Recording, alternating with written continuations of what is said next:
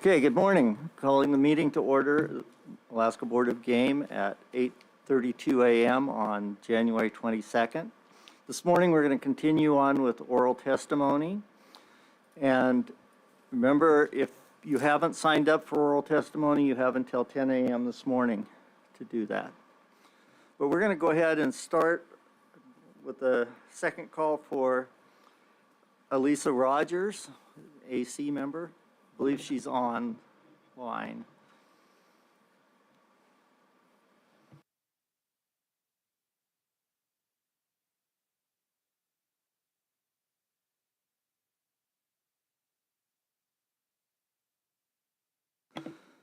She's still having technical difficulties?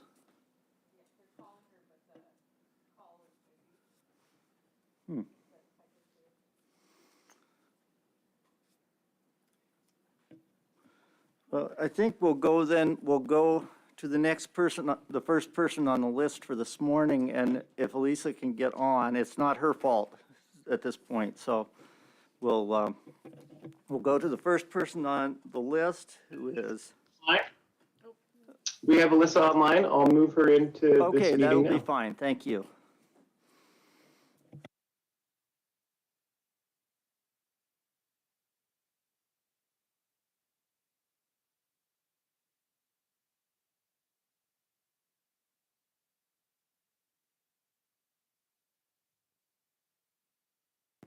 Alyssa, anytime you're ready, you can go ahead with your testimony.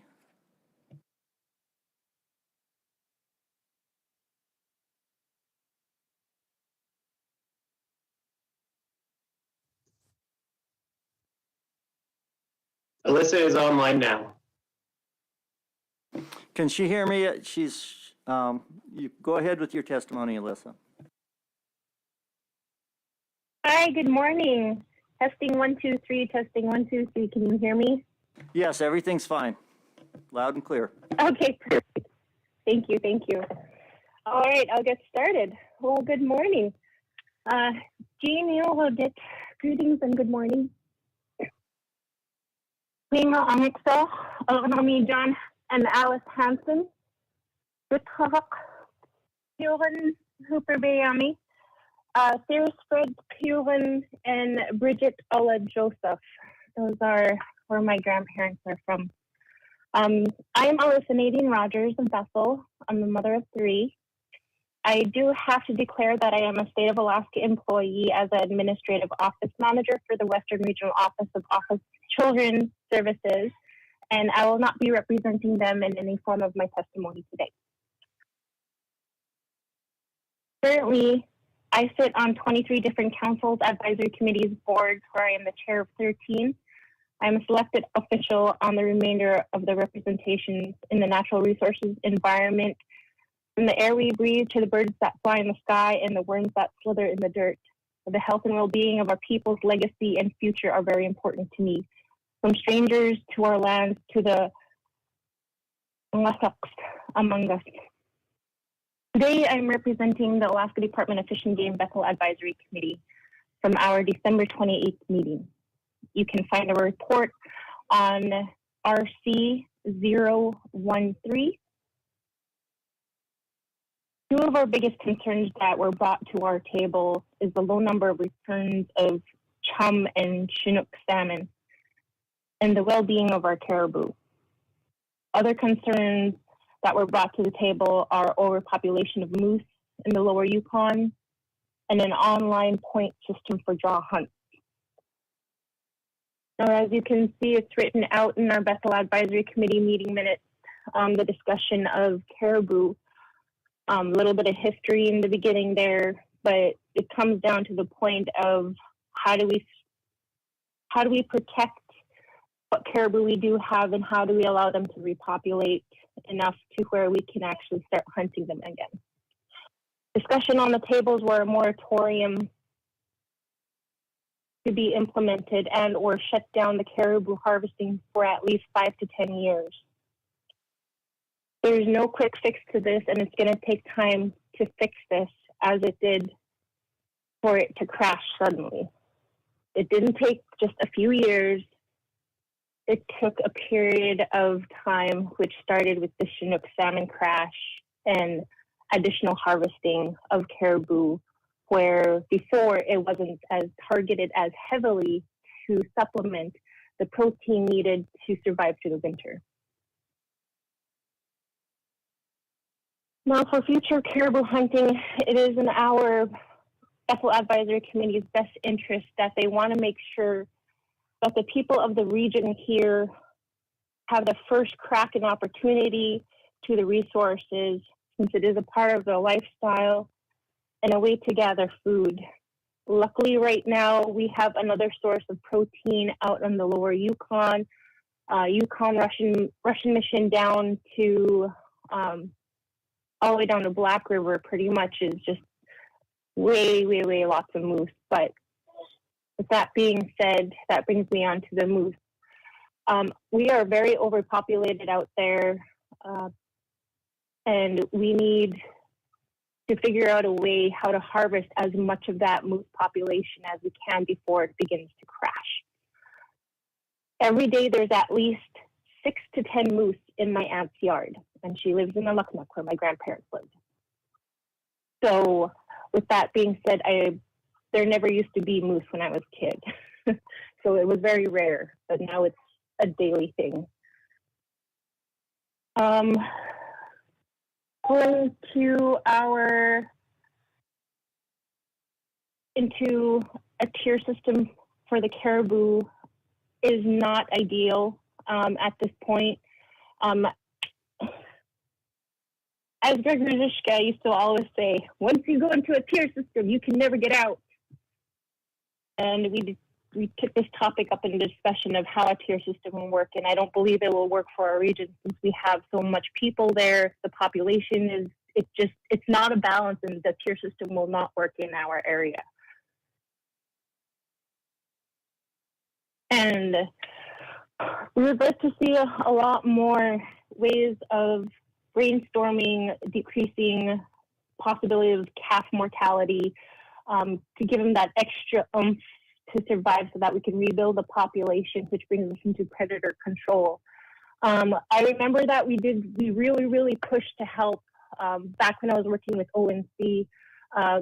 Greg had me work on a project to do predator control on one of the Aleutian Islands, where it actually went through, and we did a whole bunch of the groundwork to make sure this goes through. So in case something like this happens here and we needed to do predator control, the path was already paved. We just have to fix it to where it can apply to this area. Now, I understand that if we do go into predator control, it has to be 3 to 5 years consecutively for this to actually work, and we have to get 80 to 90% of the predators under control in order for this to actually be effective. There's different ways of talking about it, but I want you guys to know that the pathway has already been made. We just have to figure out how to apply it to this area.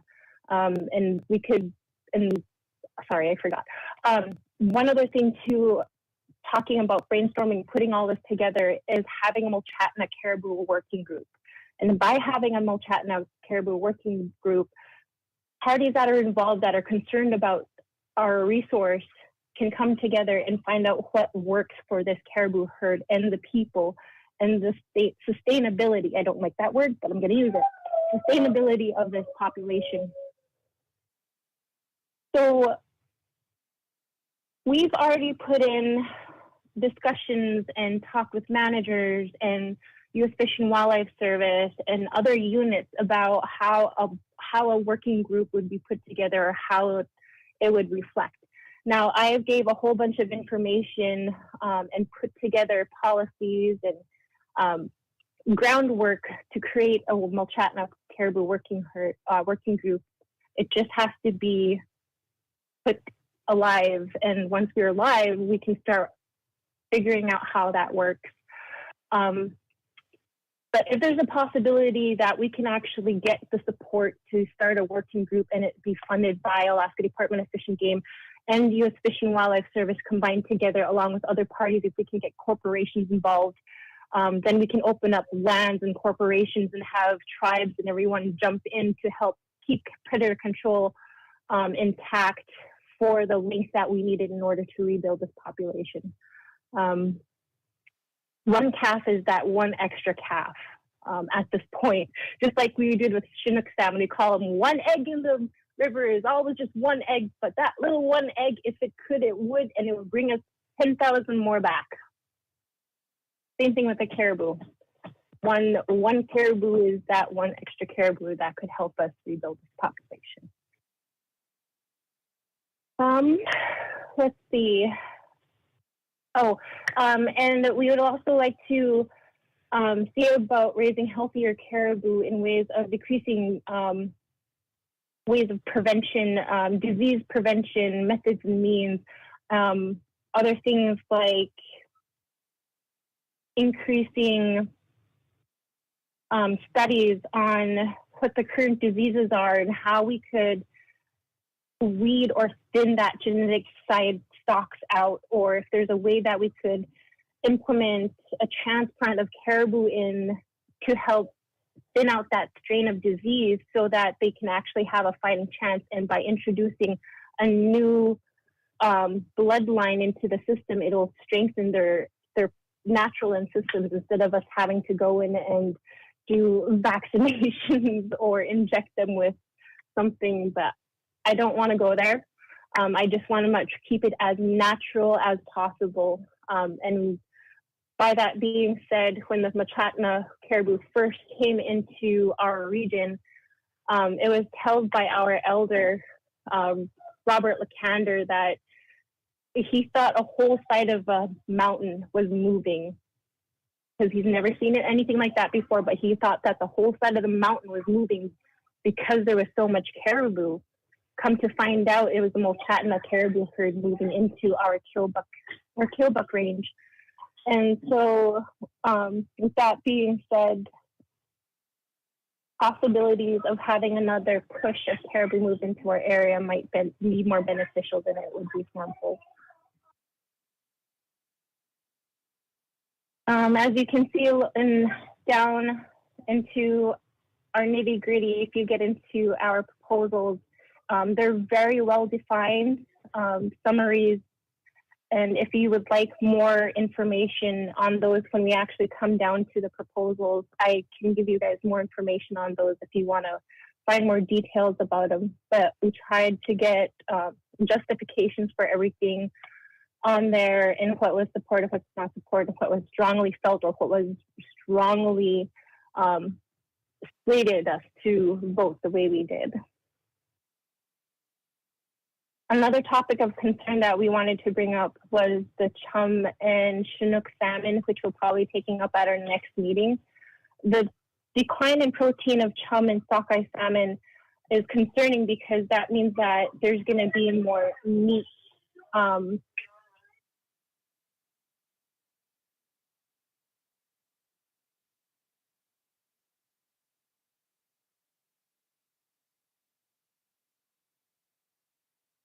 Sorry about that.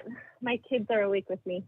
The reason why I was bringing that up is because, once again, we are in decline of Chinook and chum salmon, which is going to push an increase of extra protein or protein needed harvest, which is going to be taking us back to what is around the area, what can they harvest, what can they take. And again, it brings me back to the lower Yukon moose. There's so much moose on there. We need to figure out a way how we can harvest as much of those moose. If it means going into the lower Yukon, just harvesting a whole bunch of that moose and then bringing it back to the people up here and having it being distributed up here in this area, because there's no kings, there's no chum.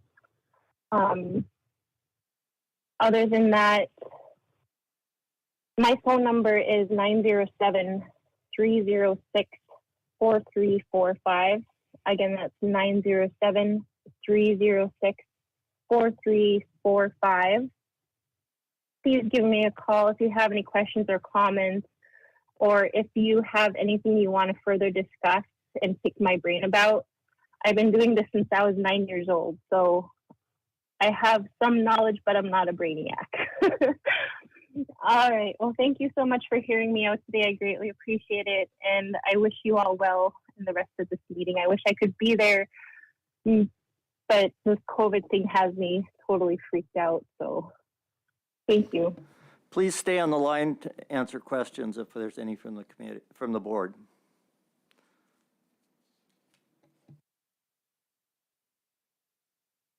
Any questions for Elise from the board members?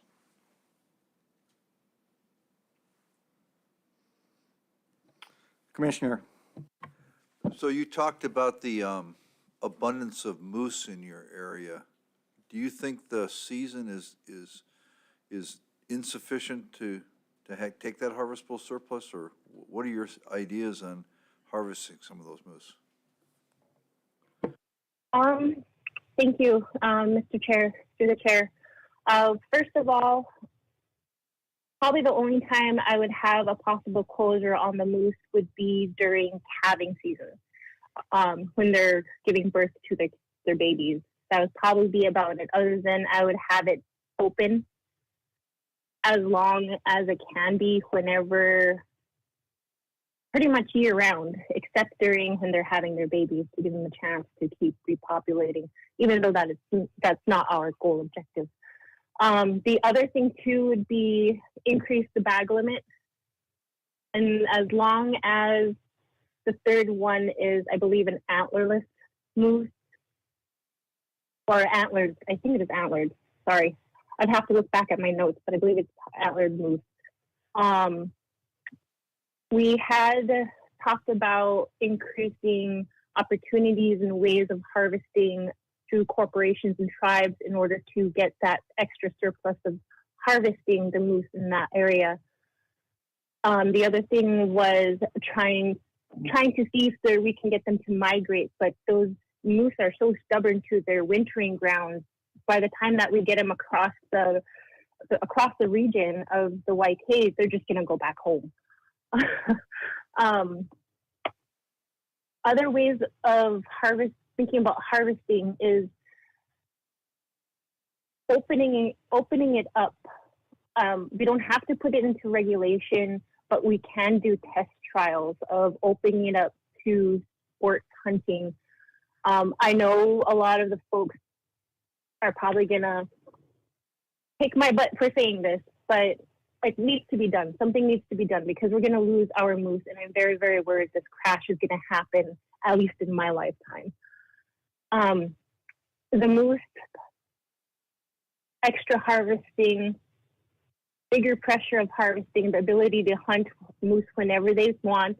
For instance, one moose can fill up half a freezer if it's empty. Now, if you have other stuff in there from like fishing or groceries, you're going to one moose will fill up a freezer. But honestly, one moose would only last a family who's sustainably only on subsistence food will be 3 months. My little family alone can finish a moose in 3 months. So that means that we would go back out hunting for another moose to get us through another 3 months, which is the winter season. Now, if it was open up year round and the way the fish has been going, I'd like to have the opportunity for those folks out there to actually hunt during the springtime and summertime as well. Because if they were able to harvest more moose when there's no fish, they wouldn't have to worry about starving. Well, the term starving is starving for specific food you want, not fully starving like we're third, fourth world country. So increasing harvest opportunity, increasing the harvesting dates, opening up the harvest or opening up the hunting to anyone and everyone who wants to go out hunting for that species, we'll let them go hunt.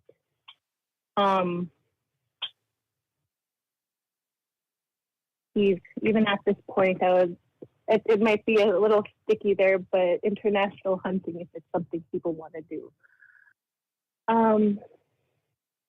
The other thing too that I could think of extra harvesting is that the corporations or the tribes get together, and if there's a way that we could get free shipping from the lower Yukon to the other remaining villages of our delta, we can have people from the tribesmen there be paid to go out and harvest a whole bunch of these moose and ship a moose out to a village to help the community in time of crisis, or even now, because we are in COVID crisis. And right now, the way the shelves at the store are kind of looking, I think it's really needed. Thank you, Mr. Chair. Thank you. Any more questions from board members? If not, thanks again for your testimony. Oh, we have Orville, sorry. Go ahead. Yeah, I couldn't get my mic unmuted. I'm sorry. Anyway, thank you for your testimony. I just had questions on proposal 101, 123, 124, and 125. I noticed the discussion on crossbows was pretty evenly split. Even in your voting, you supported two and opposed two. I was wondering why that there was so much discussion on crossbows and there was no real stance one way or the other. Thank you, through the chair. Crossbows is a pretty touchy subject for us up here. The type of method of hunting that we have out here is different than anywhere in the state. And because these were statewide proposals, not only would it affect us out here, but it would affect how hunting is out in the rest of the state. We have a few of our Bethel Advisory Committee members are archery hunters, and they support archery hunting because the method of hunting between a bow and a crossbow are very, very, very different. Crossbow takes up close hunting,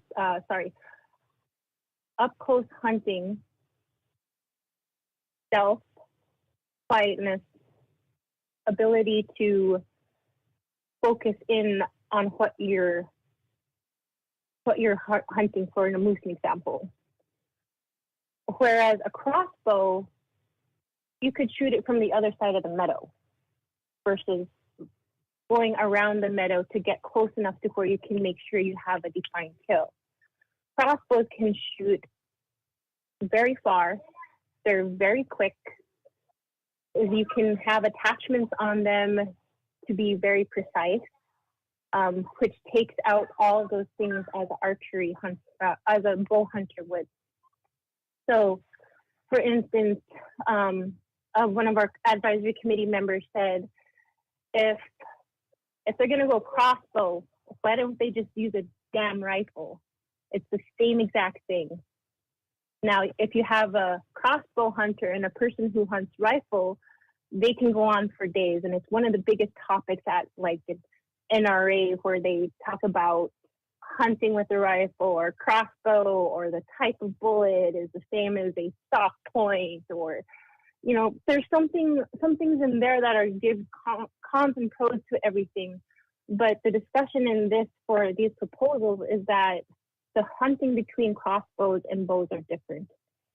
They don't want crossbows to overstep into bow hunting only areas where it takes out the game, the sport, the possibility of decreasing the population when a population is of concern. Harvesting, the way it's harvest takes the fun out of hunting.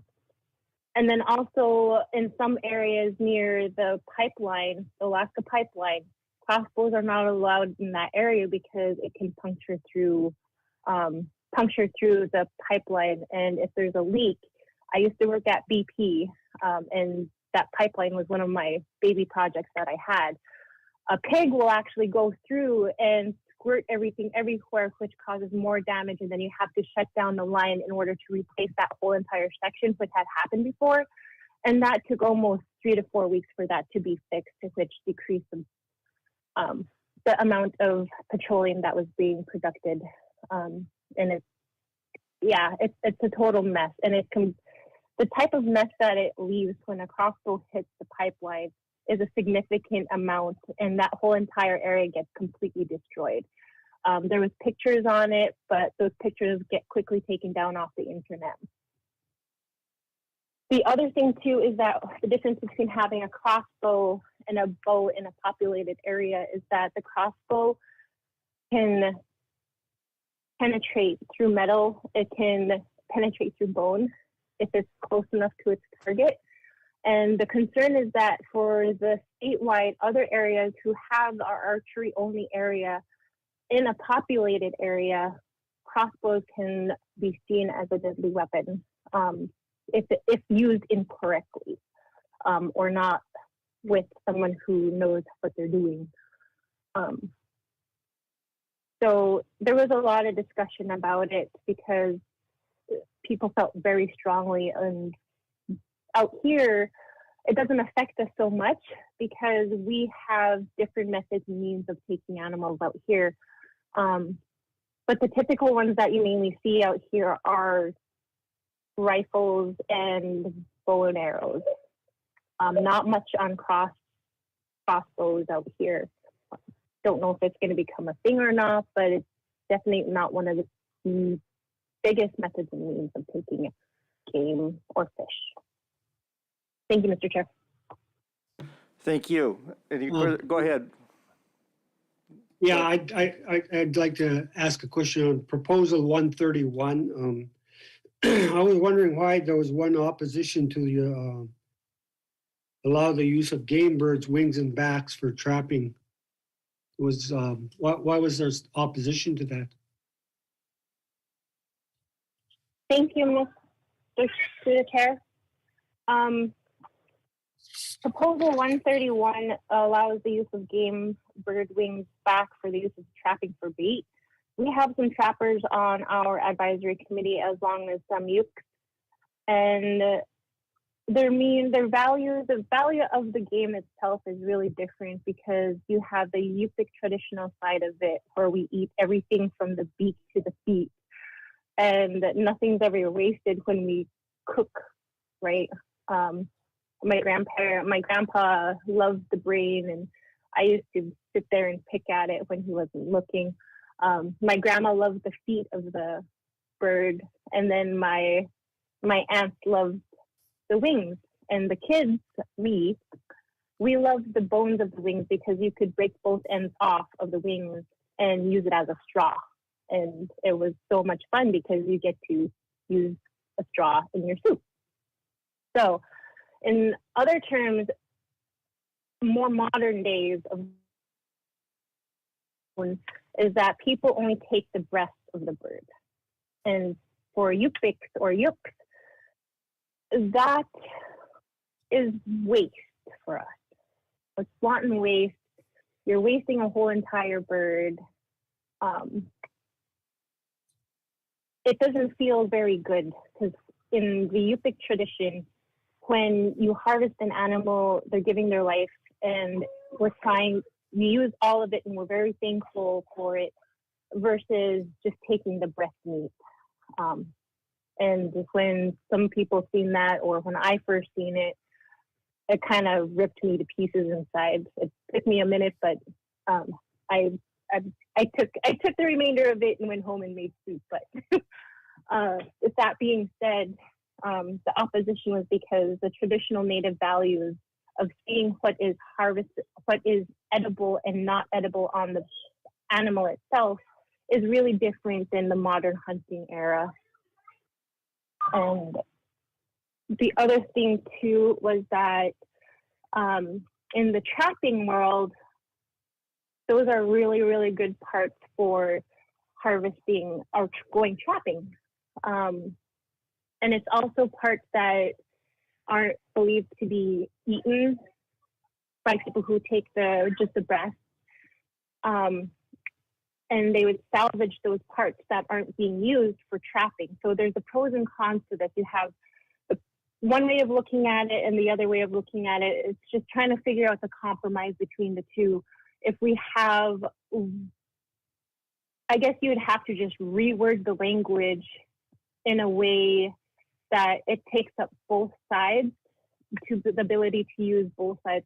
But the thing is that some people who only take the breast out of only the breast or salvageable meat from the bird leave the carcass. And then that carcass is what they would use for trapping or other methods and means of taking other game, versus the Yupik traditional way of taking the whole thing and eating the whole thing. Yes, including the guts, except the intestines. We do gizzards, hearts, liver, lungs. We drain those out, and yeah.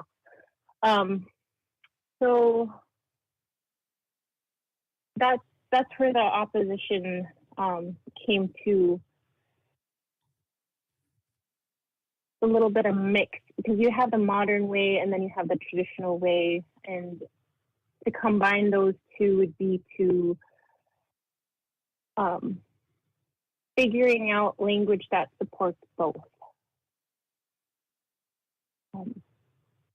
I personally would like to see the ability to harvest the whole thing, but at the same time, I would like to see people who are modern hunters that only take the breast be able to use the other pieces instead of just one waste.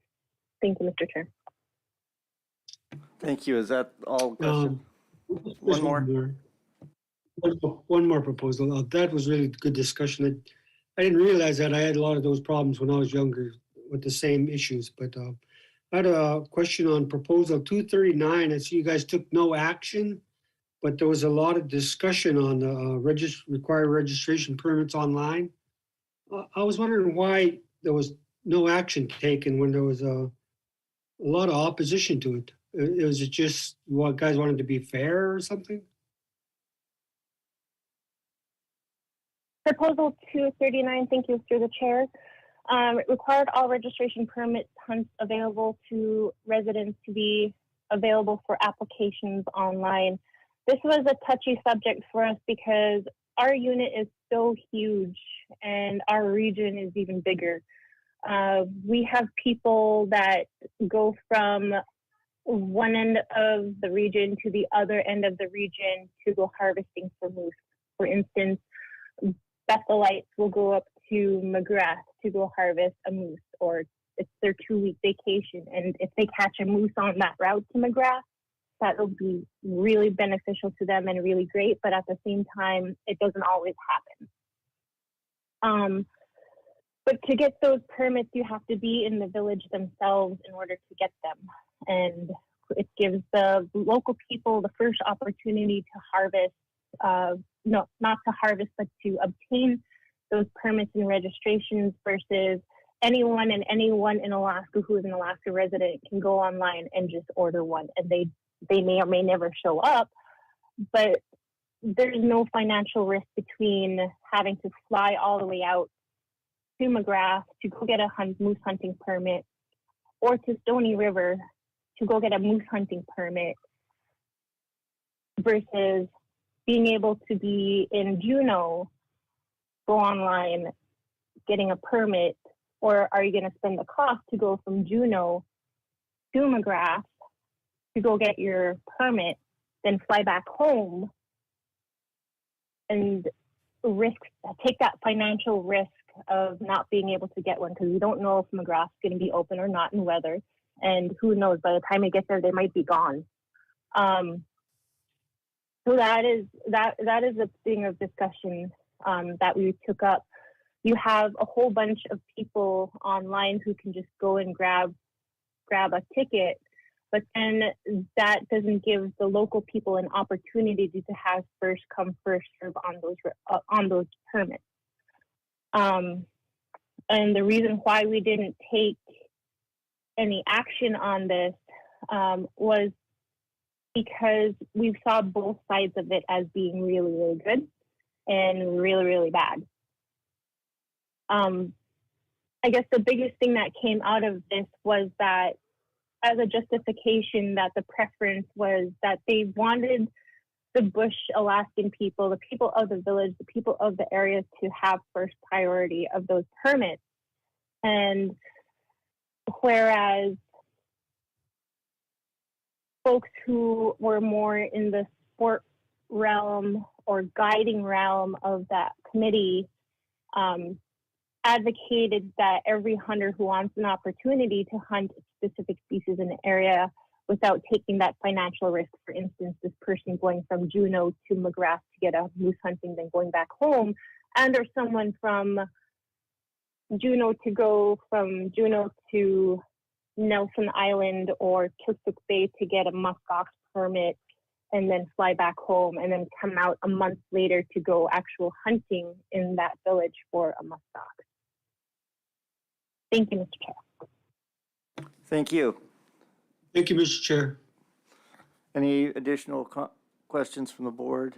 If not, we'll go to our next testifier, and thank you, Elisa. That would be Kelsey Hansen. Are you here? Thank you.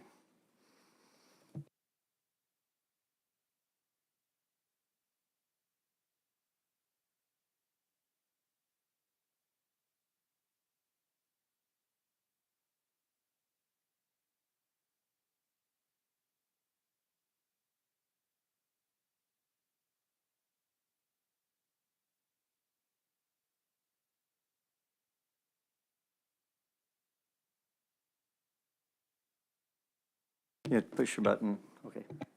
Great. I'm smiling, but you can't see me. Let me know if you can't hear me. This thing is bomb-proof. All right. Thank you so much for your time today and for having me and for letting me speak. My name is Kelsey Hansen, and I'm the Outreach Coordinator with Alaska Wildlife Alliance. But I am here on behalf of myself today, speaking of my own values and opinions. And I'm here speaking on Proposal 199, and I am speaking in support of that proposal for many reasons, but I'm just going to be outlining a few today. I hunt, I fish, and I recreate for fun with my dog in the units listed in Proposal 199. And the proposed trails that are designated and advertised as multi-use in the proposal, this is based on maintenance and how the population uses these trails at this moment and likely going forward. And that is only going to increase in use as time goes on and as the population continues to greatly increase in the Matsu Basin. Hunters are held to regulations, many of which can lead to safety for others, and I believe that trapping should be of no exception. With great power comes great responsibility, and many tools that we use to harvest wildlife are dangerous, and they need to be used with respect towards others of the public to keep everyone safe as we use such impactful tools. I understand that there is a code of ethics in place. Ethical trappers are already taking the 2 minutes that it does take to walk the proposed 50 yards off of multi-use trails. It's even less of a distance, it's a faster distance to cover in a snow machine. And this proposal is really intended to keep unethical or uninformed trappers held more accountable. All trappers I've talked to in the area surprisingly have been in agreement or at least of understanding of this proposal. And even if they aren't here or going to be speaking publicly or signing a petition in support of this proposal, maybe due to backlash from counterparts, they do believe in the ethical trapping culture. And they don't think that traps on or near multi-use trails are okay or really representative of the true grit and value found in trapping heritage. And the last point I have, there is an argument that restricting trap placement is thought to be restricting harvest opportunity. Yet there's also always a follow-up being made that there are a suggested code of ethics in place to avoid incidental take. And I basically read this as there is essentially being said there's harvest opportunity on or near multi-use trails. And this is rendering that code of ethics truly obsolete, and both of these can't happen at the same time. So to conclude my time, I just want to say I don't hate trapping. I don't want to become California, and I know that I can trust you all to prevent that from happening. I'm here for a reason. But if folks want to trap, I think that's fine. I just do think it needs to be done with respect and understanding of the power behind it in a shared space that is only going to become more shared. Those are the points I have right now. I can't touch on some others just with time, but I'd be very happy to speak to any questions that you have, and I want to thank you all for your consideration and your time again. Kelsey, thank you for your testimony. Any questions from board members for Kelsey?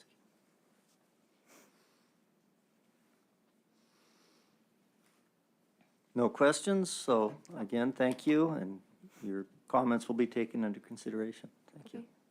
Thank you. Next, we have Bradley Christensen.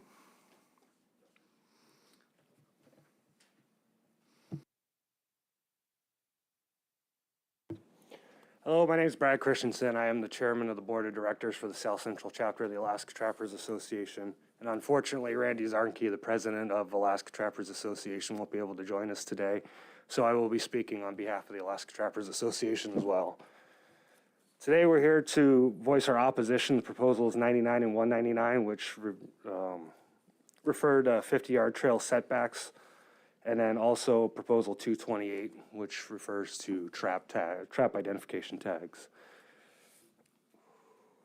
Proposals 99 and 199, I'll lump them together because they're essentially the same. 199 being slightly or quite a bit more restrictive.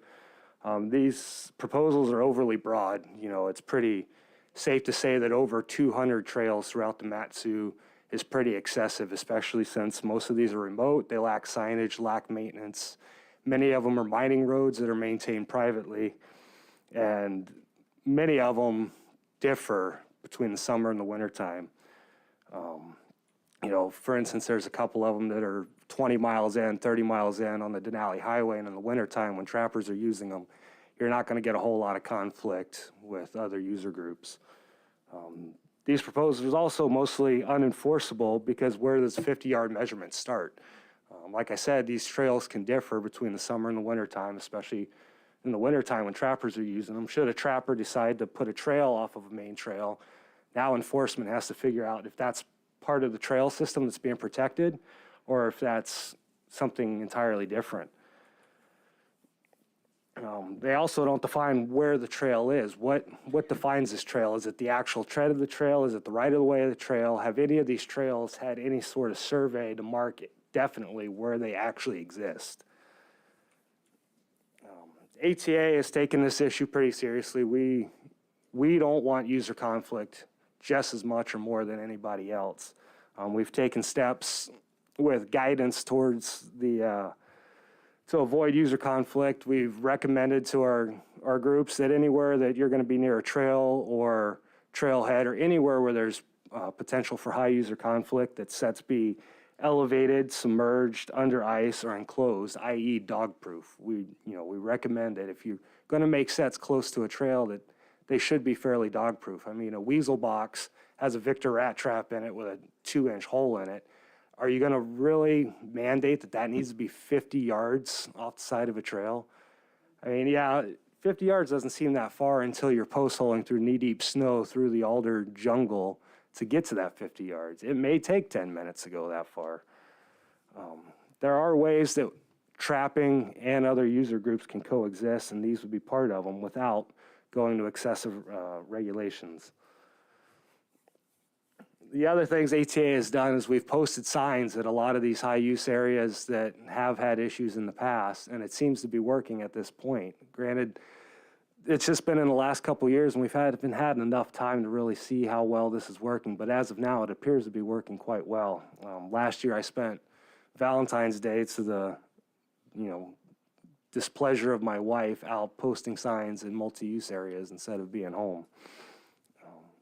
To wrap this part up, this is a one-sided answer to a two-sided problem. Loose dogs pose a danger to themselves and others. They also pose a conservation concern, as evidenced by Fish and Game's press releases this year referring to moose and keeping dogs away from them. Many proponents like to say this is a compromise. Unfortunately, ATA, the largest trapping organization in the state, hasn't been contacted in any way, shape, or form about this proposal to come to a compromise about it. And the compromise indicates that both sides are giving something up. This particular proposal has a negative effect on one specific user group to the betterment of one other specific user group. ATA is not totally against making some sort of rules in order to help alleviate this issue. Unfortunately, that needs to be discussed and as a compromise and not just broadly painted. On Proposal 228, trap tags, on and of themselves, they really provide no real benefit. They invite unnecessary scrutiny at sets. We've had reports of other areas that require trap tags where law enforcement goes through and inspects traps, which now become unusable, and the set has become unusable. There's also, should 199 pass, there's potential for theft of these traps and now have a trapper's name on them that can be set near a trail, and then that trapper has no way to prove that he's actually innocent of, setting too close to the trail. Just to wrap that up, that we're opposed to trap tags and we're opposed to these setbacks. Thanks. Thank you for your testimony, and any questions from board members?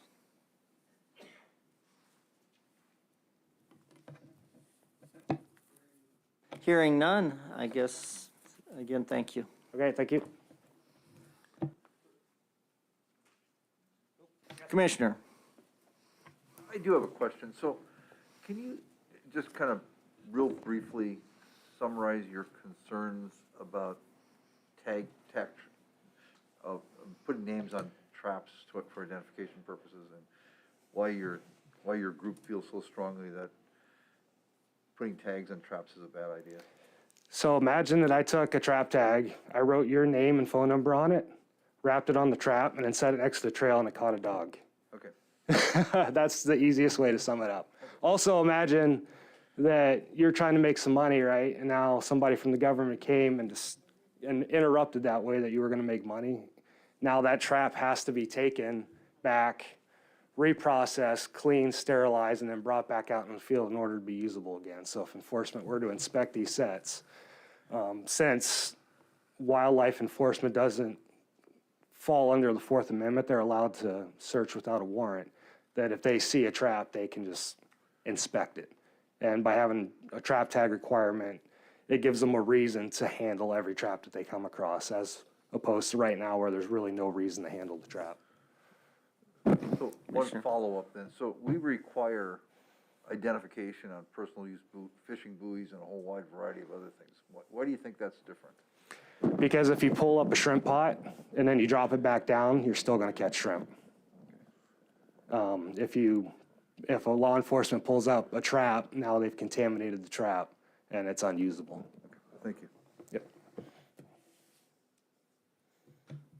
No further questions? Thank you.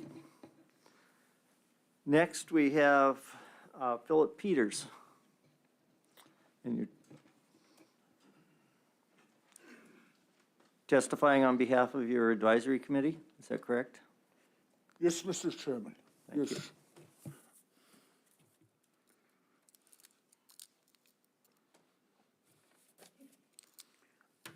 My name is Phil Peter. I'm representing the Lower Kuskokwim Advisory Committee, and also I'm a chairman for that committee. It will be a brief report what we did in the meeting in Bethel in November. I will be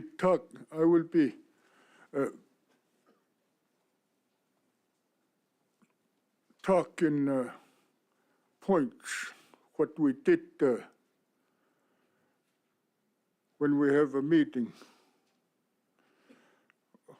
One, the proposal number 20, a short descriptions of a proposal established Tier 2 subsistence hunting season and back limit for Metlakatla caribou, and how the AC voted on the proposal.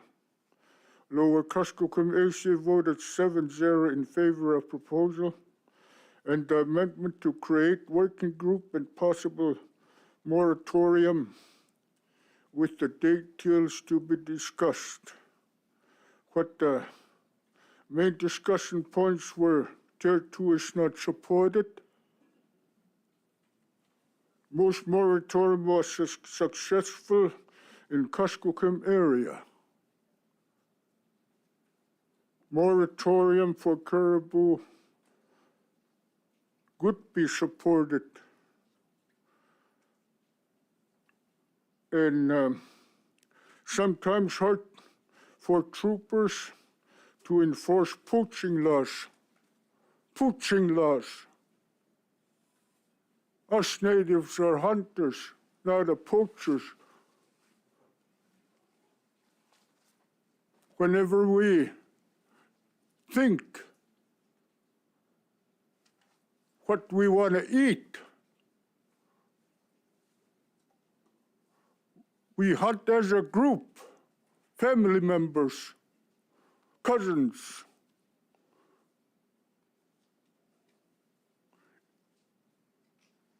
In old days, our people used to be like that. Whenever they think, they talk, straight talk, action talk. They talk only one time. That's what they used to do. And my uncles I got 5 uncles who knows areas. I got 5 of them, but they passed away. But they give me a knowledge. We got 5 tributaries in Kuskokwim. One is Squichluk River. One is Kasigluk. One is Kisaralik. Kisaralin, they call it Kisaralin. Nowadays they call it Kisaralik. The other one is Tulaksak River. There's one that goes to Nayak mining place. The other one, right straight, that middle one is Tulaksak River. Tulksaamutkuigot, they call it. And the other one is Fog River on the left side.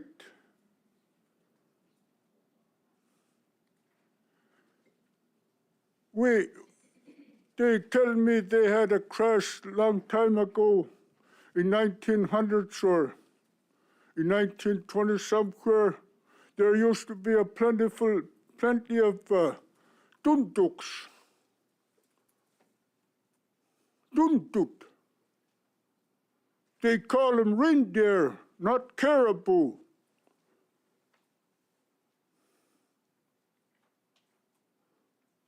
Those come from the other side of the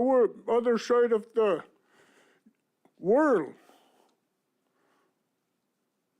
I don't know whoever brought them to Kuskokwim. There used to be a lot of caribou, the reindeer. But they never mentioned to me about what we're talking right now is the caribou. They never mention it.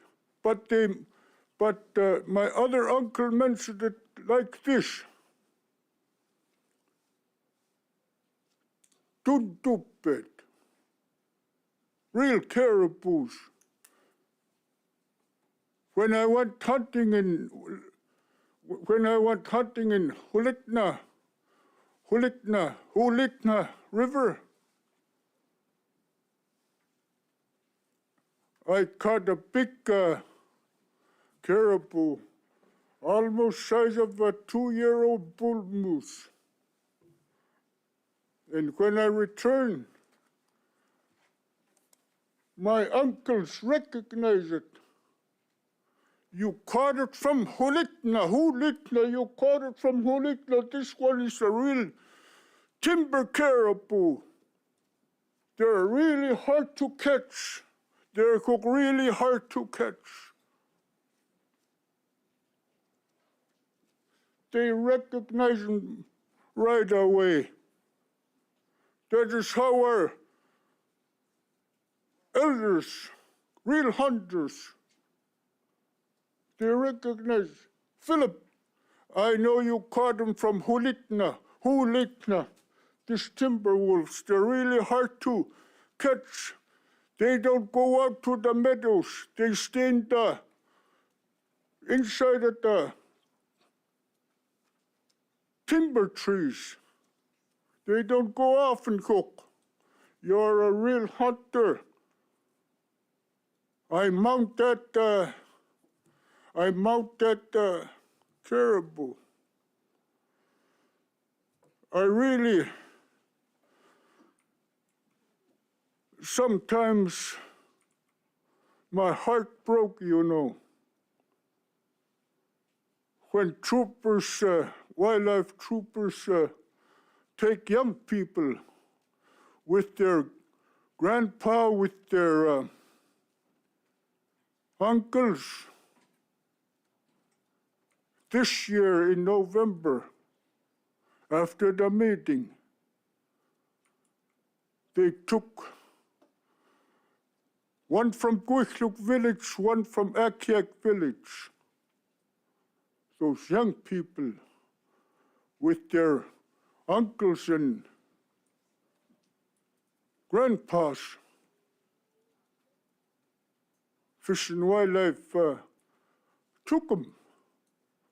I'm glad they didn't take their meat.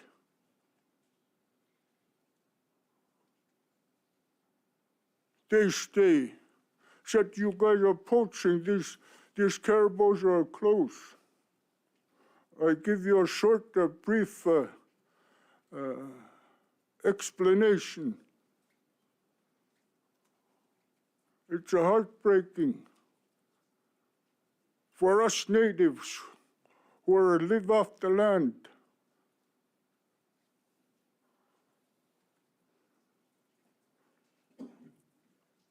These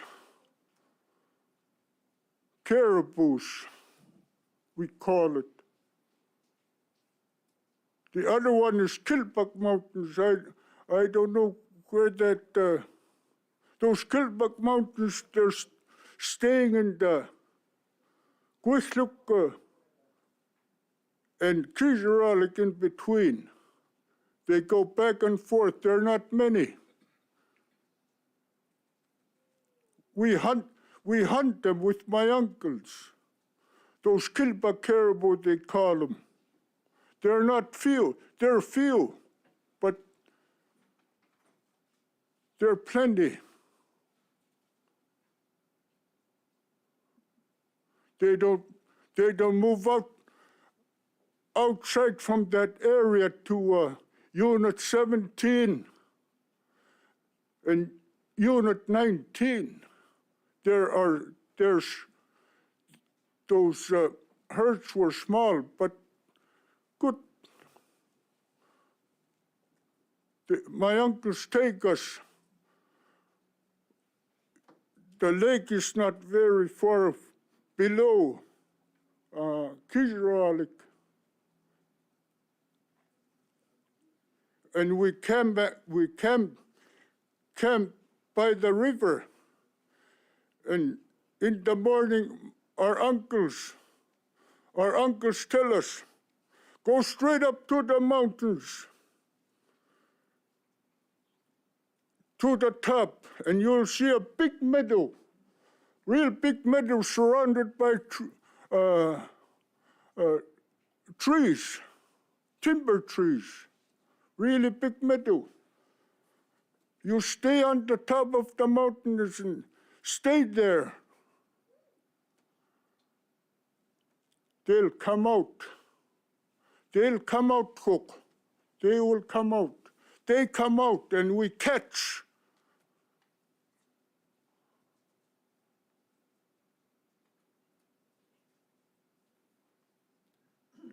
That was my first time trip to hunt Kilbuck caribou. And first time in my life I killed that caribou with my Iloks, my cousins.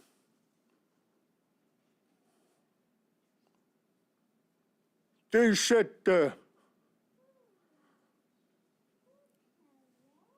some years they will decline.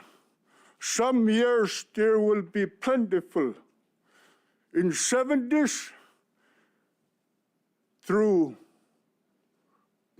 90s, they're going, the caribou going up and down, up and down. All of a sudden in 90s, they increased really over 200 or 300,000.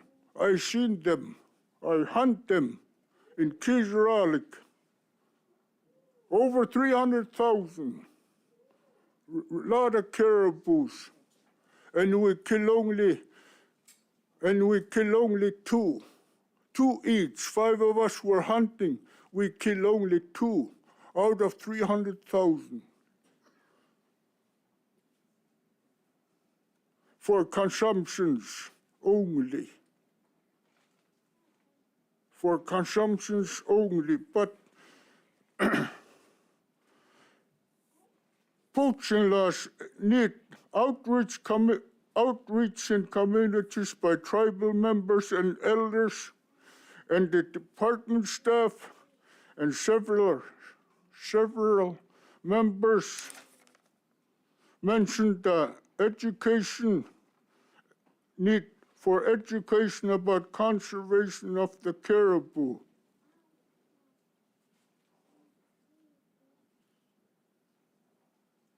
These young people, those young people like my son or my grandkids, I tell them really seriously to conserve. Kill what you need. Don't kill not many. Kill only for consumptions to us families. That's what I tell them and teach them. Those knowledge were passed down from generations to generations. It's in our hearts. It's in our hearts, the laws.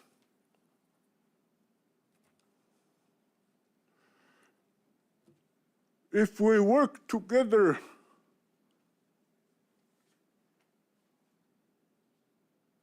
sit on the table, work together. Maybe one little word will change the whole system. One little word, the one little powerful word, not the hard word.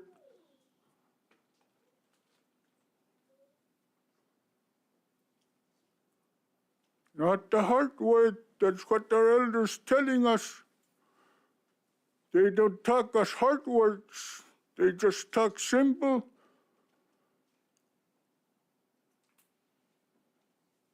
Understandable talk.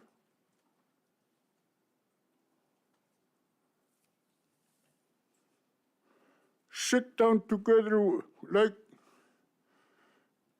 tribal members, elders, and department staff. Federal and state staff workers. Sit down and talk. But our elder John Andrew mentioned that suggested radio talk show in Kuskokwim. It's time, your time is up, and Okay. you'd wrap it up if you have anything important that you left out. Otherwise, we'll ask the board members if they would. And the other one, organizing a working group to decide how this herd should be managed.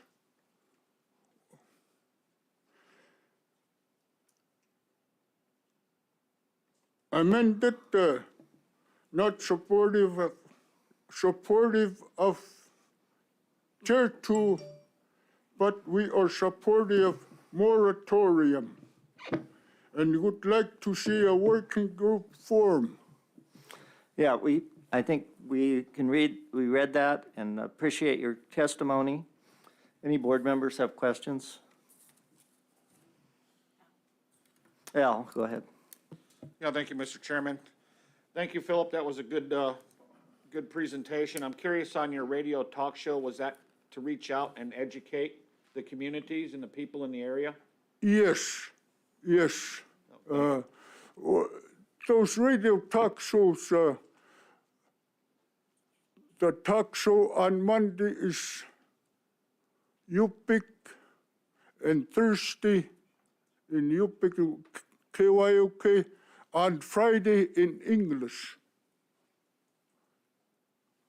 Every month they do like that. And the other one, Stas mentioned yesterday about the first time I see West and East Side those two, that map is split together. And I want to know that and understand that what it means. West side and west side, what they mean about west side. And the east side, I can't understand that map system, what they're talking about. Thank you, Stosh. Yeah, thank you, Mr. Chair. Thank you, Philip Peters. I appreciate your telling the board the history of the caribou in your area. And I'll talk to you later about that east side, west side. Okay, Kuya na, yeah, thank you But, very much. Mr. Peters? Yeah. I got a question. Did your AC talk about the proposal for Alaska hares or jackrabbits? Oh, yeah, we discussed a little bit. There used to be a plentiful jackrabbits in 70s and all the way up to 90s. And right now, those jackrabbits are beginning to come back in our area. In last year, when I go out hunting for ptarmigans in Laik, I tracked down maybe 5 tracks of hares, jackrabbits, and I was really happy there. And I told my cousins they'll be coming back. They've been disappearing for a long, long time now, you know, in our area, Kuskokwim area. Mr. Chair, follow-up question. So were you guys in support of establishing bag limits for the hares, the jackrabbits? Yeah, we're supportive. Yeah. Thank you, Mr. Peters. Okay. Thanks again, Mr. Peters. Oh, one more question for you before you go, if you could. James has a question. Thank you, Mr. Chair. Thank you, Mr. Peter. One quick question I had, I was looking in the advisory committee notes that you had submitted, and it says you were in support of Proposal 20, but then in the notes it said it would not support Tier 2, and I just wanted to just make sure that I understand what the committee is supporting. Could you repeat that? Yeah, so in the advisory committee notes that you all submitted, it looks like you're supporting Proposal 20. It was 7-0, but then in the notes it says it would not support Tier 2, and I just wanted to confirm what it is you are supporting. Either you are supporting Proposal 20 or not. I wanted to make sure. We're supportive with the amendment to create a working group, a possible Okay, thank you. moratorium. Thank you, Mr. Peter. Thank you. I think that's everything for you, Mr. Peters. Okay, yeah, thank you, Mr. Chairman. I'd like to remind the audience, if anyone is interested in giving oral testimony who hasn't signed up yet, the deadline is 10 a.m., so this is probably the last call to sign up for it. And with that, we'll go to Alicia Hancock if she's available. She should be ready remotely. She's going to be testifying remotely.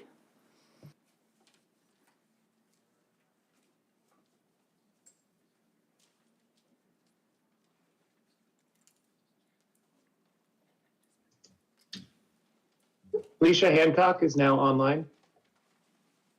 Okay, Alicia, you may go ahead with your testimony. Thank you. My name is Alicia Hancock. Can you hear me okay? Yeah, you're coming through very nicely. Perfect. My name is Alicia Hancock. I'll be representing Copper Basin Advisory Council this morning. I wanted to go ahead and disclose I do work for the Bureau of Land Management in the Glen Ellyn office, and so I will recuse myself from any specific questions if things came up. in regards to that. But also, we do have our vice chair that is there present, Karen Linnell, and so she could chime in if we need to. I'll let you know.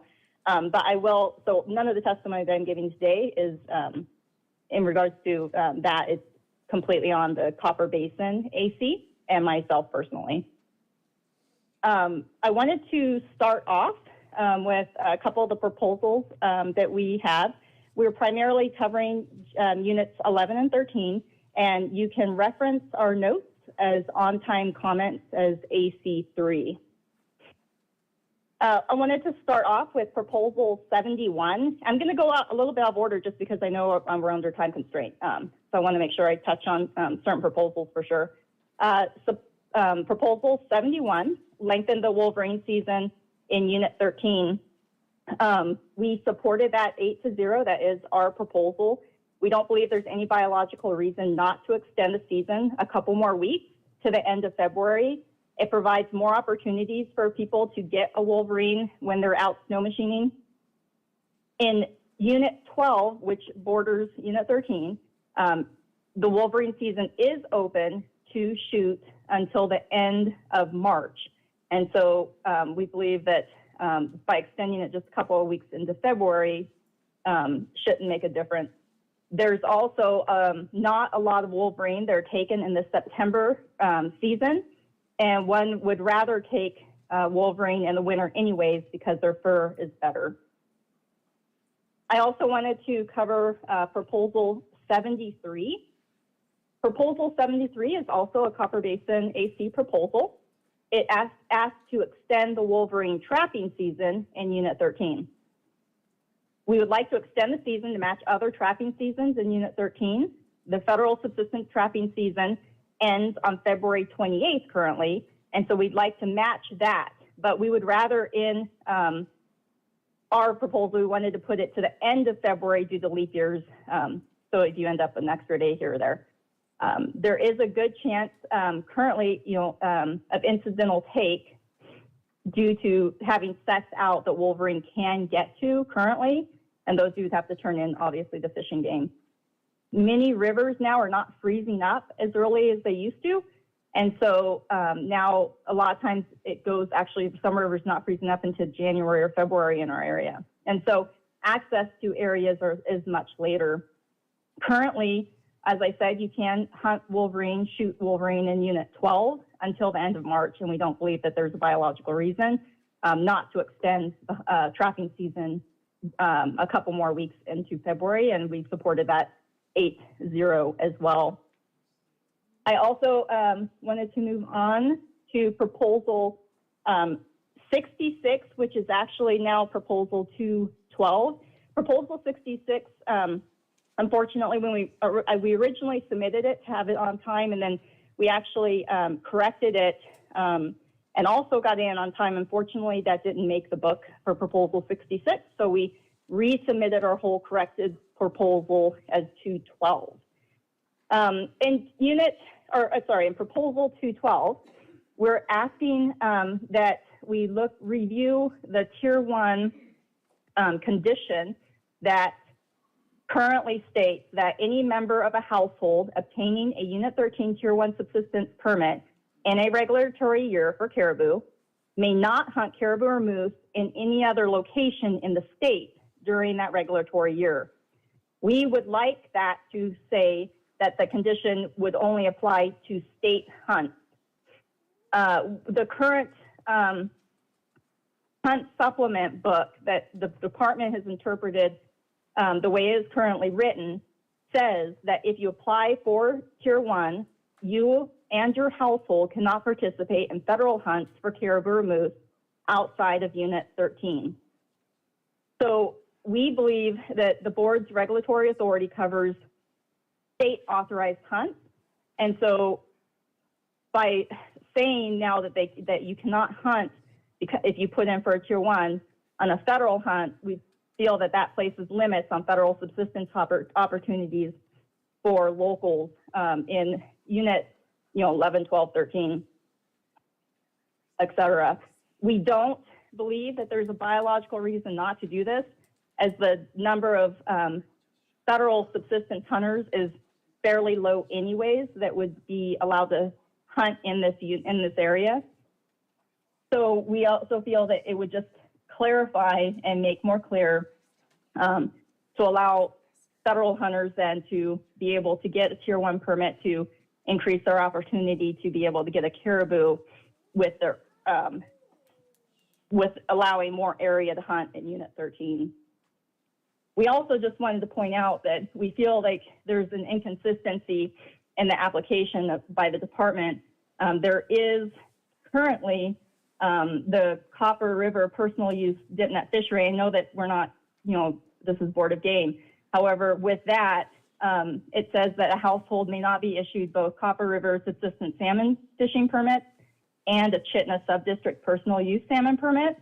And historically, the department has not interpreted that to mean that if you get a state Chitina subdistrict personal use salmon fishing permit, then the person would be ineligible for the federal subsistence fishing permit. And so, for consistency, we would like clarification on proposal 212, and that was supported by our AC unanimously. Moving on, I'd like to next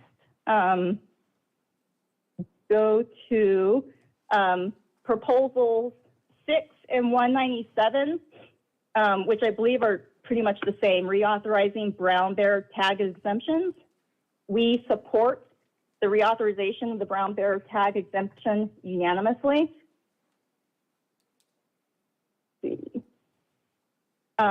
We've had it in place for years now. It provides an opportunity that if people see a brown bear, that they can go ahead and take that brown bear if they, as their one brown bear for the year, without having to make sure that they have their tag with them. And we supported that unanimously. Proposals 58 and 215, reauthorizing antlerless moose in 13A. We also supported that unanimously. We believe that antlerless moose hunts are a tool that can be used by Fish and Game if they need to, and it helps control moose populations. We do have a note, in our notes that traditionally OTNA has opposed antlerless moose hunts because it could lead to the taking of cows. So did want to just point that out in our notes. But that did go through unanimous in support 13-0 unanimously. Proposal 213, I wanted to bring up because there's an error with staff comments that we noticed. 213 would remove the Tier 1 requirement for Unit 13. In the staff comment, it said that the Copper Basin AC proposed that. We did not propose 213. That was proposed by Caleb Martin.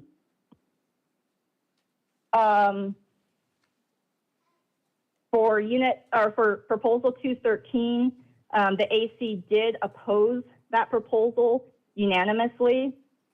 Our biggest concern is that if we don't have the requirement in place that if you get a Tier 1 tag, you can't hunt moose in any other state hunt, that we would be overrun with people putting in for tags. We could have 20 to 40,000 people potentially, and this is a really big concern. It would shut down the hunt very quickly. We do have, there's 2 seasons in place now that you need to choose. Either way, it would shut down both of those seasons very quickly if we have that many people on the landscape. We feel like that it will increase, if we take away that requirement, it will increase the number of permits. Proposal 216, I wanted to point out, so Proposal 216 is to establish an antlerless moose hunt in Unit 13C Charlie. We did amend this proposal. We amended it to change the dates of an antlerless moose hunt to September 1 through 20. Once again, we support antlerless moose hunts. We believe it's a good management tool for Fish and Game to utilize if, we are above abundance objectives and population becomes less productive. We did not like the original proposal giving the winter hunts of October 1 and October 31. We have several AC members who do utilize that 13C area, and they had concerns that the rut is becoming later and later in that unit, and the animals obviously are a lot more accessible. We also noted that if there were a March hunt, we were kind of looking at all different dates, we would have problems with shooting bulls with dropped antlers, and so we dismissed that possibility. So we did, as amended, support that 9 and 4 opposed. And so just wanted to make sure that we would support that with an amendment. Let's see. Going to proposal 62. This would establish an antlerless moose hunt in Unit 13A. 13E Edwards. We did support that 8-0. Unit 13E is above objective for the 3-year average, and abundance is up. Harvest is also up. And so we do believe that having the management tool in place to use if biologists need to would be a good thing in that unit. Proposal 198, prohibit bear baiting within 50 miles of an inhabited building. It's a statewide proposal. That proposal does not work for us in Unit 13 at all. If you did this, we would pretty much eliminate bear baiting stations altogether, especially in Unit 13D. The current standard of a 1/4 mile is reasonable for us. And so we strongly opposed unanimously not to go forward with this. I think if there are areas where this does need to be applied, it should be done per their unit, not overall for the state, because it will affect us negatively. Proposal 199, prohibit trapping within 50 yards within multi-use trails. We did oppose this. Once again, this is putting it on as a statewide proposal for our area. We did not like that. It doesn't work well for our area. The discussions we had is that it's too broad and it covers way too many areas. We understand, and we hear even out here locally, that we do have very specific areas that are populated residential areas that are having issues, and we acknowledge that dogs are getting caught in traps. Out here, one of the things that we folks have been doing is working with Fish and Game, and they're putting on trapping classes, what to look on, how to release a pet from a trap, those types of things.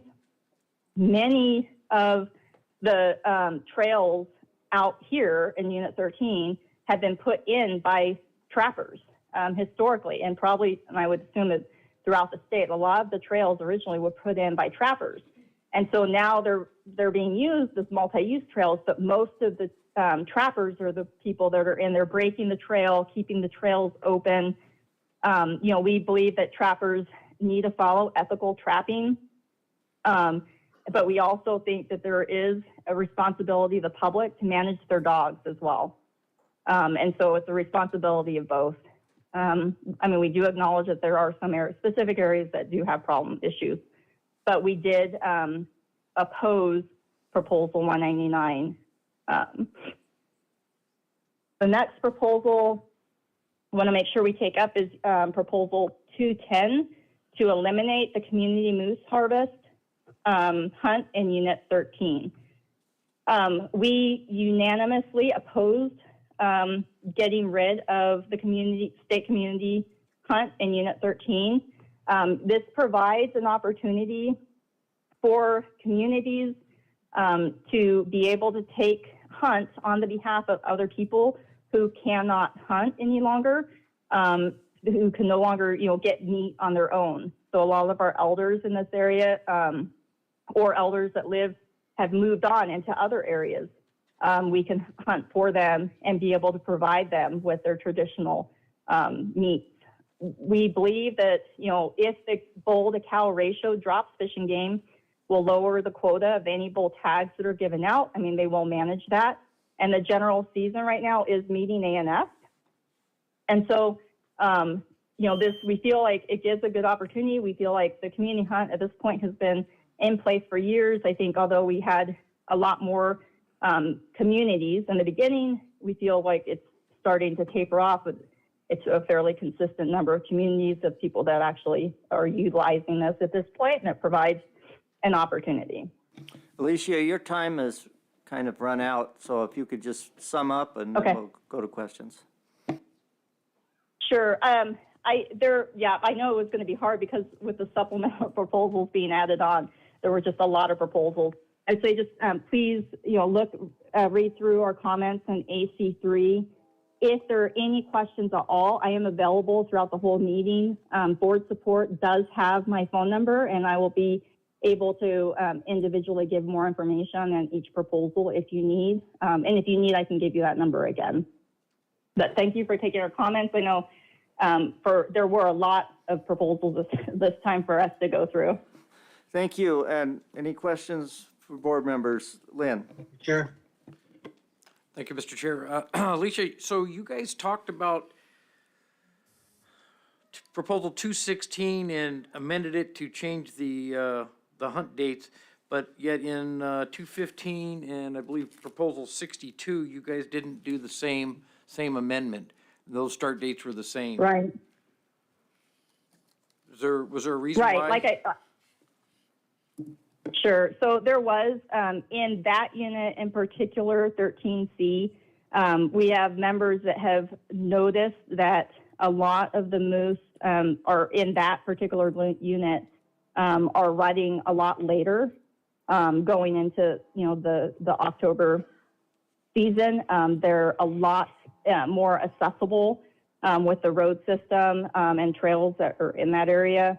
And so, and where they come down, they're more available. And so this particular unit, we did change. We do, generally support antlerless moose hunts.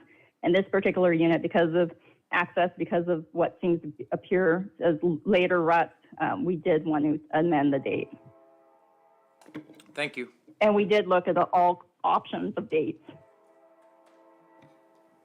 Orville, did you have a question? Oh, yeah, thank you, Mr. Chair.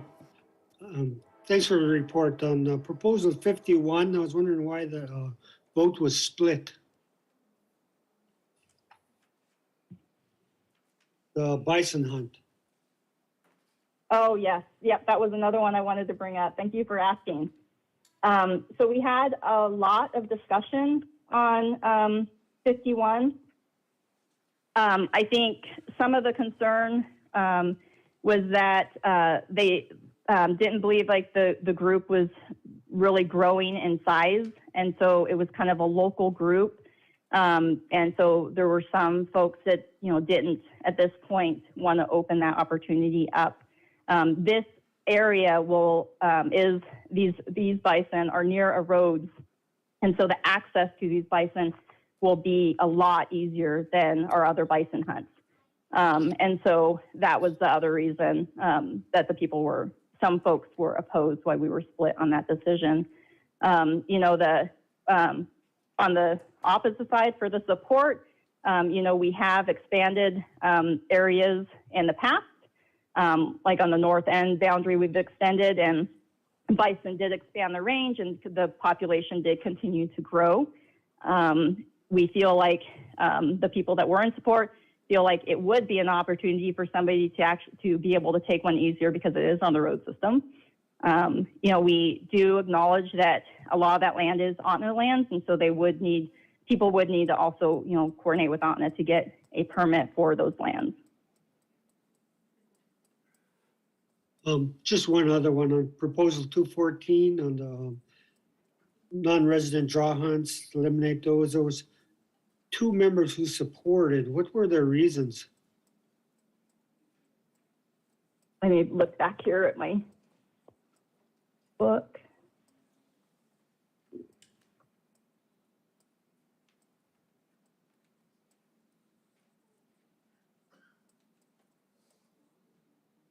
Just want to make sure I capture our notes and our discussions that we had down. So for proposal 214,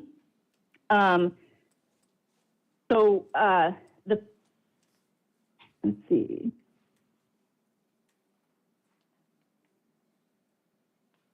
Yeah, I think we put for the opposing eliminating the draw hunts, we felt like it drew economic resources for our area.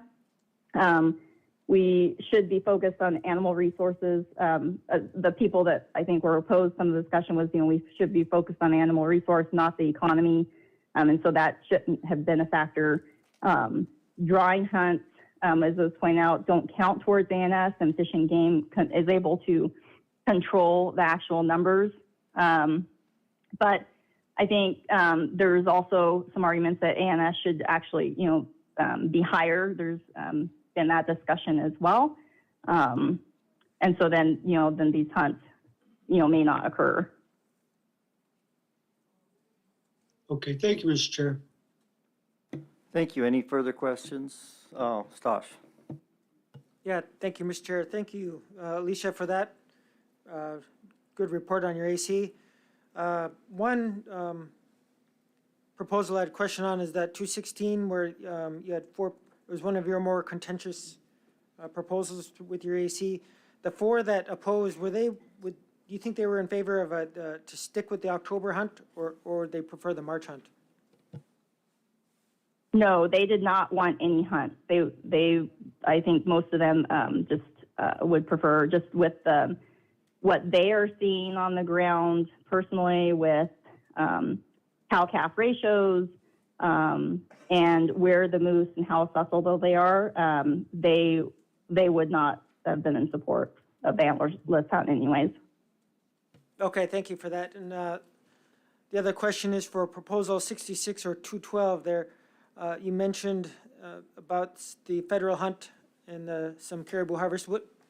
If you can answer this, I don't know if you can, but what do you estimate that harvest would be for the federal hunt?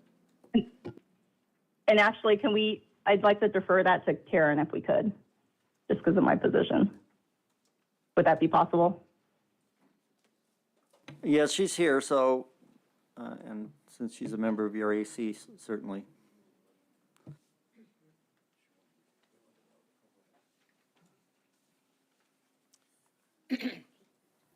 Thank you. For the record, my name is Karen Linnell. I'm the Vice Chair of the Copper Basin Advisory Committee. Can you repeat your question, please? Yeah, through the chair, Karen, the question was for proposal 66 or 212, they talked about the federal hunt for caribou harvest, and I just wondered if she could answer it, what your estimate would be for that harvest would be on that on the federal hunt for caribou. So historically, the federal harvest has been near 10% of all caribou harvested in GMU 13. And it's based on the amount of land available. And it's also based on the fact that we have to wait until the caribou cross that narrow strip of land.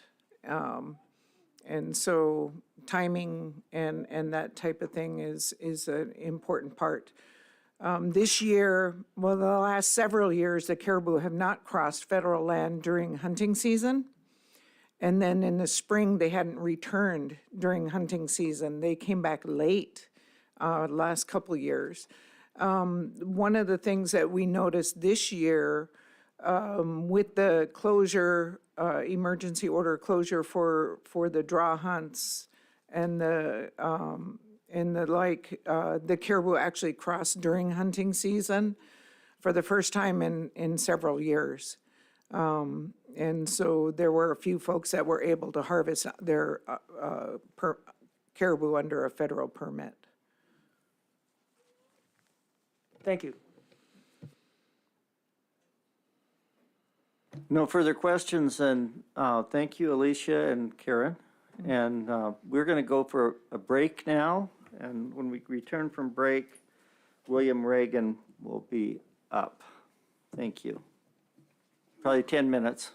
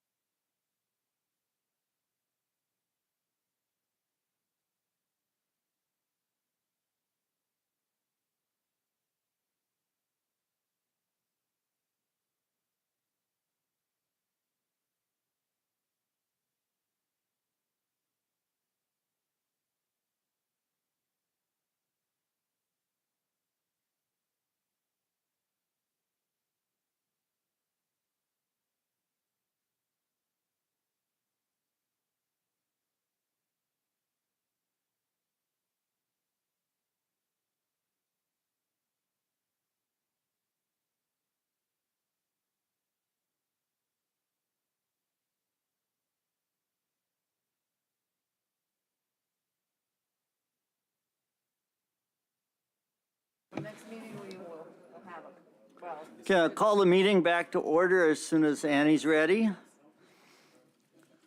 Okay, calling the meeting back to order. It's 11:25, and we'll go on with, and before, William Reagan is going to testify next, but before he does, I wanted to let people know that we did have some people who signed up for public testimony, for oral public testimony, and who have had to leave because of COVID concerns, and we're contacting those people and we're going to have them call in if they can. So go ahead, Mr. Reagan.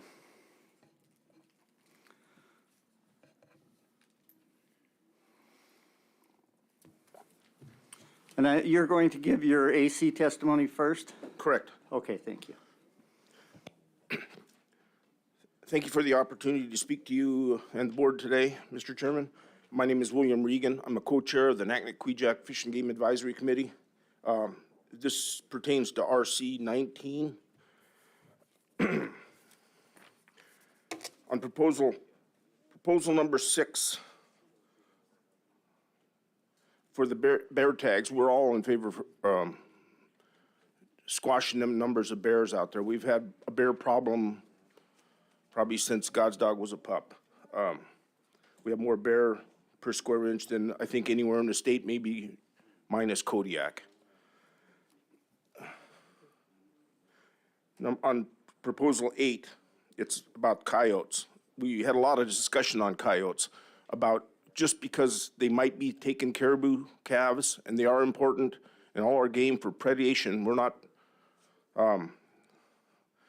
we were argued about it for quite a while. There was still one abstaining vote to align this season with other seasons, with other units too. The one that didn't agree with us just kind of hung in there. He says, well, more coyotes taken or more coyotes taken. We have thaw coming quicker out there. It's sometimes you can't get to stuff, and that's why we kind of agreed with that. Number 10, to allow bear or harvest of beavers with a bow and arrow. And 11 would be thrown in there too. The conversation went from why, I mean, it's allowed with a firearm. Just shoot the beaver and get it over with. There's no reason to throw an arrow at him and then maybe you lose him underwater. It just doesn't make any sense to us. Up to 20. Oh no, excuse me, we didn't pertain to that one, but I'll do that on my personal because I don't know how we missed that. Up to 22, which is the authorization for the north or the Knapp herd. Of course, we're going to do that. We've had more problem with the Knapp herd. We weren't hunting that thing for 20 years. We all suffered long, and anything that can happen to save these caribou. And really with the Mulchatna too, I wholeheartedly agree with this. I mean, we have a problem. 28, we opposed, of course. Well, not of course, but we see there's enough opportunity for bear hunting out there. We have too many bear, but we have plenty of opportunities, so it's not going to change the thing. On 29, we oppose. Lengthen the season. It's the same thing with the thaw. It's a thaw. We're not. Our winters are not like that anymore. We're warming up out there. Everything's good. You can't get to it. We just thought it would be a bad idea. We don't need to leave sets in the field when it's all thawed out. Shorten the hunting season or trapping season for wolves, which is 30. We oppose that wholeheartedly. We need to take every wolf we can. They are a predator. They're not, like they say, maybe they're not as big a predator as the bear, but they are a predator, and we need to take some. We have to. That's all there is to it. 32, we support. There's a whole bunch of these. There's a whole bunch of these things. on this emperor geese. We likened it, we argued about it for a long time. It doesn't really pertain to us, but it's on our lower end. And then Unit 10, of course. But it sounds like, I mean, there must be 25 proposals on this emperor geese thing. It's like kids fighting over a few geese. We just didn't understand why there's such a ruckus. I mean, they're just starting to get back from endangered. So we just went with that. On proposal 204, extending the moose hunting season, we discussed that too. They wanted to give us 5 extra days, and that all sounds good. But maybe we said, let's do 5 extra days on the fore end rather than the aft end. The aft end is getting closer to rut. The livers turn yellow. The meat isn't as good. I know in the fore end, it's still too warm. It's, yeah, there's an issue of that, but that's what I think we amended it to say that, but I'm not certain. So on 206, we took no action, but we wholeheartedly agree that anything you can do for a management plan to save caribou, we really believe we have to do that.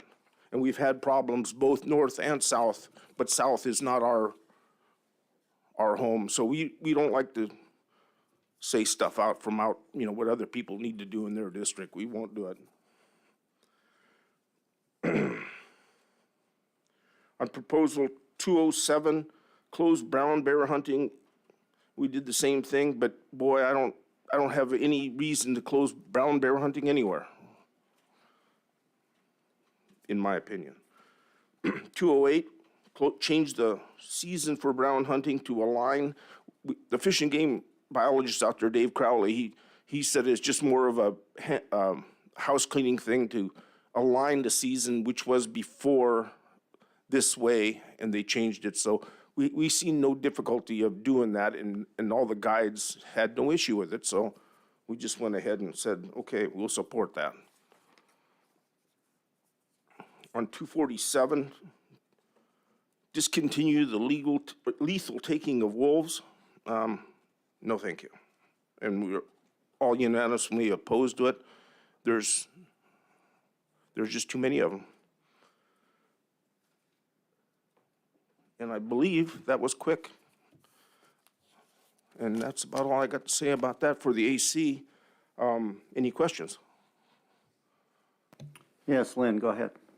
Thank you, Mr. Chair. William, just to be clear, on proposal 8 on the shortening the coyote season, you guys supported that or opposed that? We did support it. Okay, thank you. Al? Yes, thank you, Mr. Chairman. Thank you, William. Proposal 30, which was shortening the wolf season, and you wanted it shortened because, they're predators and they're affecting. No, sir, we oppose that. You oppose yeah, that's what I'm asking is why you would be opposed to shortening it. I hear a lot of discussion of, and a lot of testimony that, people should use everything, the animal that they get and use all of it. And, and respect the animal. And during that time of denning, when alpha females are denning and the rest of the pack is bringing them food, why you would be opposed to shortening that season to protect, those animals that generally the fur's not very good and nobody's really eating them. I respect my caribou more than I respect my wolves. There's plenty of wolves. They've never had an issue. You take out a few more wolves, they'll just make more wolves. Them alpha males, they know exactly what's going on with them packs. I've seen it out there for all my life, that we've never had a shortage of wolves. So, I mean, ADF&G has plenty enough. If they see a problem with the wolves, they'll take care of that problem with the wolves. They'll bring them back if they needed to. And we've had problem with too many wolves.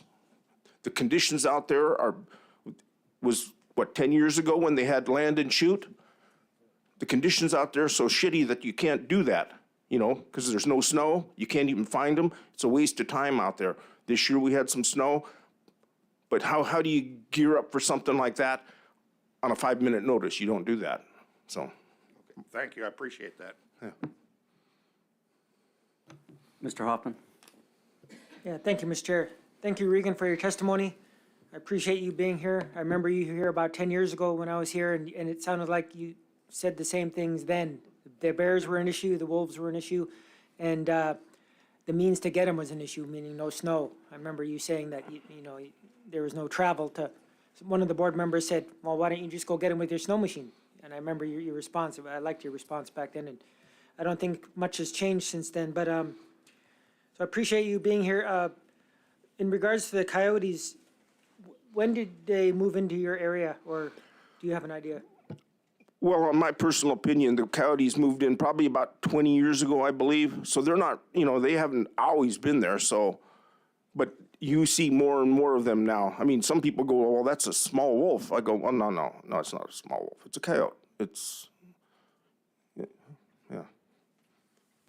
Okay, thank you for that. And because I know you're in that neck of woods, do you have any information to add on the jackrabbits or Alaskan hares?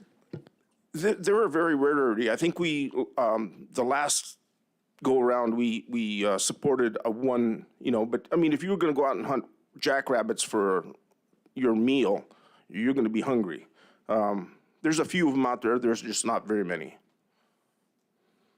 And what do you think? Has the population been going up or going down or staying the same? I would say it's staying the same now. Everything is cyclic out there. We started protecting our ptarmigan a little bit, and they're starting to make a comeback. And like ground squirrels out there, they're non-existent now. There used to be thousands of them. Now there's none. Everything is cyclic. I hope everything comes back to normal, but I don't know. I'm not a good one on that.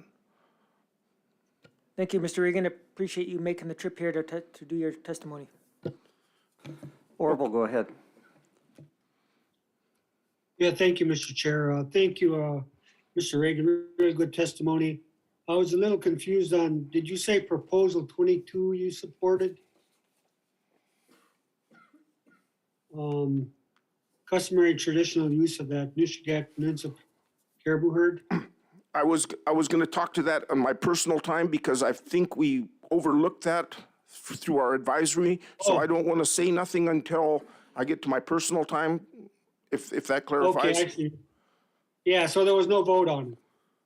No, we overlooked it and we apologize for that. And 19 and 20 would be the same then? Right, yes. Okay, the only other one I had a question on, don't mean to bring it up, there's so much on emperor geese, but on 32, I see there was 2 people that opposed it. Did they have a reason? They didn't.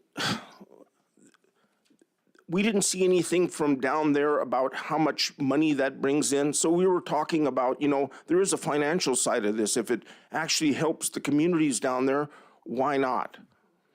If that answers your question. No, it does. Thank you. Thank you, Mr. Chair. Okay. It looks to me like you're done with your AC testimony. You want to go ahead with your personal testimony. Okay. My name is William Regan. I live in the Naknek area. I am on the AC board. I am the co-chair, but this is my voice, not theirs. I hear a lot of talk on this Mulchatna herd, and it brings tears to my eyes. We have fought with the Knapp herd for, 20, 25 years, and we've went from lots of caribou to no caribou, and we finally been able to hunt with the tear. I have nothing wrong with the tear. At least we have an opportunity. They're still building. It's going to be a while. It's a mess. Things I've been looking at. I live out in the Bay Area, and the salmon. I know this is a game, but the dog salmon didn't show up for a couple years, and you can really tell that with bears. Because I have a creek I have a cabin on the creek up there, and there is no bear on the creek for them dog salmon, and they've gone. So them bear no. So they're moving. The Nishnawbe, y'all know that their run over there is 5 times or more of what it used to be of red salmon. It's going to be a real good look-at zone to see what bear population does over there. I've seen in my lifetime When it started out with bears having 1 and 2, now they're having 3s and 4s. The population is not hurting at all. We live right on the edge of Katmai. We have buku bear up there. I mean, there's just lots. Not to say I hate bear. I mean, bear out in the wild or bear out in the wild, but they sure do some damage. You guys even reported on the calf mortality. There's an extra issue on that. But anything you guys can do on the small Chattanooga, we need to have that done, because it went from 200,000 to a small percentile of that. That's heartbreaking. Thank you.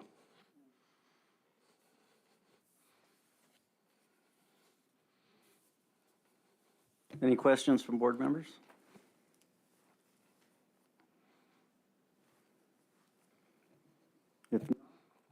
If not, thank you for your testimony, and we'll go on to Jeff Lucas with Fairbanks AC.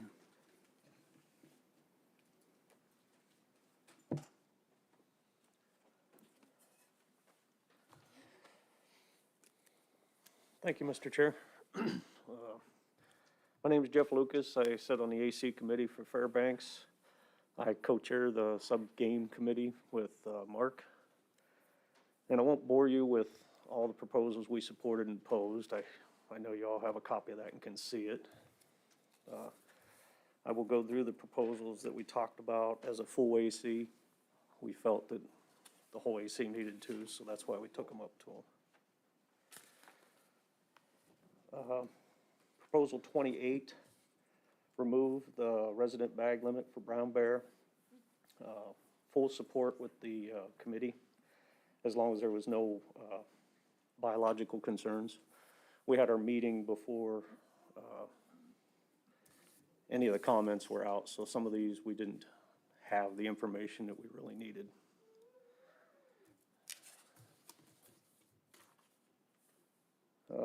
Proposal 63, eliminate the restrictions for the harvest report and household.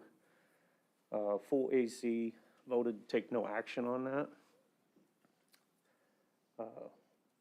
69, increase the bag limit for brown bear and unit 13. Unanimous support. 70, open a fall baiting season in unit 13. Opposed. 76, extend the ptarmigan season in the lower bag limits in unit 13B and 13E. Full vote to support. 86, change the bag limit for Dall sheep in unit 14A to a full curl. We took no action on that. 90, extend the brown bear hunting season in unit 14A and B. Full AC for support. 100, remove the requirements for the traps and snares and beavers to be submerged. We took no action on that. We didn't have anyone that hunted in the area, so we didn't have a lot of information.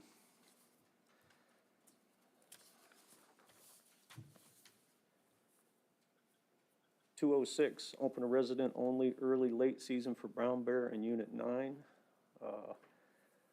We were a full AC 10-1 for support. 210, eliminate the community subsistence harvest moose hunt in unit 13, full support. 211, the repeal of the Copper Basin community subsistence harvest was full support. 213, remove the requirement for tier 1 in unit 13, take no action. 218, increase the bag limit for brown bear in unit 13 was full support.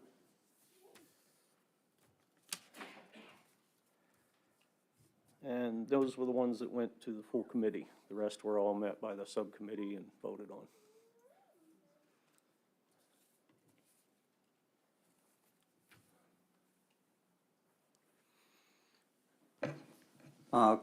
Ready to take questions from Yes. the board? Any questions from board members? Go ahead, Al. Thank you, Mr. Chairman. Thank you, Jeff. Thank you for coming down here, and your testimony was good. My question on Proposal 100, to remove the requirements that traps and snares be removed or snares be submerged for beavers in 16, you said you took no action. The record shows support, I believe. So I was just looking for a little clarification on that. I need to look at other comments. That's the incorrect version. It was not correct. Okay, support, yes. Yes, you're right. Al, that was a support, 100%. One more. Could you, your full AC supported 211 to repeal the Copper Basin Community Subsistence Harvest. You know, what kind of discussion did the AC have on that, or some of the points they may have had? And that was 211? Yes. We felt that it didn't really support the Fairbanks area, and that's who we represent. So we've never really been in favor for them. We're not sure they're good for anybody.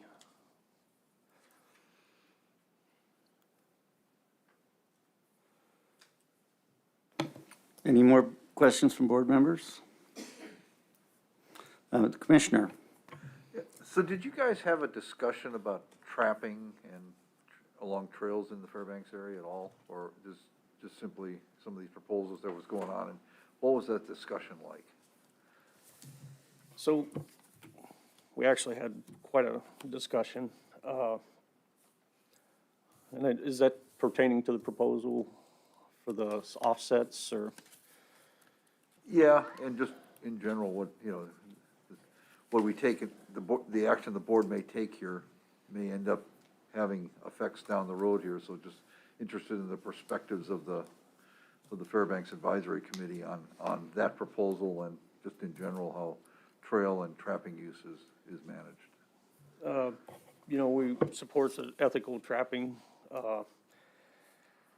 I think the more the people of different groups interact, there's going to be more conflicts. And we talked about it. I can't remember the conversation, so I don't want to say one way or the other that we leaned.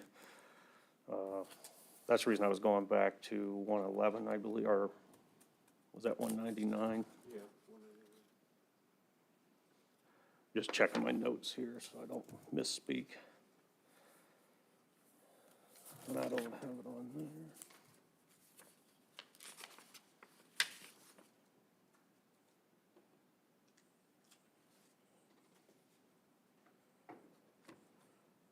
On 99. We just have too broad on there, so I think the lengthy conversation kind of put us in that position. Okay, thank you. Any other questions from the board?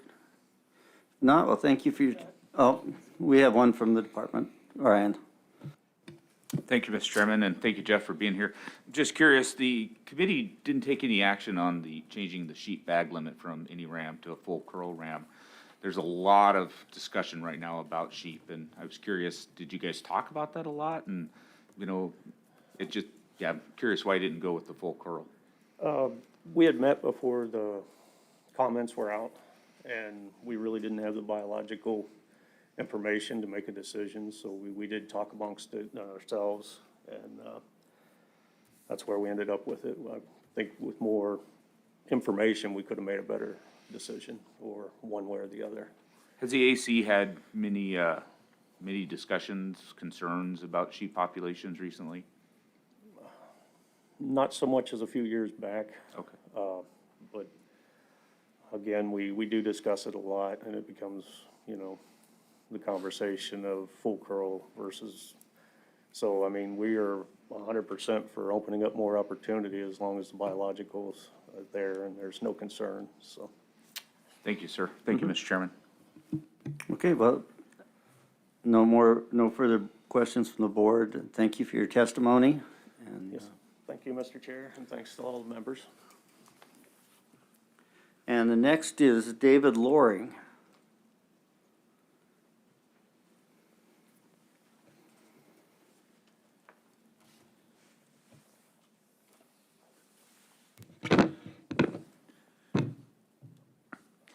Good morning, Mr. Chairman, board members. My name is David Loring. I live in Fairbanks, Alaska. And I'm just going to read my comments here. They were late by a few days. They're RC number 9. And I want to talk about Proposal 24, the Alaska Hare proposal for Unit 17, and also number 81, which deals with muzzle loading issues in the Mat-Su Valley.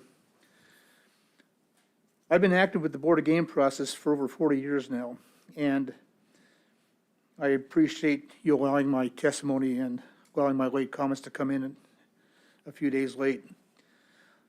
Under proposal number 24, I support the department's request to add a season bag limit and use requirements for the harvest of Alaska hares Unit 17.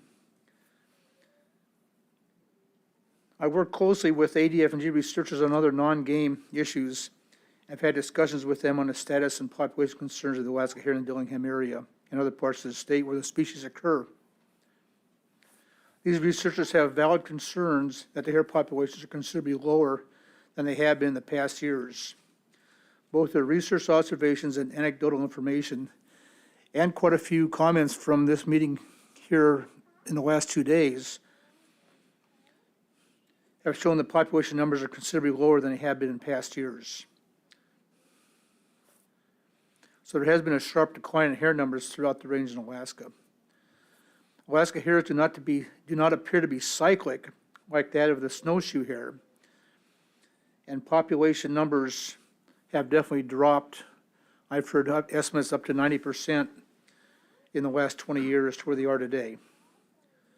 Alaska hare hunting success is considerably enhanced by positioning them for harvest using snow machines. If the department, through the research and the board, feels that the Alaska hare numbers are still low, the board should consider addressing snow machines in the methods and means discussions if this species continues to decline. I do not have personal information on hare numbers in Unit 17, but I do have anecdotal information, what I've seen in the past several years when I frequent the Seward Peninsula. Where I have seen large numbers of hares in the past, I have not seen any in the last 5 years. On proposal number 81, this deals with adding muzzleloading firearms, both muzzleloaders and black powder cartridges, to a list of legal weapons for moose hunting in Units 14A and B. I support the request to add the muzzleloader part of this proposal, as long as the board determines that muzzleloading firearms fit within the safety and other requirements the board intended when designing the current regulations restrictions for hunting moose in a highly populated area of the Mat-Su Valley. Modern muzzleloading rifles are accurate out to 100 yards, and the projectiles travel considerably further than that of a rifled slug. I am completely opposed to the use of black powder cartridges for the use in any primitive use hunting opportunity. The board has already made a decision at prior board meetings that the bow and arrow and muzzleloading firearms are considered primitive weapons for special bow and arrow muzzleloading only hunts that require hunter certification for these weapons. Black powder cartridge firearms have been completely eliminated from these hunts and have been only allowed during the general season. Specifically, firearms that utilize black powder cartridges, even those built in the late 1800s, are proven to be highly accurate over a long range. Literature published shows that effective range for black powder cartridges firearms is over 500 yards, and they're capable of 100-yard shots. Black powder firearm cartridges use modern components, including modern primers, modern brass cases, and factory-manufactured or cast-lead bullets. The only difference between a black powder cartridge and a factory off-the-shelf round is the type of powder employed. There's a lot of modern rifles out there that will shoot black powder cartridges that kind of fly in the face of the primitive weapons idea. They shoot multiple rounds and fire rapidly, they're long range and high accuracy. So I just urge the board to maintain the black powder muzzleloader idea as part of the primitive weapons hunts that require those special permits. Okay, I'll go ahead and stop there. I'm getting close to my end here. I've been known to kind of go overboard, so. With that, I'd ask if there are any questions from the board. Then I have one really short comment after that about the trapping thing, just an idea for the board. So I'll go ahead and stand down. Questions from board members?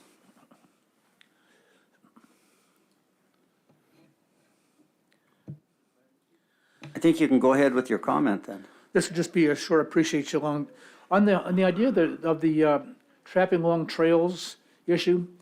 I think if the board thinks it's appropriate, this might be a good idea to get the stakeholders together in a committee and maybe meet in the evening sometime and actually get the two groups together and talk about some of the issues. It's a highly complex situation and there's lots of emotion involved on both sides. So the board's done this in the past with other areas that needed folks get together and come to a compromise. This might be another good spot to do it.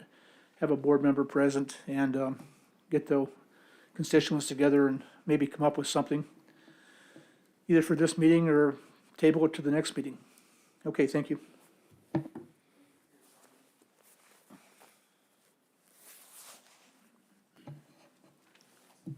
And Mark Richards, I believe, is next on our list.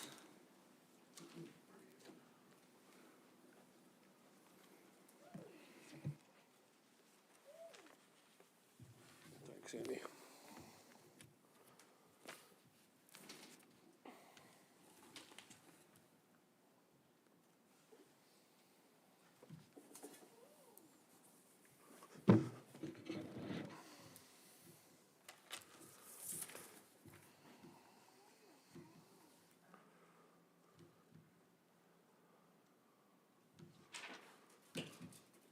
Whoops.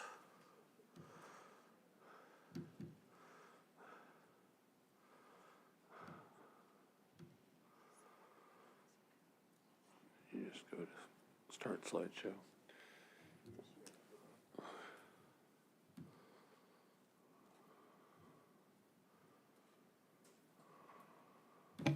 So Mr. Richards has a slide presentation, so the board members who are facing away from the screen might want to look that direction.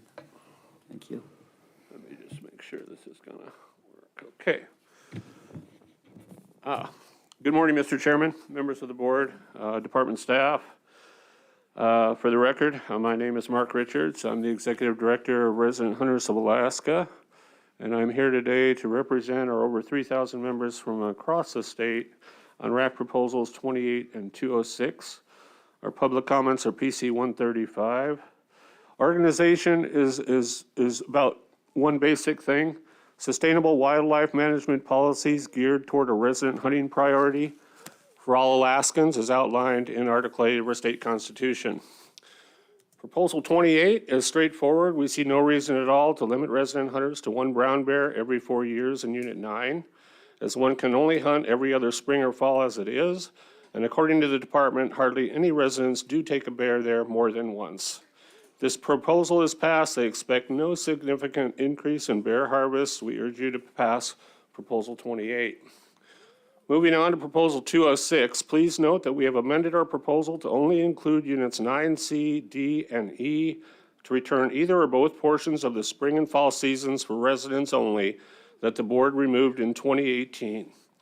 The spring resident-only even-numbered year brown bear season would then be May 26 to 31, and the fall resident-only odd-numbered year season would be October 1 to 6. The remaining resident and non-resident registration hunt seasons would stay the same. Proposal 206 is similar to a proposal RAC submitted at the 2018 Region 4 meeting. As this slide shows, the department in 2018 had many conservation concerns for the brown bear population in Unit 9. The main concern was the sow component and reducing the harvest of sows. The board stated on the record that they were going to amend our proposal based on the department's concerns to replace the entirety of our proposal, which they have now done multiple times with RAC proposals to completely change the intent 180 degrees from what we had proposed. When the amendment and the proposal passed, the rationale from the board was to, quote, protect the sow component, and let the population recover. As you can see from the chart on this slide, non-residents overwhelmingly take most of the sows in Unit 9. On average, a bit more than 3 times as many as residents, but some years 4 times as many. Non-resident percentage of sow harvest is increasing since 2015.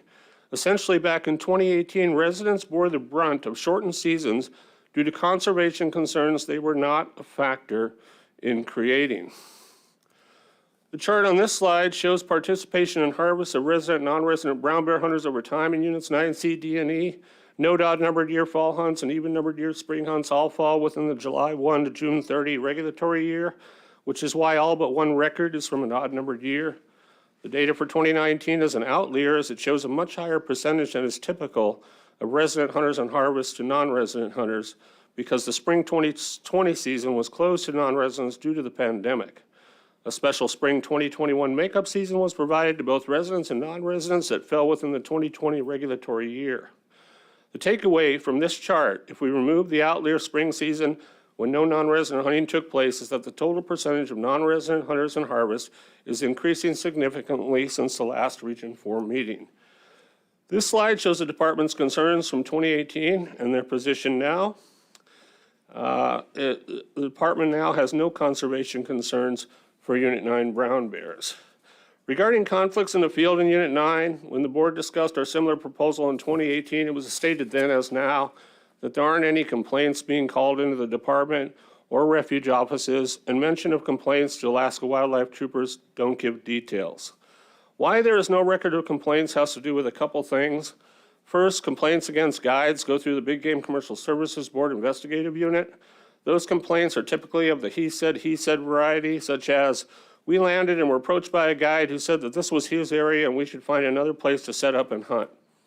Any complaints to the Big Game Commercial Services Board cannot be publicly revealed until there is an outcome from an investigation.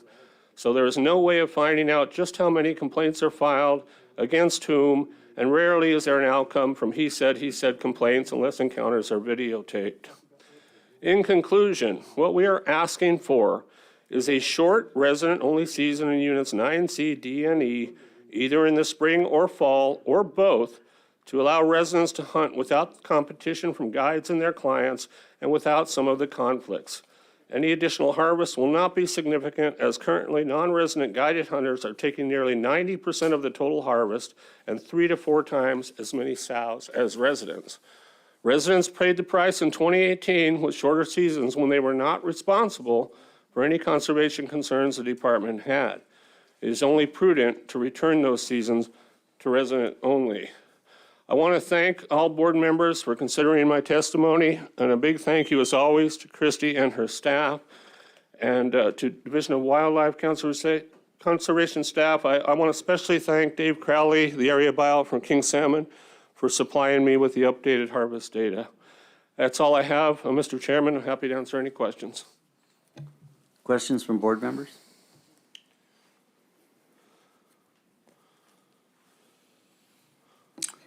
Yes, Mr. Hoffman.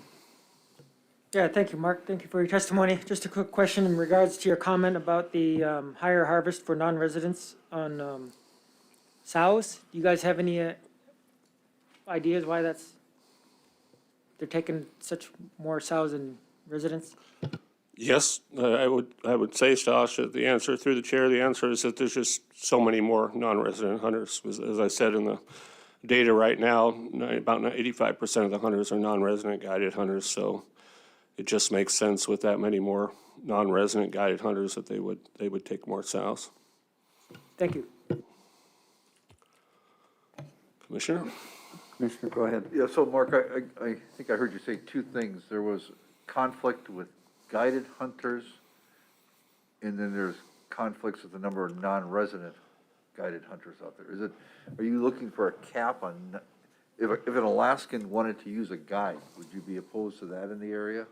Are you looking for restrictions on guided hunting, or are you looking for restrictions on a non-resident guided hunter? We're not looking for any restrictions on non-resident hunters. What we're looking for is to give back the seasons that the board took from us in 2018 because of their concerns of the overharvest of sows, which I stated residents are not really a part of. And currently, the new data from Dave Crowley shows that non-residents are actually taking more sows since 2015. So if the issue is really the sow component and the overharvest of sows, there was no reason to shut down, to shorten the seasons for residents in 2018. So you wouldn't necessarily be opposed to a resident that was going to use a guide to hunt in that area? Not at all. I mean, there's very few residents that would use a guide for that particular hunt, but some do, and we don't have any problem with that if they can afford it. These hunts are very expensive, very lucrative, so. I do want to say, Commissioner, thank you for being here for public testimony. We really appreciate you being here. I also would add that some of the arguments being made that, like yesterday, one of the ACs made the argument in opposition to our proposal was that an earlier resident fall-only hunt would result in the taking of more pregnant sows, which is ironic because non-residents are taking 90% of the sows. So it's really not a concern from Mr. Crowley, from what we heard. And the other things that we're hearing are that the reason there's so few resident harvests is that there's so few resident hunters, and that is the case. It's a hard area to get into. Most of the resident hunters that go there have their own airplane or have a friend with a plane. It's really extremely hard to get an air taxi to fly you out there because they have agreements with guide operations, so they don't want to fly any unguided hunters out there. But it's just, when we have this many, such a disparity between numbers here, when 85-90% of the hunters are non-residents, it's always going to cause conflicts. And as always, residents shouldn't pay the price for things that they didn't create. There's really no reason, that our seasons were shortened, and there's no reason that we can see biologically not to give us back those seasons. So, and Mr. Chairman and the board, either, not both, but either the spring or fall season, if you want to, make a decision, we'd accept either one of those. But anyway, I'll conclude there. Really appreciate you guys, your service to the state. Thank you. Mr. Richards, I have a question for you. And go ahead, Mr. Chairman. Just very, very simply, do you have an estimate of how many additional resident hunters would be hunting out there in this season? I don't think that we would have any additional resident hunters. I think what would happen is the residents that were going to go there would choose to go on the resident-only season and likely not participate in the longer season where non-residents are involved. Thank you. Thank you, Mr. Chairman. And Member Barrett has a question for you, too. Thank you, Mr. Chairman. Thank you, Mark. Looking at the total number of resident hunters, the last 10 years it is here is, been in steep decline. Do you have any suggestion why that may be happening? Well, other than, I hear stories about conflicts in the field, people that try to land out there, get approached by a guide who says it's his area, and it causes some issues. But I think it's just, it's so expensive to get out there. It's just, like I said, you have to have your own plane or have a friend with a plane. It's hard to get somebody to fly you out there from an air taxi. Really couldn't tell you, Al, why that decrease in numbers that we're seeing since 2015. But, yeah. Just one more question.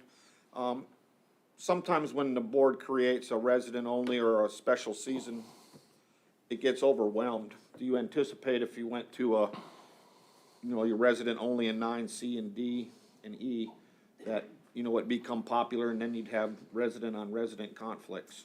No, not at all. There's just so few resident hunters, and resident hunters don't usually have those type of conflicts. I mean, you don't have a resident hunter land somewhere and then have another resident hunter land and say, hey, this is my area, you can't hunt here. I mean, it doesn't really happen. So they're more willing to share because it's not a monetary thing for them. They want a bear, but it's not a $30,000 hunt that they're trying to make money on. Lynn. Thank you, Mr. Chair. Mark, so I guess so I'm clear. So are you looking to get the days back for a resident-only hunt that were shortened from the season, or create maybe a resident season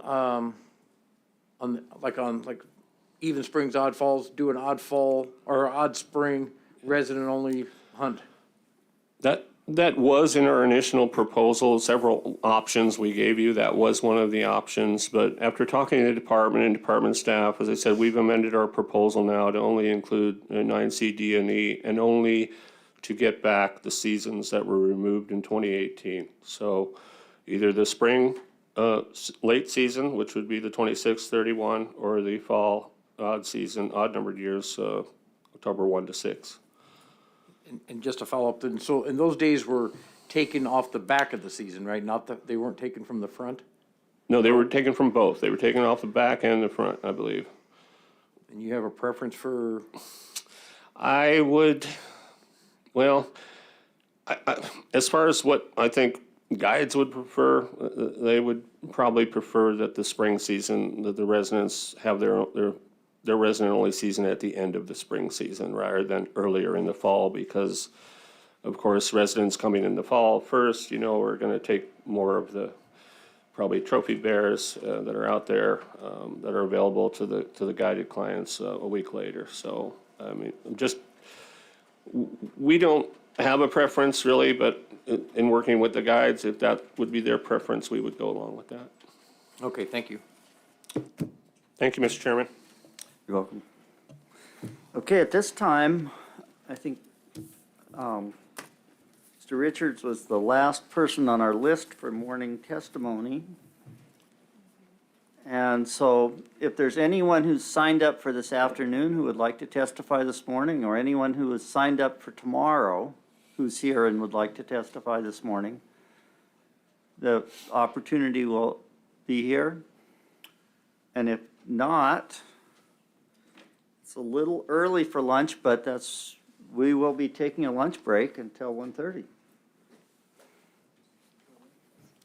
So I don't see any response, so with that, we'll recess until 1:30.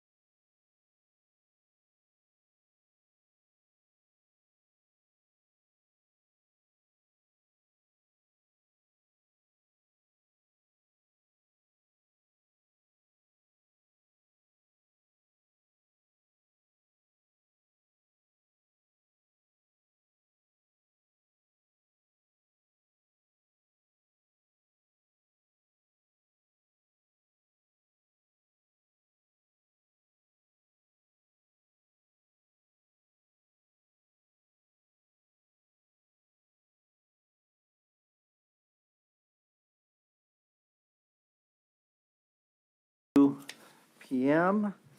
And we're continuing on with public testimony. And Willard Hand is up first. Willard?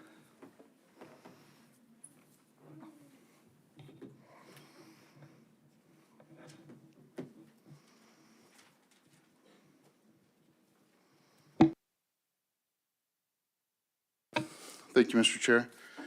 My name is Willard Hand. I've been born and raised in Copper Center, Alaska. I'm here firstly to represent the Native Village of Clutacah. I'm their tribal administrator.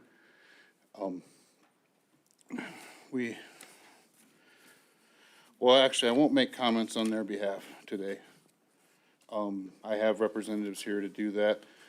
I do know that we are in favor of keeping the hunt. That's just the community harvest hunt for the Copper Basin.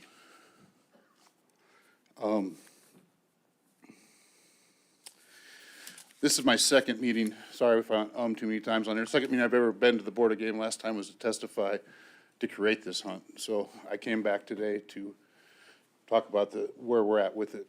And it's kind of as I collect my thoughts again, you guys have been put in a weird position to uphold a trust responsibility of the federal government for the Native people of that region. And you don't have the authority or the power to do that. So that makes it really awkward on you. So we don't want the hunt to go away. We know there's some problems we're not happy about and things that aren't working. So we need to work together to fix that. But to make it go away would once again create what we had and what we've had for 60 years. Being on the road system of Alaska, we're in a unique place with lots of interest in hunting there, and you guys know that as well as I do.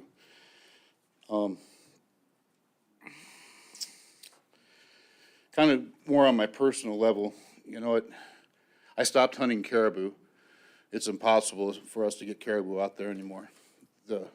Just driving through Eureka and seeing all the hunters out there and all the pressure just makes me sick. Hard for me to even talk about. So we don't hunt caribou anymore in my family. We don't get many moose, but we're willing to try. But when we go out, we do it as a group still. The people in my village and my family, we're the 30% that provide for the other 70. In the last 5 years, I've probably passed out 15 pounds to 80 families. I mean, over 3 years. So when you walk up to a family and you go, here's your 10 pounds of meat for the year, God bless. Those are hard things to do. And that is affected by this hunt. So we need to fix it. But we can't let it go away. We can't go backwards. The Ahtna people need this food. It's not about sharing moose jerky with my buddies during a football game. It's about their subsistence to stay alive. I don't like that word. It's about their need, there's more connected to that. And you guys are in a really awkward position because you're the state.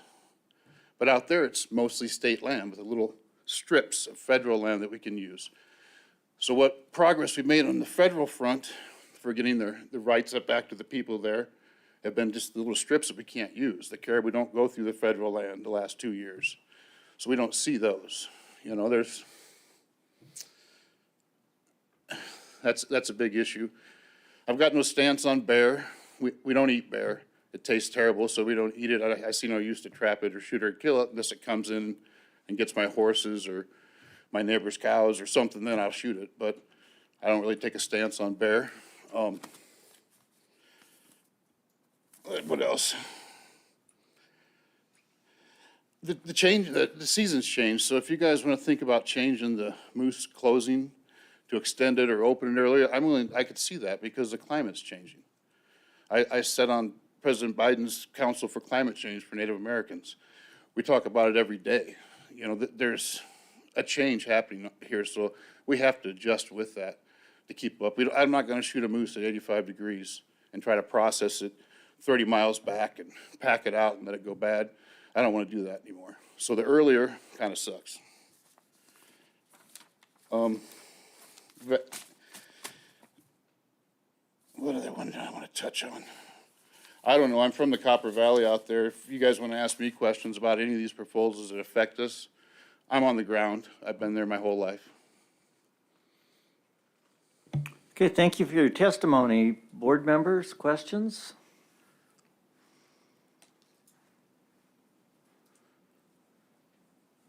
Go ahead, Sasha. Yeah, thank you, Mr. Chair. Thank you for your testimony. So you just mentioned you've been there your whole life. Can you kind of do a kind of timeline, what your perspective from how it was before to now?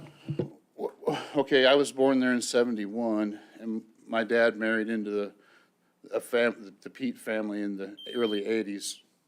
So I started living a subsistence lifestyle in the early 80s. We used to hunt our moose around Copper Center. We'd go a little further up. We hunted our caribou in Chistochina. Now they're not huntable up there anymore. So we've all changed. By the time my dad died, we were hunting up by Clearwater on the Denali with horses 30 miles back on the West Fork to get away from the other hunters, get away from the pressure, because we don't go out and tear up the land with off-road vehicles. We don't believe in that. We can't pack it out on our backs because we have the road. Our whole lives we hunted. You hiked off and got it, you put it in your truck and you go home and process it. Or you use your horses. Not very many of our people have these expensive off-road rigs, so we've always tried to avoid them, but we've gotten so far away that we're going 120 miles from our village to try to find a little bull moose up in Denali. These are issues that we need to figure out, and some of it's climate and some of it's the Glenn and Richardson Highway. Everybody wants to go there and hunt moose and caribou. It's right out of town. You guys can drive right out. And I don't blame. I have family in Anchorage and Fairbanks, all over the state. I want them to have equal access and hunt too, but the people I live there with need it first. The guy next to me, I know that's not how the state's lined out in the law, so that's something that has to be worked out, but it doesn't make sense to me. When, who shows up at a house when it's on fire? Our neighbors. That's our community. That's what I think about. If we were getting lots of game like we used to, I never ate anything but eggs once in a while and moose and caribou and salmon most of my life. I haven't had meat in my freezer in 8 years that haven't been given to me because we can't get to it. We can't compete with all the other hunters. And I don't know if you guys can fix that, but that problem's real. And it's real for the Otna people every day of their lives. And, so thanks, Stosh. And Stosh was with me 14 years ago when I came here and testified the last time I think you were here. I think you might be the only one left on the board that was here back then. Thank you. Commissioner. Yeah, so I was interested in your testimony regarding bears. Do you think bears are having an influence on the number of moose out there? Well, I never thought about it much, but I have in the last few years because we've been trying to increase some habitat for moose and doing some studies. I haven't, but we've worked with our resource folks to do that. And I think there's a lot more bears than I realized. And if we need to do predator control to protect our moose and stuff like that, well, sure, that'd be a reason to kill a bear. I wouldn't have any other reason to think of it, but I think they probably affect it. We have a healthy moose population right now. I think we're a little bit above our numbers of what they anticipated. And I think our bear numbers are higher than we anticipated. So to answer your question, I'm sure it affects it, but I don't have the science behind it to give you a good answer. I can do one follow-up question. So I think what I heard you say is because of the conflicting or the patchwork of land ownership out there, the community hunt works and doesn't work, and you would hate to see the community hunt go away, but it needs to be fixed. Do you have any ideas on suggestions on how to fix it? Maybe not at the non-congressional level. I mean, we need, because of the checkerboard pattern that we really didn't have much control of, that was lined out by ANCSA through the land selection process. There's so much of that road system, the state land, and all of our Otna ANCSA land is considered state land. You guys all know this. So that really, I mean, almost all their traditional lands for the Otna people are tied up now through ANCSA and become private land and open to the state. So we don't have a reservation. We don't have that status.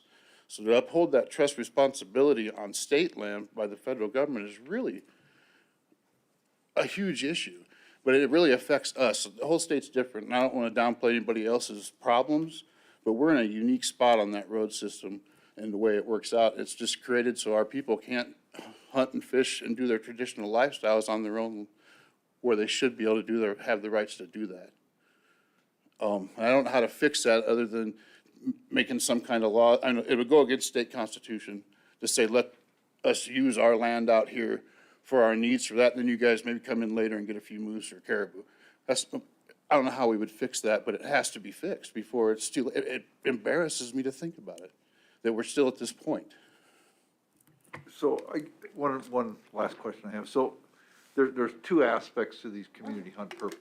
One is a cultural tie-in for passing on that cultural aspect of the community hunt, and the second one is food security. Are those integrated together, or is one more important than the other? Or They're the same thing. You know, when the people in my community don't have meat, that insecurity and that fear, you know, we're paying $9.99 a pound for beef and things like that, ground beef in our grocery store. So there's always a sense of food security and insecurity in rural Alaska, but I think it affects us. You know, my dad would have been miserable if he wouldn't have had a moose and 2 or 3 caribou in the freezer every year. He wouldn't have, you know, go to bed at night, where that kind of thing. And we're used to not having that now, and it shouldn't be that way. You know. Jake? Thank you, Mr. Chair. Willard, that was great. It was a great testimony. I have a couple questions for you. If you could enlighten me just a little bit about like the population, maybe at the last 10 years in that Copper Center country, you know, if it's changed, and if you also have any insight if there's maybe more recreational cabins springing up in that country or anything like that.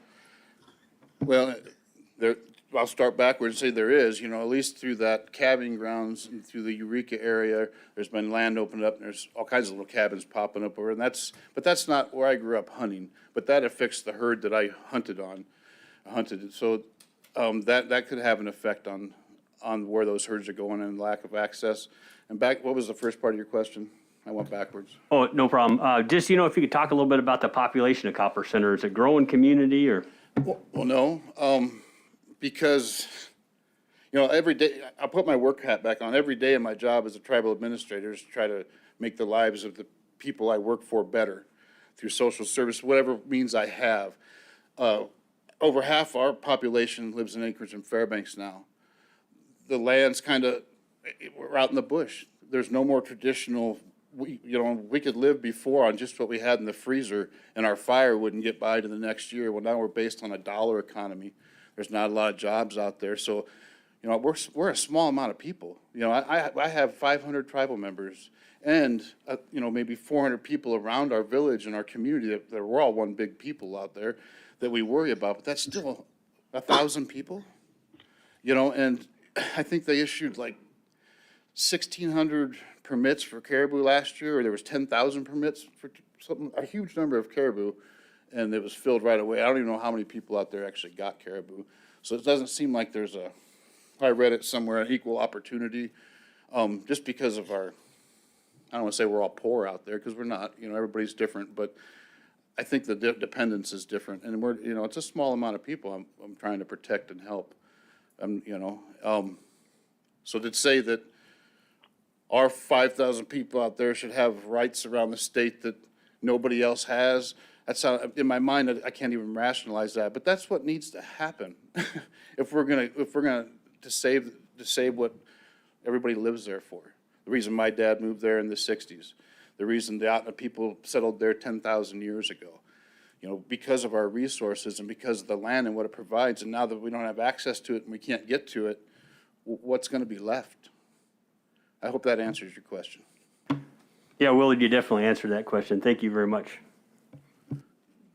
Any further questions from board members? If not, thank you, Willard. Great testimony. Thank you, Mr. Chair. And now we'll go to Robert Cassell.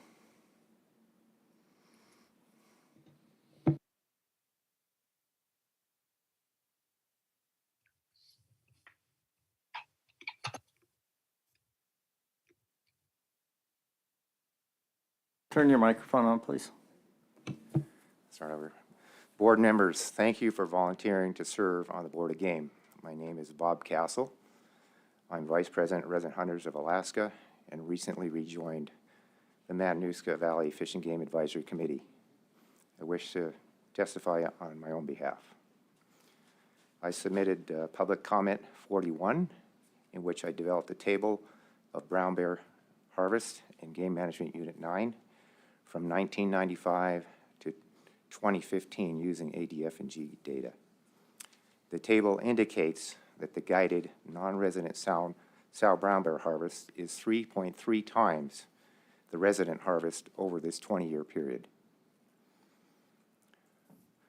Since submitting PC 41, AGF&G has released more figures for Game Management Unit 9 sow brown bear harvest from 2017 to 2021. This data shows the guided non-resident hunters killed 4.8 times more sow brown bears than hunters that call Alaska home. Proposal 206 seeks to reinstate the brown bear season in Game Management Unit 9, which was taken from the residents because of overharvest of sow brown bears. The residents did not cause the conservation concern by killing unsupportable numbers of sow brown bears. Non-resident guided hunters did. If that trend is allowed to continue, more resident opportunity will be lost. Proposal 206 reinstates only the resident portion of the brown bear season in the southern portion of Game Management Unit 9. So, change subject a little bit, trapping restriction proposals. I scanned the public comments and agree there is need to place some limits on trapping. I personally had my AKC titled field trial retriever, my hunting buddy, caught in a snare 300 yards from my home, which is 7 miles this direction from this meeting place. This occurred in April when no trapping season was open on private property. I had permission to be on that property. The unknown person setting snares did not. This issue is clearly within your authority to regulate, and judging from the public comments, it is time to place restrictions on where trapping may occur. For example, in the core area of the valley, we do not allow hunting of moose with high-power rifles. A similar regulation could be used to limit killing-type traps, like the conibear, giving pet owners and parents a chance to release trap victims. Last year, I was bike joying from my home up Bench Lake Trail, which is right here, on a well-used trail. I saw 3 predator sets on the end of that trail, one of 2 trails that go up to Baldy on this side of the mountain. I believe these kind of irresponsible actions brought about the need for restrictions in areas that are heavily used by people other than trappers. In reading the overwhelming public comments, if this board does not take the needed action, I believe the public outcry will be heard at the legislative level. That's all I have for this board. Thank you for making this available for us. I really appreciate it. Thank you for your testimony. Board member questions?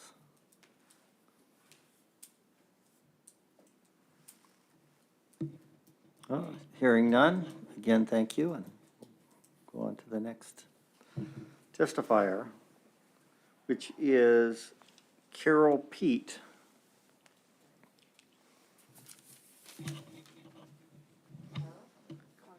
Carl. I have a misspelling on my sheet here, sorry.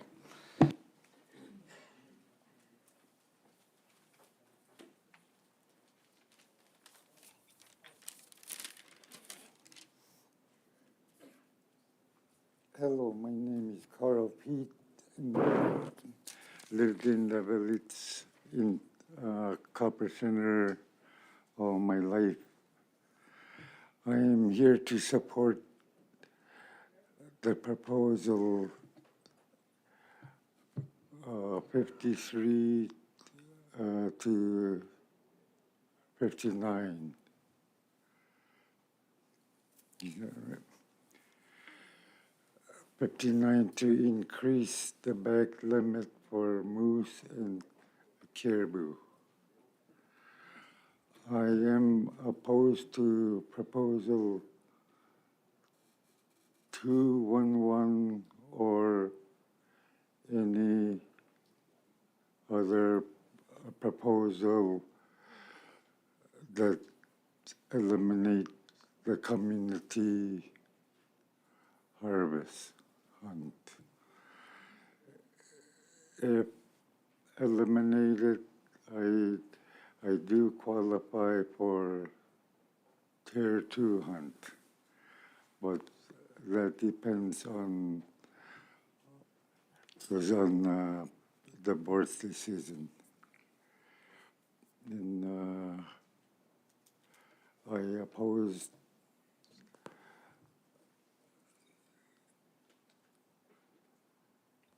I was with my writing there. Proposal 2.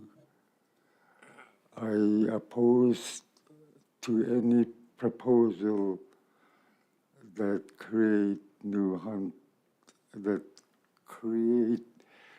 hunts for youth or bow. So why create hunts when our subsistence needs are not being met? Our subsistence needs are not being met even right now. So I support all Atna Inc.'s comments. And that's all I have right now. Thank you. Any questions from the board?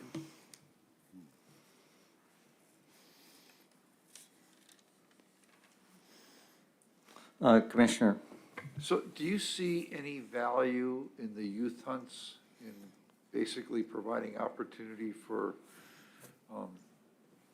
Ahtna people to pass on traditions through those hunts? Do you see any value in that at all? Oh, yeah. Yep.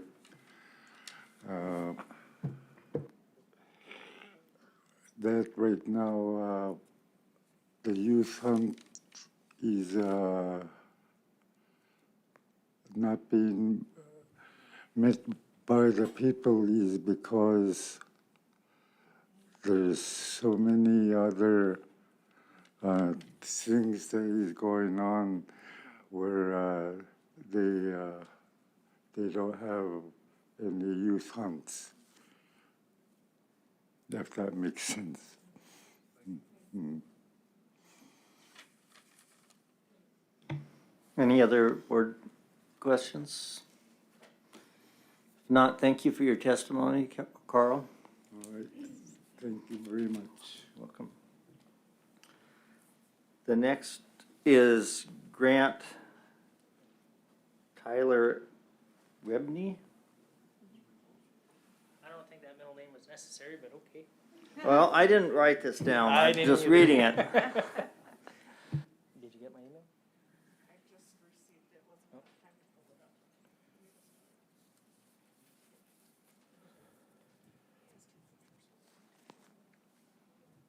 Should be 3 there.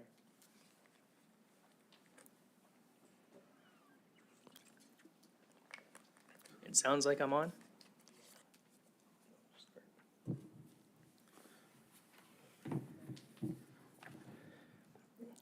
Good afternoon, Mr. Chair and members of the board. Gedatha Lisenstian, Siklu Idatinina Huchinsia Denda. My name is Grant Rebney. I'm a tribal member of the Native Village of Cantwell, and I serve on the Native Village of Cantwell's Council. I also serve on the Ahtna Inc. Board of Directors and the C&T Customary and Traditional Committee and Lands Committee, as well as others.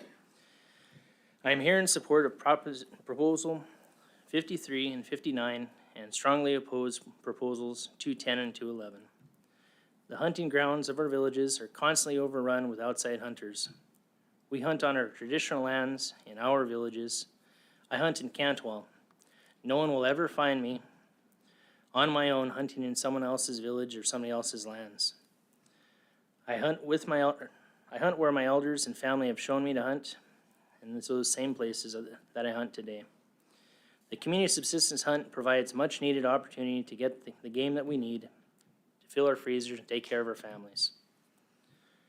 Without the additional time and opportunity, it'd be much harder to get the meat that we need to feed ourselves year-round. I said earlier I am from Cantwell. Got some pictures coming up here, speaking to my point here. I said earlier that I am from Cantwell. My great-grandfather, Dan Nicolai, son of Chief Nicolai of Chitna, would hunt south of Chetty-Knot, Chitna, to Keelan-Knot, Valdez Creek, Besk-E-Knot, Brushicana, Yidoteni-Knot, Cantwell, and even north of Windy Creek and other places. The picture, okay. A little bit hard to see, but this is my family tree I've been working on for 7-8 years. The main line, there's some floating families up top there with distant connections that are becoming more and more closely involved all the time as I learn more.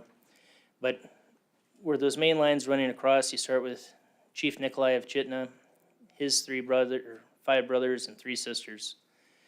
It goes to the very left to Chickaloon. To the right, you see up top there, Eklutna, and then Cantwell mostly to the right. Now, the family members that are alive, that are been alive, most of them I have a strong personal connection with, as again, their family, but by our food source. As a little guy, I'd come up here, and the aunties and uncles would always be bringing me fish strips. I was always raised to take care of our elders and do as much as we can. Get back to my testimony here. There are other places that, these are the places that provided sustenance for our family from time immemorial.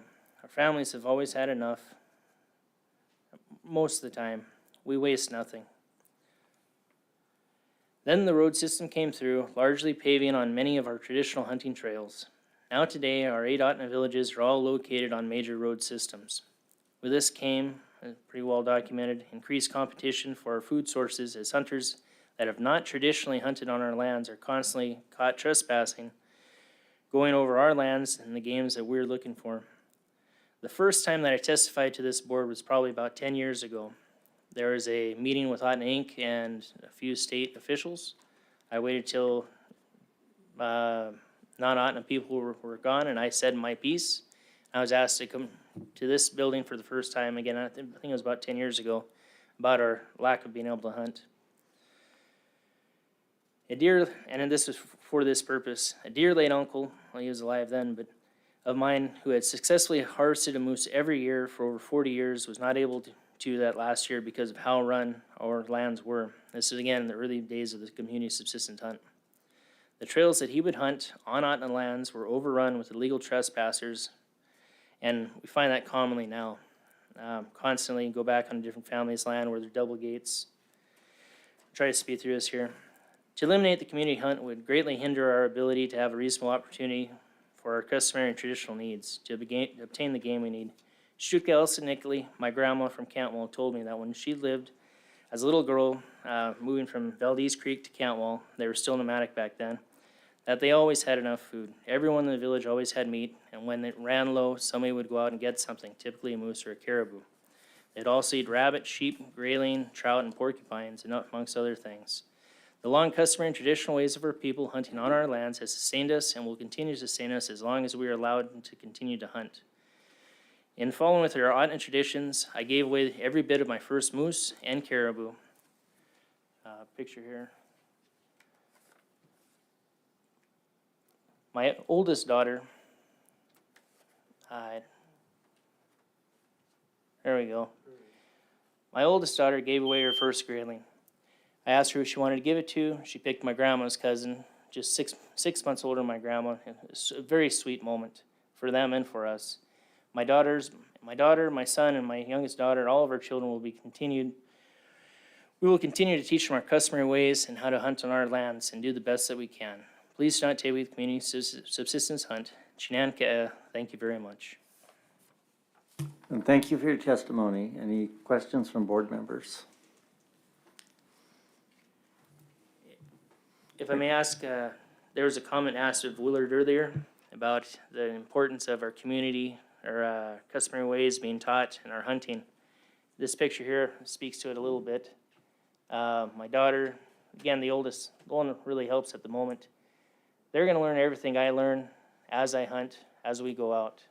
They're gonna learn from me, they're gonna learn from my mom, they're gonna learn from my great aunts and uncles, and everyone else in our ways. Thank you. Thank you.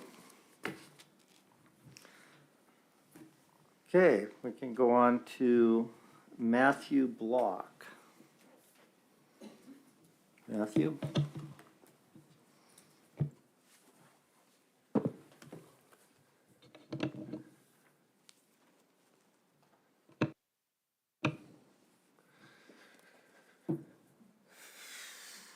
First, I'd like to thank the board for this opportunity to testify before you today.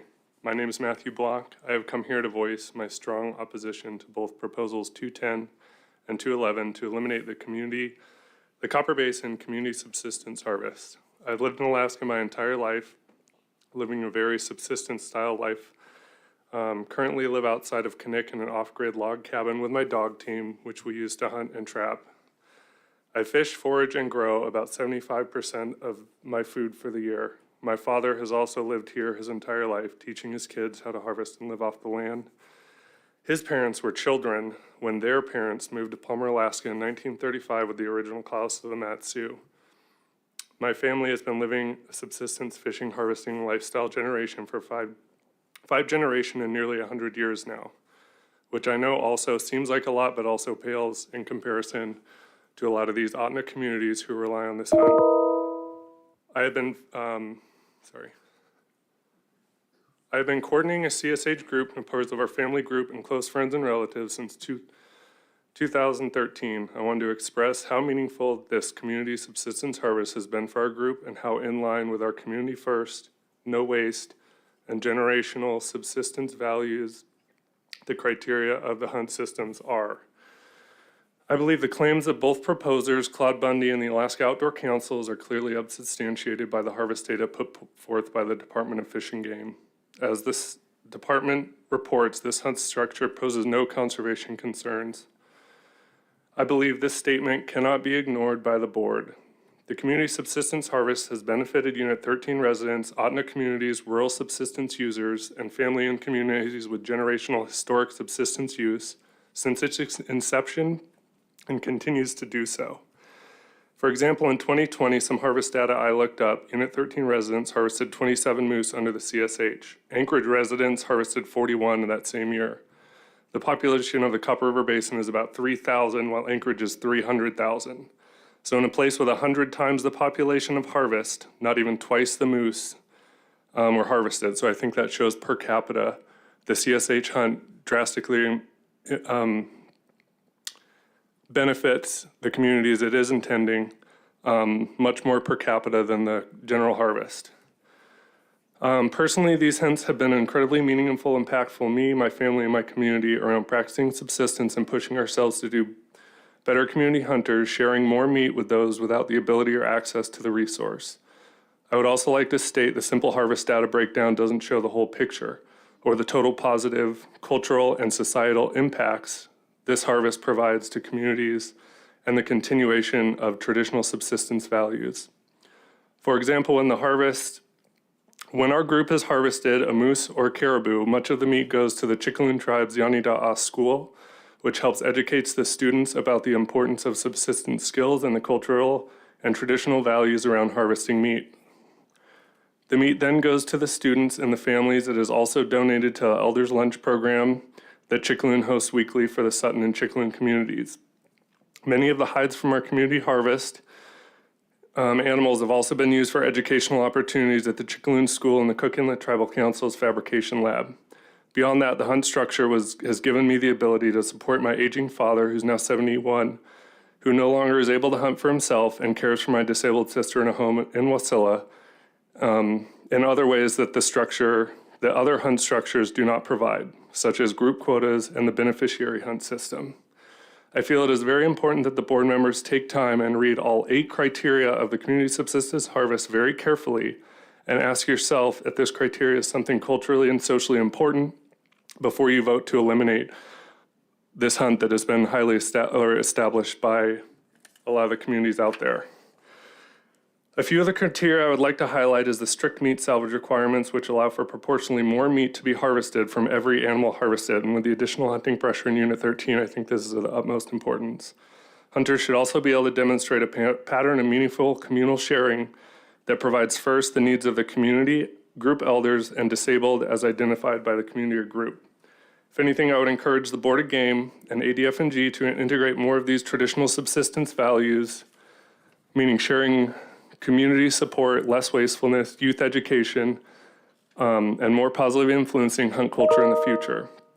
I would also like to add that the Unit 13 federally qualified hunters in our community subsistence group completely disagree with that. Alaska Outdoor Council's claims that the federal hunts are enough for them to meet their subsistence needs. Many of the people were not able to make it to this meeting, but I felt it was important for me to voice their experiences throughout the federal hunt. The federal hunt on lands tends to be overcrowded, dangerous, and difficult to access, among other issues that make it insufficient hunt to fully meet the needs of rural subsistence users.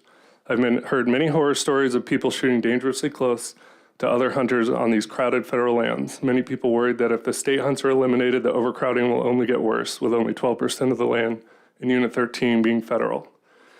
Last point I would like to make is that recently this pandemic has drastically emptied many meat shelves in the grocery stores, with COVID restrictions affecting our supply chains and shutting down meat packing plants across the country. We need more now than ever to utilize our resources and harvest opportunities that support the rugged self-sufficiency this state stands proudly for. The community harvest is an incredible model for utilizing much meat as possible and supporting the needs of the community first above individual households. And we need this, especially in time of crisis, when we could see the beginning of long-term supply chain failure. We need local food system security, and as long as ADF&G biologists see no conservation concern with the subsistence hunt right now, I think we can all agree we need as many opportunities available for Alaskans to feed themselves with local, reliable food. Now is not the time to be cutting back on subsistence opportunities when people depend on their most in this unprecedented time. Thank you for listening. And thank you. Any questions from board members or the department? Hearing, yes, Jake. Hey, thanks a bunch for that testimony. If I could ask a question, maybe a little bit off subject. You mentioned you had dog teams. Do you run your dogs on any of these multiple use trails that are outlined? I don't want to put you on the spot here. You know, when we're talking about trap setbacks or anything like that, do you run your dogs on any of those trails? I didn't look specifically at a lot of those. I think we primarily have hunted with the dog team in the Talkeetna Mountains. I don't think on the public use trails, but just winter trails around Lake Louise and in the non-motorized area, Clearwater controlled use area in the fall. If I can have a follow-up. So whenever you're out there in that country and you're on a dog team, how often do you see, I know you can't directly determine what folks are doing, but how many people do you happen to see out there, maybe like scajoring or walking with a loose dog, kind of up in that country? I know in the Talkeetna Mountains are, it's kind of the multi-use trails, the XYZ trails, so you're probably not mushing on there, but maybe up by Glen Allen.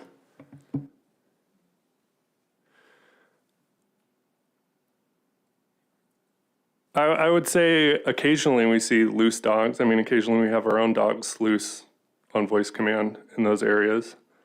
But I don't think like a over excessive amount of use. Yeah, they definitely answered my question. Thanks a whole bunch. I appreciate it.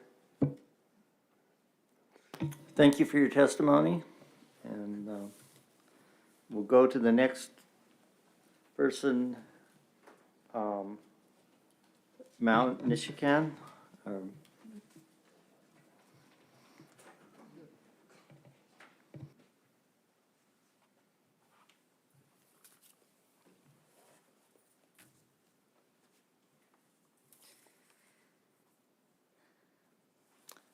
Good morning. My name is Mayo Nishikian. I am a member of the CSH Community Hunt and have been for only 4 years. I commercial fish out of Bristol Bay in the summer and live off-grid in Point McKenzie during the winter. I'm here today to voice my opposition for proposals 210 and 211, which are written to end all or parts of the community hunt. For proposal 210, the Alaska Department of Fish and Game has stated in their comments that this hunt structure poses no conservation concerns to moose populations in the area. The claim from Claude Bundy for this proposal is that it has impacted his ability to hunt moose in the area. However, I don't think that his ability to hunt moose should be put above all the communities who participate in the Copper Basin Community Harvest. If there is a legitimate concern about the moose populations in Unit 13, I believe this needs to be documented with scientific evidence and addressed for all Unit 13 moose hunters, not just the community subsistence harvest. Last year in 2020, community hunt participants harvested 70 moose in Unit 13B and E, which encompasses the Denali Highway. The sport hunters in Unit 13B and E hunted 281 moose. So community hunters harvested only 1/4 of the total quota met in the Denali Highway area, which is the area of concern for Claude Bundy. I think this shows that there is heavy usage in Unit 13 that has a more significant impact on moose populations and moose harvest than the community hunt. The clause that forces all Tier 1 caribou hunters to also hunt for moose in Unit 13 might be more of an issue to address if there is a concern. Another significant factor is the excessive motorized access in Unit 13. Due to the stringent meat salvage requirements of the community hunt, more meat is brought out of the field than with sport hunting. This means that per moose hunted, there's proportionally more meat harvested off of community subsistence moose than there is off of the sport hunts in Unit 13.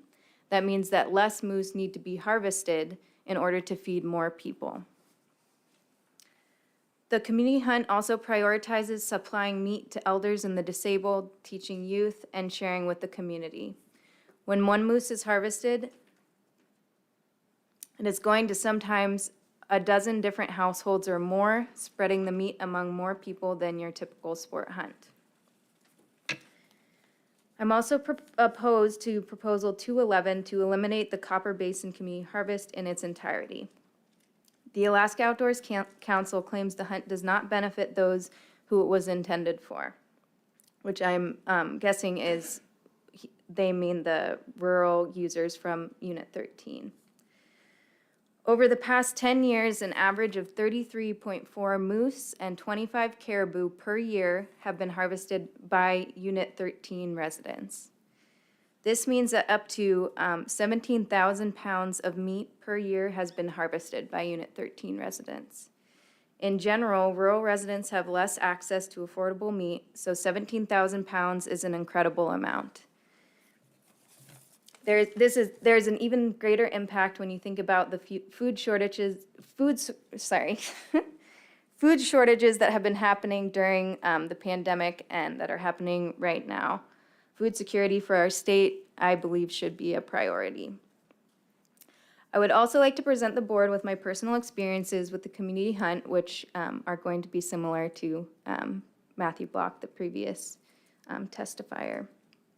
Our hunt group has participated in Copper Basin Community Harvest for 9 years. Many of the hunters in our group are non-rural, so on paper it would appear that our community hunt does not benefit Unit 13 residents. However, anywhere from 15 to 50% of the meat harvested by our group goes directly towards Chickaloon Village Traditional Council Elders Lunch Program, the Yani Da'a School, Otna Inc. offices in both locations, and more recently, the Alaska Native Medical Center Wilds Food Program. At Yani Da'a School, the kids can process the meat, do it with their own hands, share it with their family, and gift it to elders in their community. This is partially what the hunt is intended for, to pass the skills and knowledge down to youth and to share with the community and those who are not able to hunt themselves. If there is an imbalance in urban and rural users, I believe it is because in 2010, it was declared unconstitutional to prioritize rural hunters in this hunt, which I'm sure a lot of you all know more about than I do. If the concern is to meet the subsistence needs of Unit 13 residents, I believe there should be an alternative in place before changing the CSH hunt. I also believe it is the responsibility of Alaska Department of Fish and Game and the board to prove that other hunts actually meet the needs of these rural subsistence users. The data and experiential knowledge of federal hunt users that I know shows that the federal hunt is not large enough, safe enough, also has poor timing during the rut, which can lead to inedible meat. The overcrowding in small spaces leads to lack of opportunity and also will become more dangerous if there is a substantial increase in users due to CSH no longer being an option. I believe that. Yeah, we need to have you wrap up here. Okay, I'm wrapped. Okay. Thank you for listening. Okay, any questions from board members? Al? Yeah, thank you. That was a really good testimony. You said you collect about 17,000 pounds of meat between your moose and caribou. And how many people does that get to use that? So that was not my personal data. That was from the Fish and Game website that shows Unit 13 residents. So I'm not a Unit 13 resident. And that data, I kind of, there was a certain amount of moose harvested by Unit 13 residents, so I extrapolated from the amount of meat that we usually get off of a single moose. And once I did that math, it came up with 17,000 pounds for all those in Unit 13 that are involved in the CSH hunts. Does that make sense? And how many people is that represents in that Well, hunt? I'm not sure exactly how many people are in that group, but there are about 3,000 residents in the Copper Basin area, but I'm not sure how many are personally involved in the hunt. That would be a better question for a resident of that area. Yeah, 'cause the number seems good from the number of moose and caribou that you represented. It just didn't seem like that would give very much meat, a few pounds to each person at best. And it would seem that, the needs weren't being met. I think from what I can see, it is a hunt that is meeting the needs of the community better than any other is. So if it's not meeting community needs, then it probably, there needs to be more opportunity, not less, is how I feel. All right, thank you. Orville? Yeah, thank you, Mr. Chair. I think most of that answer came on Al's question, but I did have a question about sharing. I know how much a pound of beef costs now. It's really expensive in Alaska. So when they share this meat, is it just shared with family or is it shared outside of family? It's shared outside of family, so we do share within our small family, but we also share with our community members. Whoever comes out and processes with us always gets some. Elders, like I said, we give meat to the elders lunch program so that elders can be eating once a week with the community meals that Chickaloom provides.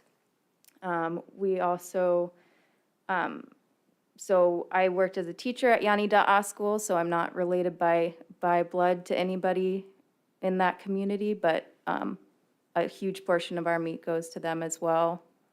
Does that answer your question? Yeah, no, that's a fine answer. I was just wondering about how the sharing went. And you said you fished in Bristol Bay? Yes. Okay, because obviously there's sharing going on there because all our villages along the Yukon River that had no fish got fish from Bristol Bay just like a week ago. And they were packing those fish right off the plane and giving them to elders. So Yeah. really appreciative of the sharing custom. Yeah. Thank you, Mr. Chair. Thank you.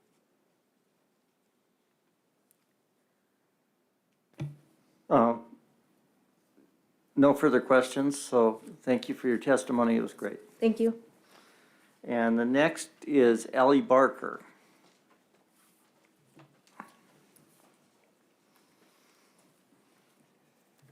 Can I give these to you to pass around? Would that work?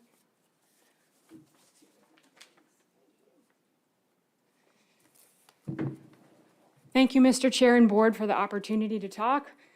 My name is Allie Barker. I live in Chickaloon, and I'm strongly opposed to Proposal 210 and 211 to end the Copper Basin Community Harvest in Unit 13. I've lived in and hunted Unit 1314A from my late teens for 22 years into my adult life. I valued living an off-grid subsistence life in Chickaloon, where I've worked hard to hunt, fish, gather, grow 100% of my food. I believe all the claims from both proposals brought forth by Claude Bundy and the Alaska Outdoor Council are clearly unsubstantiated by the harvest data put forth by Department of Fish and Game. ADF&G has stated themselves that this hunt structure poses no conservation concerns. Please consider this statement. It goes without saying that the community subsistence harvest has benefited numerous communities, including Unit 13 residents, Otna communities, rural subsistence users, and families and communities with generational historic subsistence use.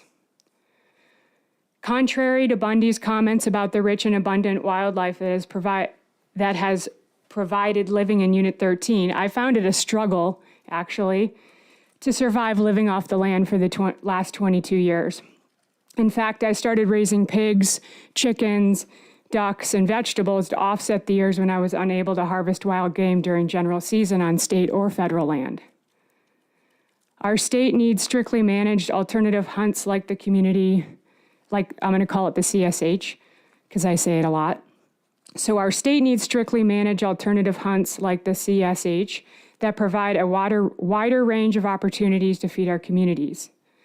When managed as intended, the CSH is a more sustainable hunt that gives another opportunity to sustain the Alaskan way of life. In general season moose hunts, it's increasingly challenging, especially in Unit 13, to compete with technology's lightning speed demand for expensive rigs and four-wheelers. Many of us are on foot or bike or dog team. There are few opportunities for those who choose to hunt in a non-motorized, more traditional way.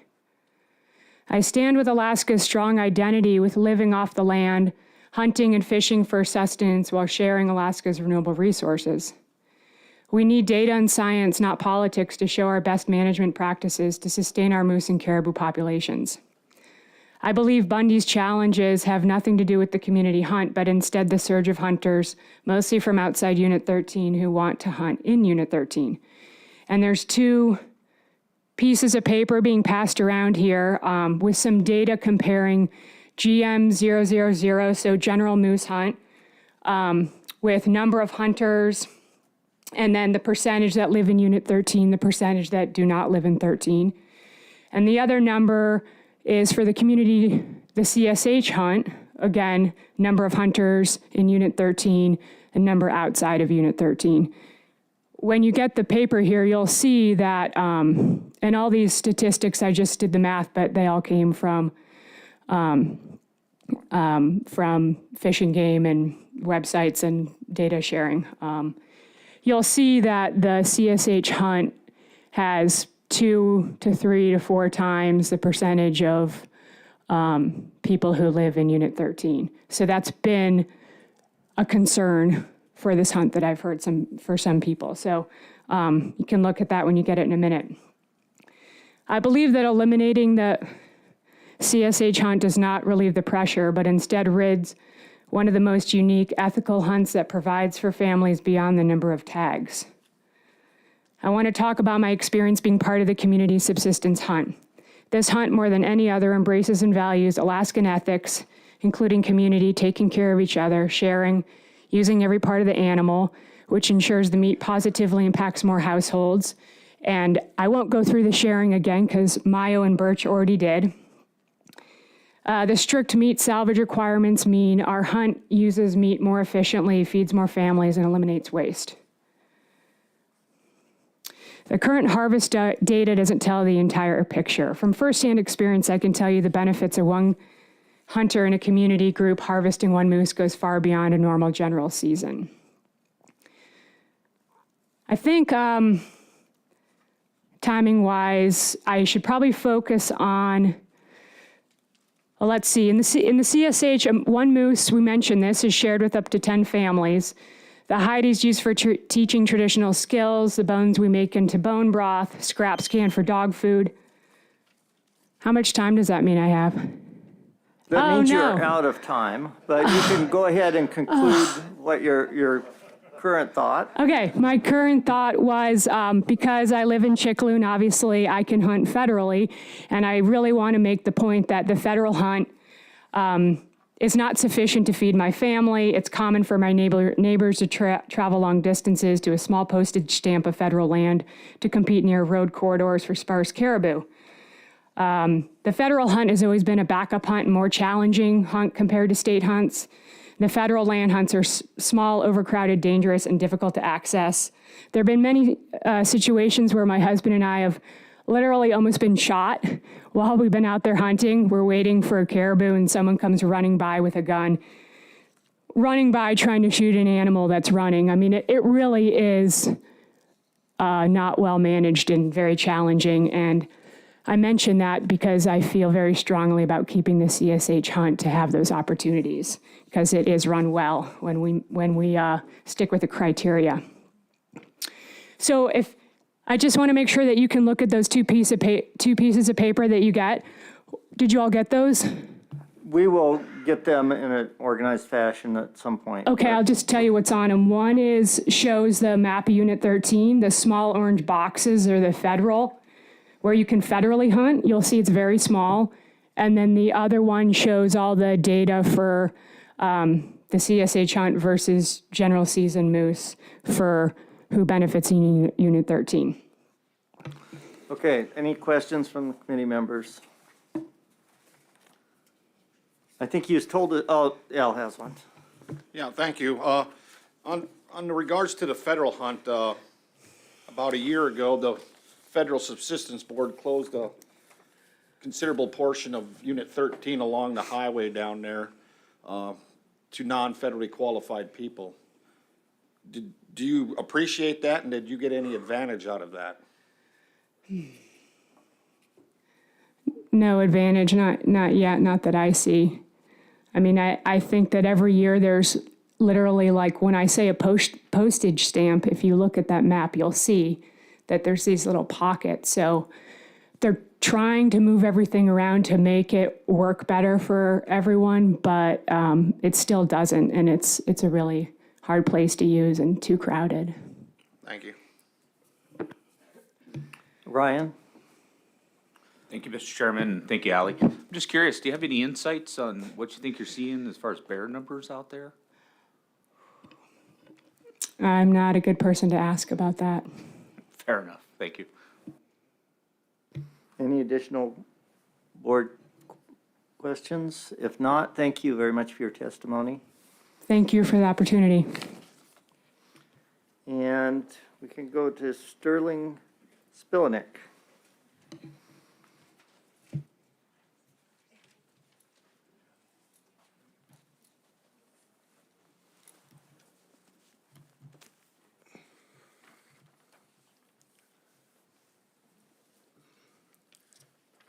Mr. Chairman, member of the boards, my name is Sterling Spilinek. I am the wildlife biologist for Otna Intertribal Resource Commission.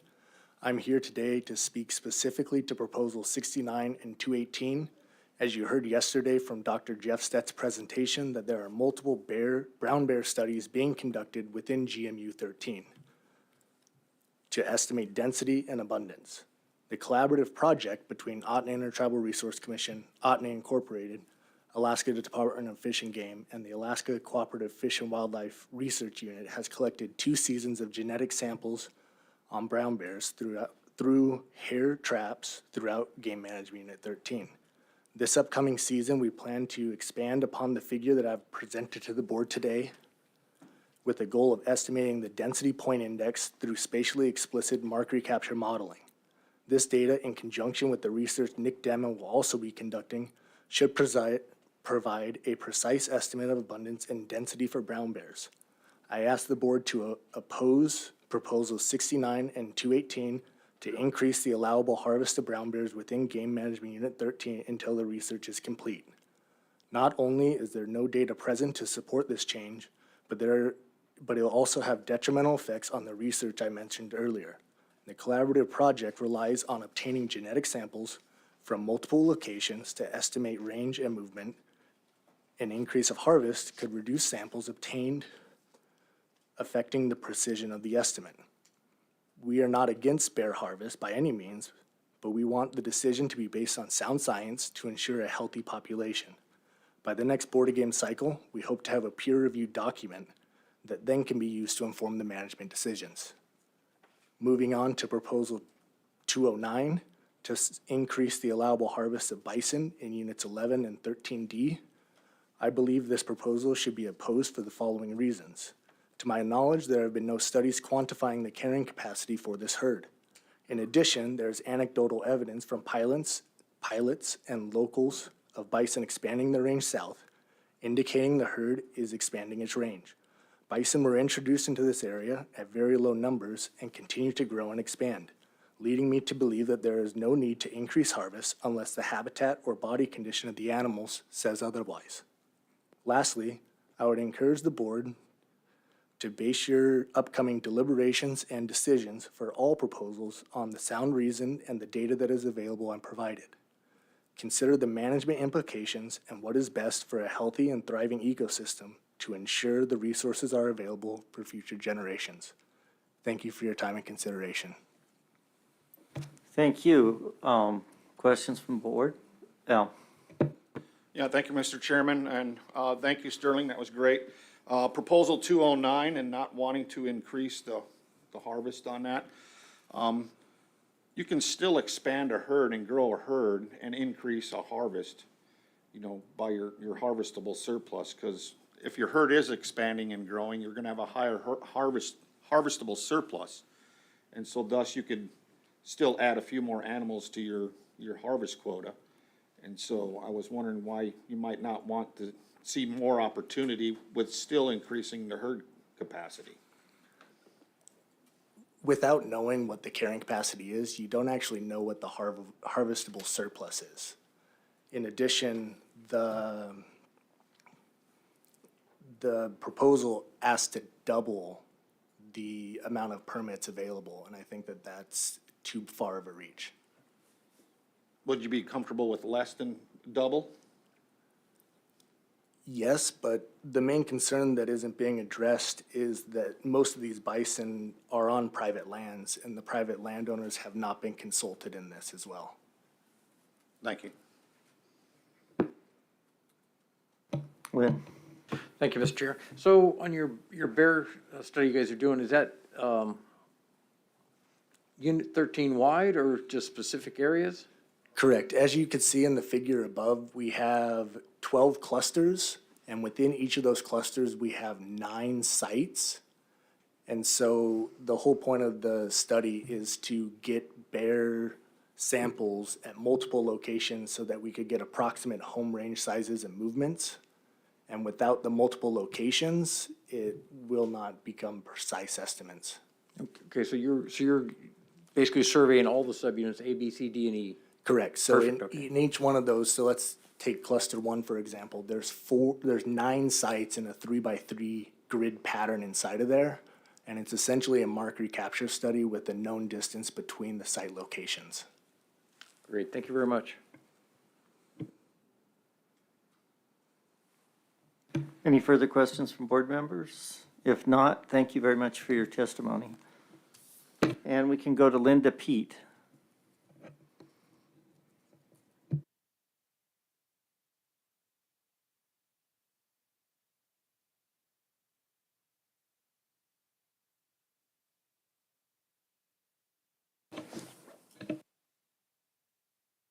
Good afternoon. My name is Linda Pete. I am from Gakona Village, but currently reside in Copper Center. My parents come from Gakona and Golkana.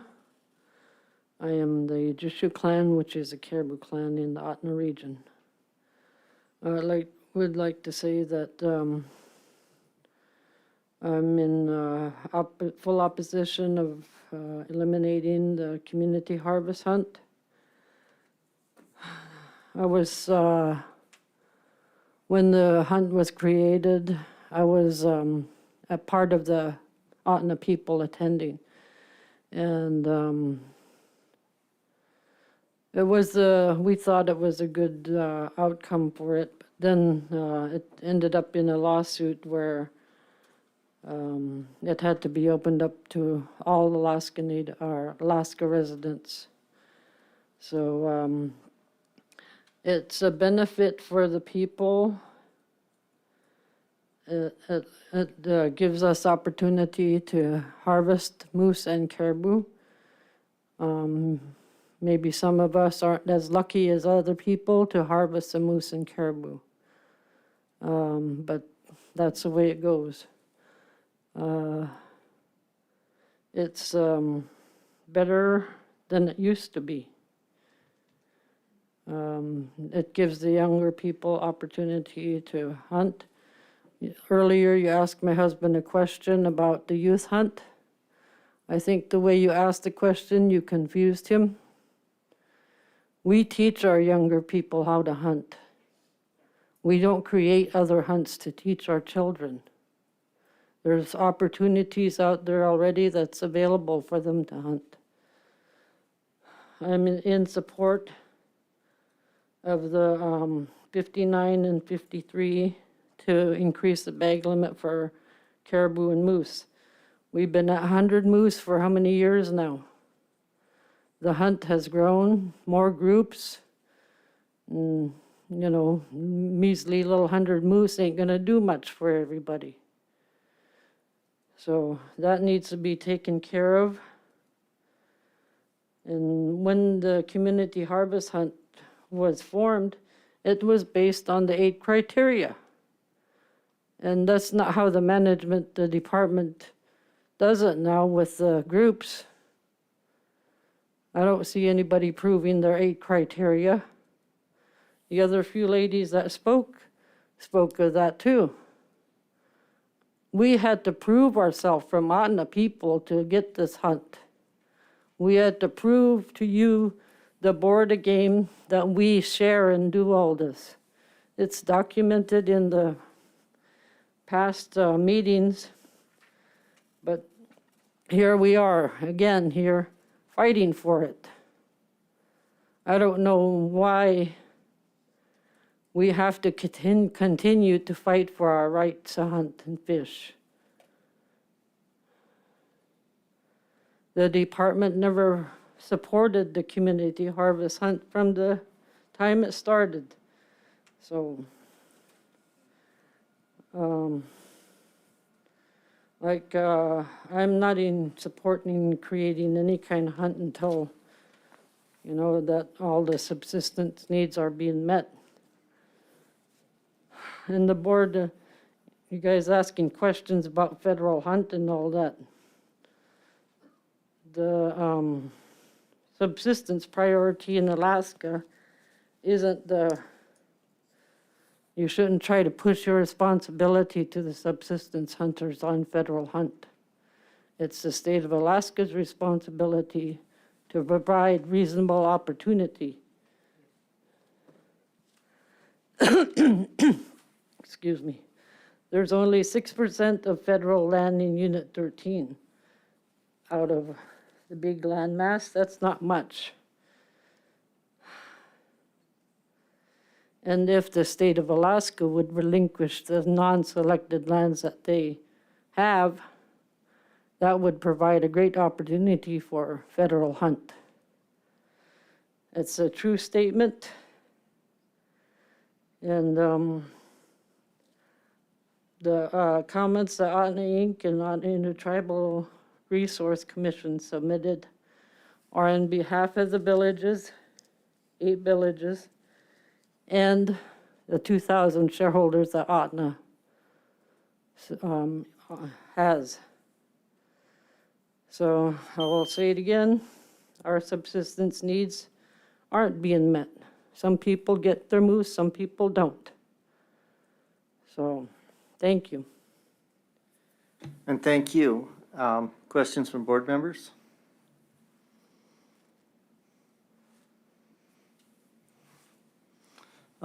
See none, so thanks again. Very good testimony. Thank you. And now Wynn McInnes.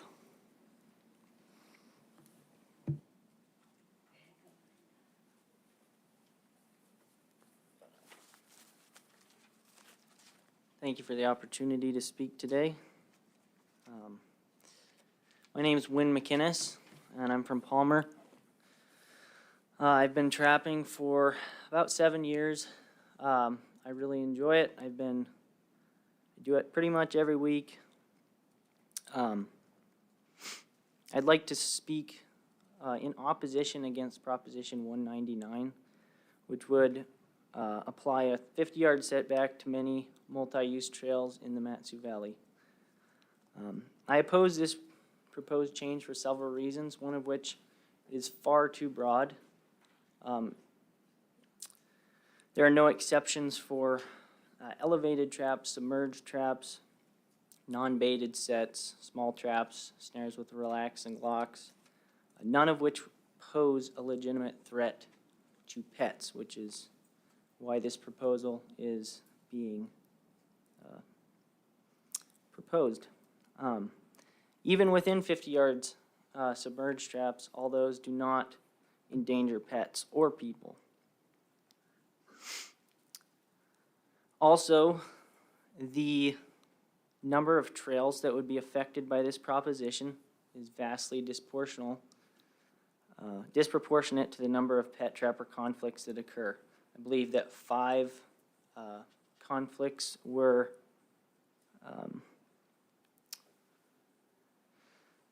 reported between pets and trappers.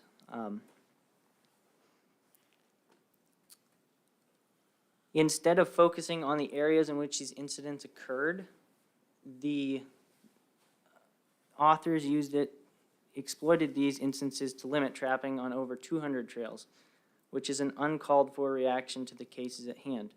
These cases are unfortunate, but thankfully most of the time the pets are all right, except for one instance, I believe, which is very unfortunate.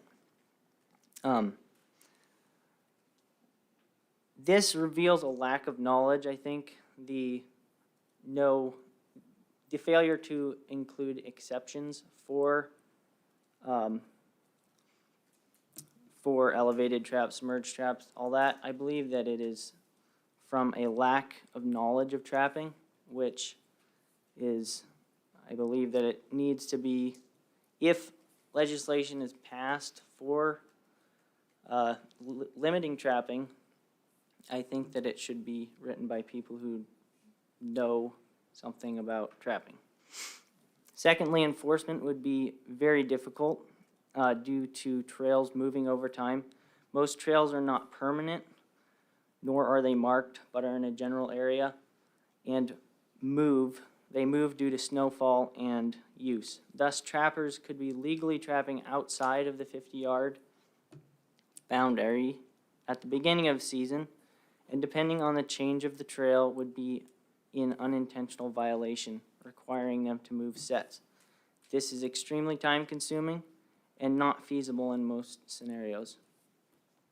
Troopers would also have a very difficult time enforcing these regulations, stretching already underfunded and overexerted resources. For this reason alone, this proposition should be dismissed. Laws that cannot be enforced are not effective. Thirdly, I don't believe that trapping is the problem at all. I believe that the main source of conflict comes from unleashed dogs. Fish and Game's job is to manage and protect wildlife and sustainably promote their use primarily for the residents of Alaska and the economy. With that in mind, unleashed dogs put an enormous amount of stress on wildlife, especially moose during the winter months. Hold on a second. Moose are weak and stressed during the winter months because they exert more energy because of snow, etc. They also tend to congregate in the winter around trails, also used by dog owners, ski drawers, all that. Unleashed pets chasing already weak moose can lead to mortality in mid to late winter, or at least an more unhealthy moose. Since wildlife harassment is currently illegal, it seems that it would be in the Board of Game's interest to require owners to leash their pets. This would not only benefit the moose population, but would also greatly decrease the amount of dog trapper conflicts due to unrestrained pets. Another point I would like to mention is, I believe that, I'm out of time, but I appreciate the opportunity to speak today. Thank you. Thank you. Questions from board members? Go ahead, Jake. Hey, thank you, Mr. Chair. Win, good job up there. I think Al and Stosh were up here whenever I testified for the first time, and I think I just swallowed loudly and said for about 3 minutes. You did a good job. If I had a quick question for you, I don't want to deviate too much, and I don't want to put you on the spot, but Proposal 228 deals with a trapper marking their individual traps with tags. Do you have any thoughts on that? I think that it possibly would be a good idea. I think the problem with dogs and traps, I assume that's probably where they're wanting to require trap tags because of those incidents, so you can identify the person that set the trap. I assume that would be the reason for it. However, I would argue that the people setting those kind of sets that endanger pets that close to trails are not going to be reading the regulations anyways, so they wouldn't probably even know to put trap tags on their traps. And I think that it would most likely cause trappers that don't trap in an unethical way a lot of pain to be, you might have 300 or 400 traps. That's 300 or 400 trap tags you have to get made and put on your traps and maintain, which is not that big of a deal, but it could be a problem. But all in all, I'm not opposed to that. I mean, it shouldn't matter. Thank you. Any further questions from board members? Again, we understand how hard it is to testify, so I think all of us have done it in our thing. But Ryan with the Fish and Game has a question. Thank you, Mr. Chairman. Thank you, Win. Yeah, I'll echo that. You did great. I'm just curious, I mean, you came up with a lot of good ideas, a lot of exceptions and things to talk about. Have you or, folks that you trap with or working along these lines with, has the author of the proposal and a group of trappers sat down and actually tried to sort some of this out? No, and that's something I would really like to see, is typically you have us versus them mentality. And I would really enjoy sitting down with the opposing side. I mean, it shouldn't be the opposing side. We should be working together to create a solution. I don't want to catch somebody's dog. And I think that it comes down to, mainly, it comes down to mutual respect. I think that trappers need to, like I said, most trappers think about where they set. You can't fix stupid, unfortunately, and there's people out there that are going to use bad judgment on both sides of the spectrum, both dog walkers and trappers. But I think we can completely resolve this situation apart from those instances where bad judgment was used, with one, trappers thinking about their trap placement and trap selection near people, and two, for dog walkers to respect trappers regardless of their personal views on trapping. I understand that it's a emotional subject for some people, and I think that if all user groups respect others like that, we would have no problem at all. Thank you. I've looked for the pill to cure the stupid thing. Yeah, not out there. Okay, well, again, thanks very much for your testimony. At this point, we're going to take a 10-minute break, and we have a few more people to testify this afternoon, but I need to make sure some things are lined up before we come back. So 10 minutes.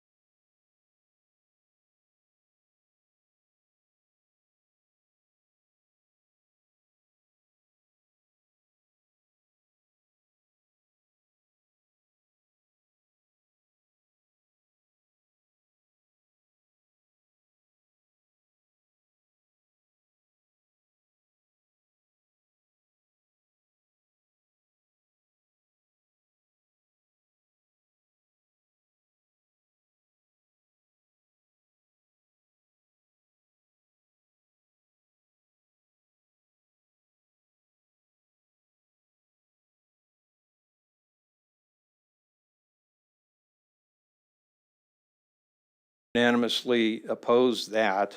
The regulation didn't seem applicable for the units 7 and 15 due to current laws, which are what the quarter-mile setbacks from roads and miles from houses and stuff, 1 mile, and the terrain, which is mountainous and a lot of that. So, 1 mile apart wouldn't leave much room for, all the people that want to bear bait. So, and then, of course, a lot of the unit 15 is owned by the refuge, the Kenai National Wildlife Refuge. So they've got their own set of bear baiting regulations. So we just didn't think it was necessary, and that was a unanimous vote.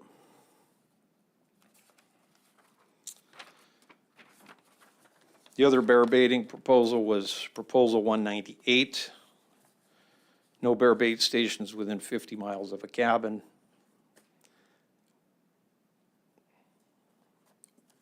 We weren't sure if that was, a serious proposal even. Obviously, it was somebody that really doesn't like bear baiting, and so we opposed that unanimously. And then proposal number 8, and I actually am the author of that proposal that asks to shorten the coyote seasons up here. Right now, it opens October 15th. And for snares only, 330 seconds diameter cable and larger, which is not an effective way to keep non-targets or, animals that aren't other than coyotes, like fox, lynx, and wolverine, for instance, out of those snares. And so we just thought it would be good just to align those seasons, because there's been problems with bycatch.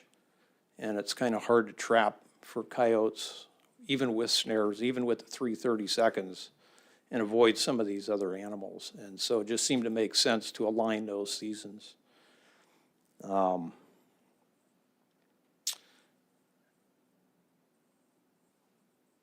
this was mainly a concern along road areas. We really didn't want to tell units 9 or 17 or anything like that.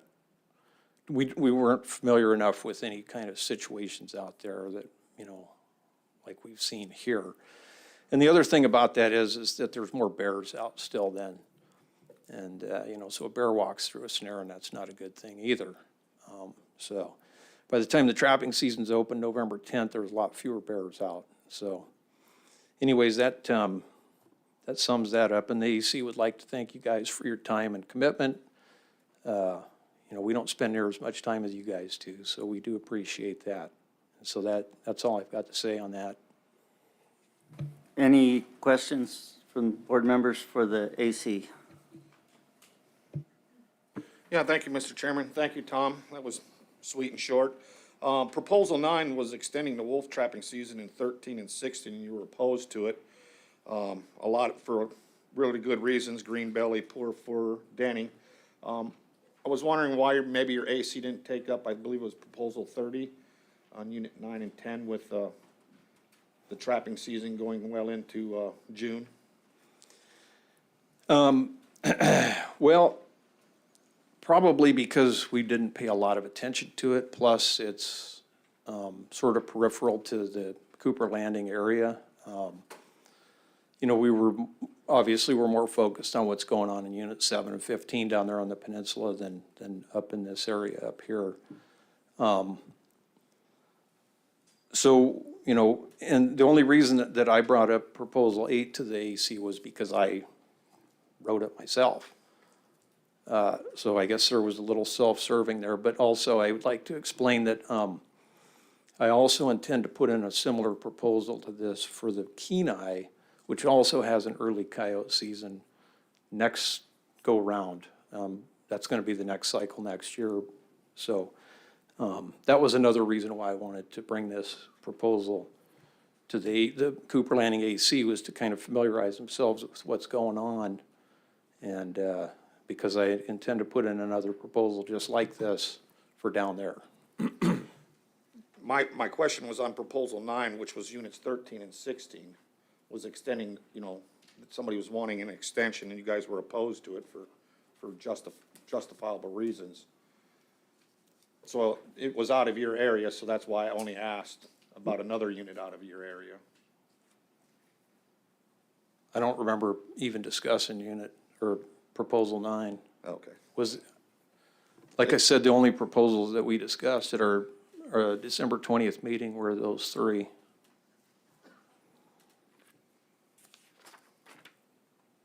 Yeah, that's it. I just have the record here, so I was just clarifying. Sorry Thank you. about that. Okay, then, if no further questions on the AC, comments, your personal testimony.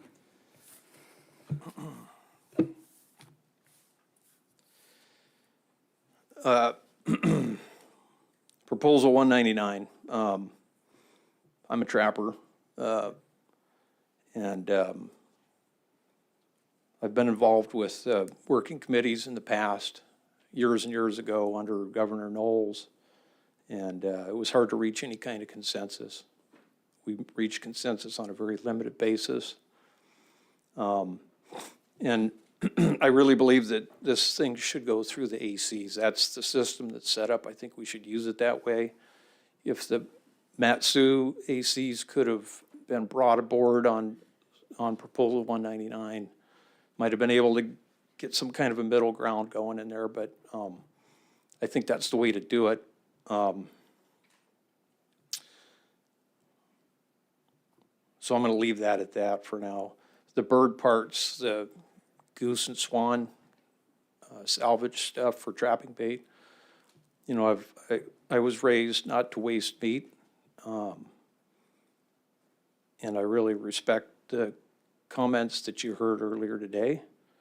And you know, I love some of that duck meat on the back and the wings and the thighs and stuff. But I also use some of it for bait. Sometimes I'll shoot something and, you know, I ruin that kind of meat or whatever, and instead of just not being able to use, and I understand this for swans and geese, I do believe, not ducks and grouse, but the principle's the same.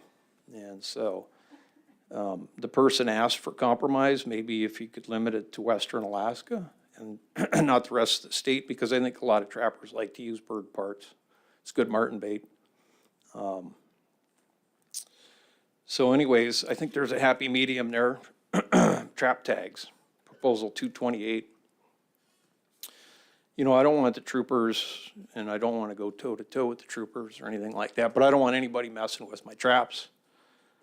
I don't want anybody messing with shrimp pots, crab pots, because sometimes, you know, you drop a shrimp pot down, maybe you're on the edge of a ledge.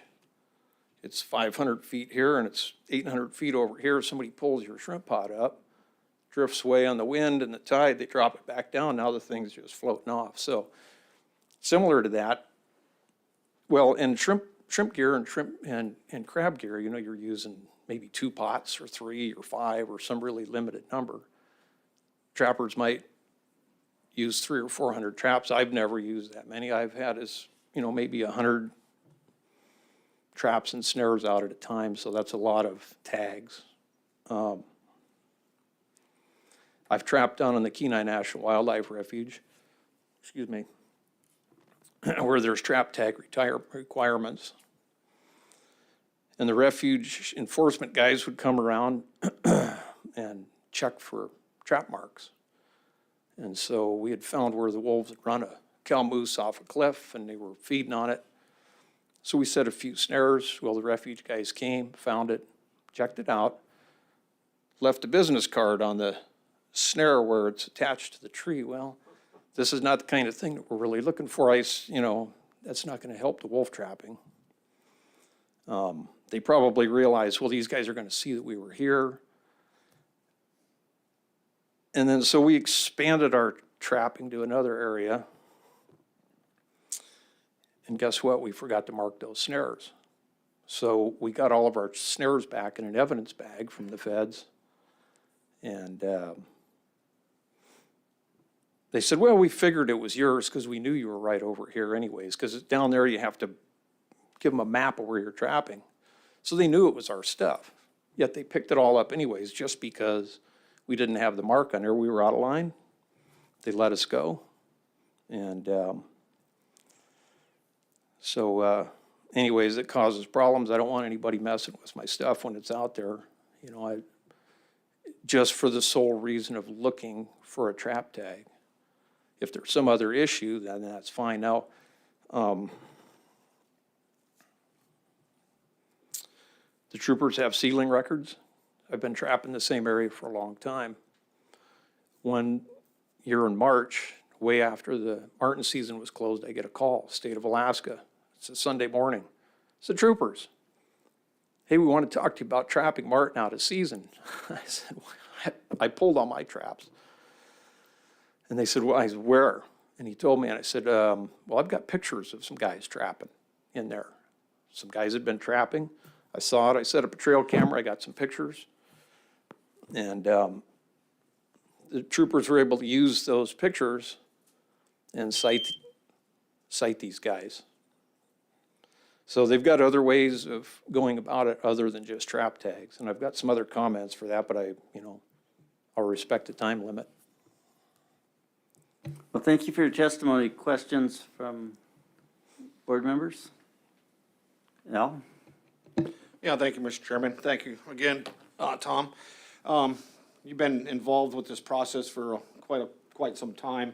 How many times has, like the South Central Trappers Association or the Kenai Trappers Association and non-trapping organizations got together and tried to negotiate an issue or come up with a pamphlet or, things like that? How many times has that happened and what were the results in the end?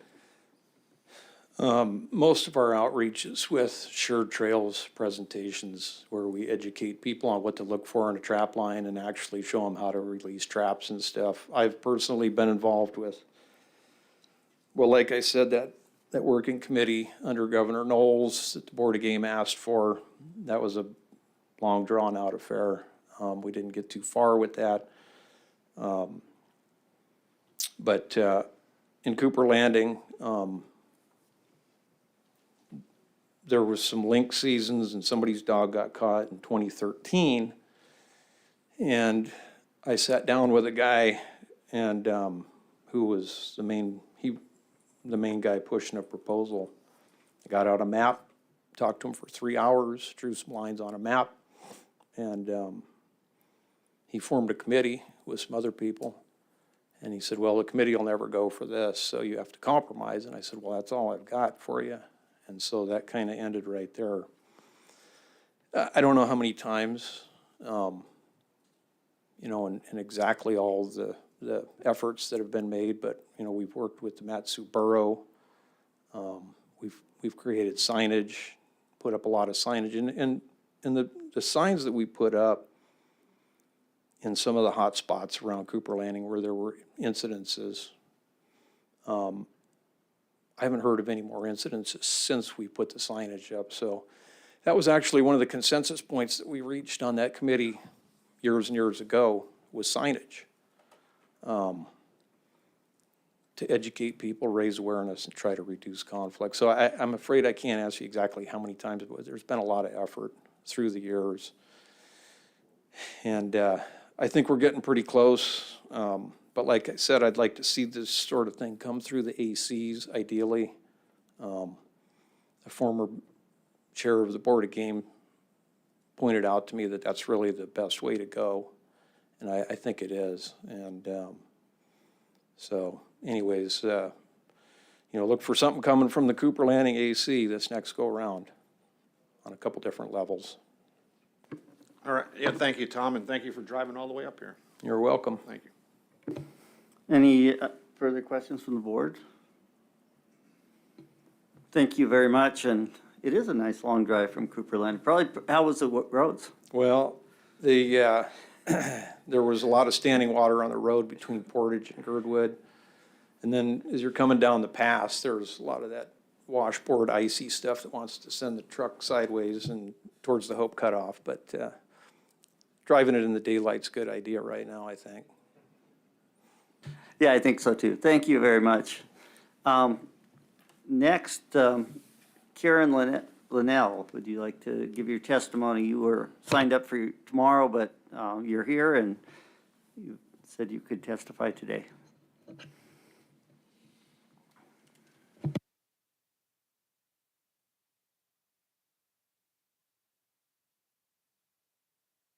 Thank you, Mr. Chair. I do have a map that I sent. Okay, thank you.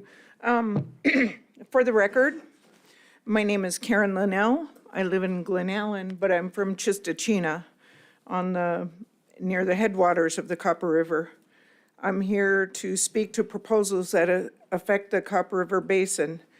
My home is over 150 miles long. I have family and from Mentasta to Chitna. There's not been a time in my life that I have not eaten from that land. Even when I moved away for work, I had food from my home country. You can find AITRC's full comments in PC 001. Regarding the community hunt, we oppose proposal 210 and 211 to eliminate the CSH. There's a lot of misinformation regarding the hunt. The CHS does not pose a biological concern, and it is not unconstitutional. And this is detailed in your legal report and in PC 001. The fact that the AOC put this proposal forward on the basis of being unconstitutional after its sister nonprofit organization lost their case in 2018 is really a waste of your time and energy and ours. The state community subsistence hunt does not create classes, but applies to all Alaskans per the Manning 2010 case, providing that they meet the definition of community. Also, the federal community harvest system does not negate the state's responsibility to provide for subsistence opportunities.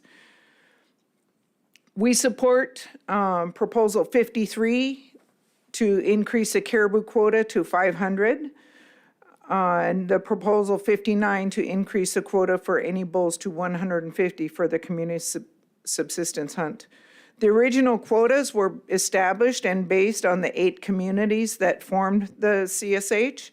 Now there are several other communities participating in those hunts, and there has not been an increase to recognize their needs. Regarding eliminating the draw hunts in GMU 13, we support eliminating non-resident draw hunts to focus on the needs and to provide for subsistence needs through Tier 1 and the CSH. The demand is greater than what is available. We are opposed to the expansion of youth hunts and creation of specialty bow hunts. It was interesting to me to hear the commissioner talk about food security in the last couple days, because when consulted by the U.S. Fish and Wildlife Service, he and his department failed to recognize the emergent need of cake. You folks are just now starting to see and experience food chain delays in the stores here. It's far worse in remote areas. Now you're seeing what the rural communities are experiencing. When you have prices like $10 for a gallon of milk, $18 for 5 pounds of sugar, $1 per potato, or $11 for 1 pound of hamburger, subsistence foods are more crucial. More recently, I'm a part Tlingit, so rice is very important to me, $65 for 25 pounds of rice. Outrageous costs. These are the types of prices that are in rural Alaska. And so supplementing their household food with subsistence resources is crucial to their survival. Regarding having all the registration hunts online, it'll disenfranchise those who live in remote areas. I recently heard that a village spent all of their CARES Act money in trying to get broadband to their community, and it still does not have service. Until there is equity in internet and cellular service, you cannot support an online-only process. I do have some numbers regarding land ownership and federal opportunity that I can share with you. And then I also want to say, you know, we talked about positioning of moose and animals, caribou, and that proposal's before you again. Regarding definition, anybody that calls a duck with a duck call, anybody that rakes a branch to get a moose to come closer, that's positioning an animal.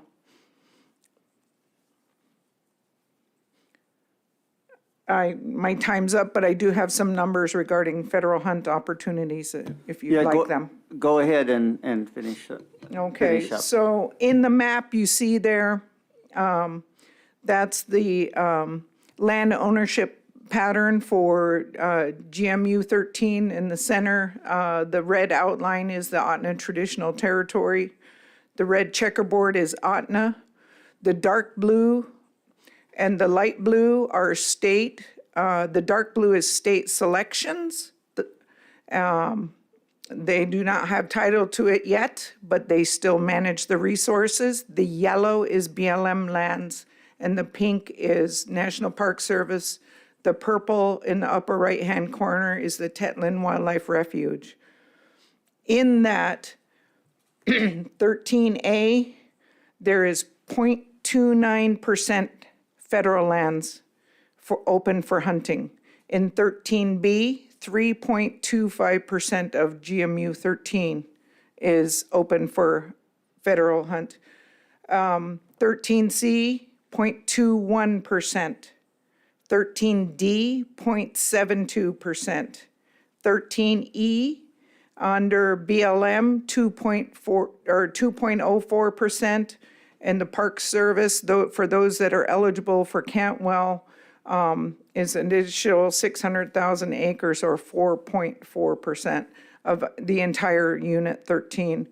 For Copper River residents, 0.6% of Unit 13 is available for hunting on under a federal tag.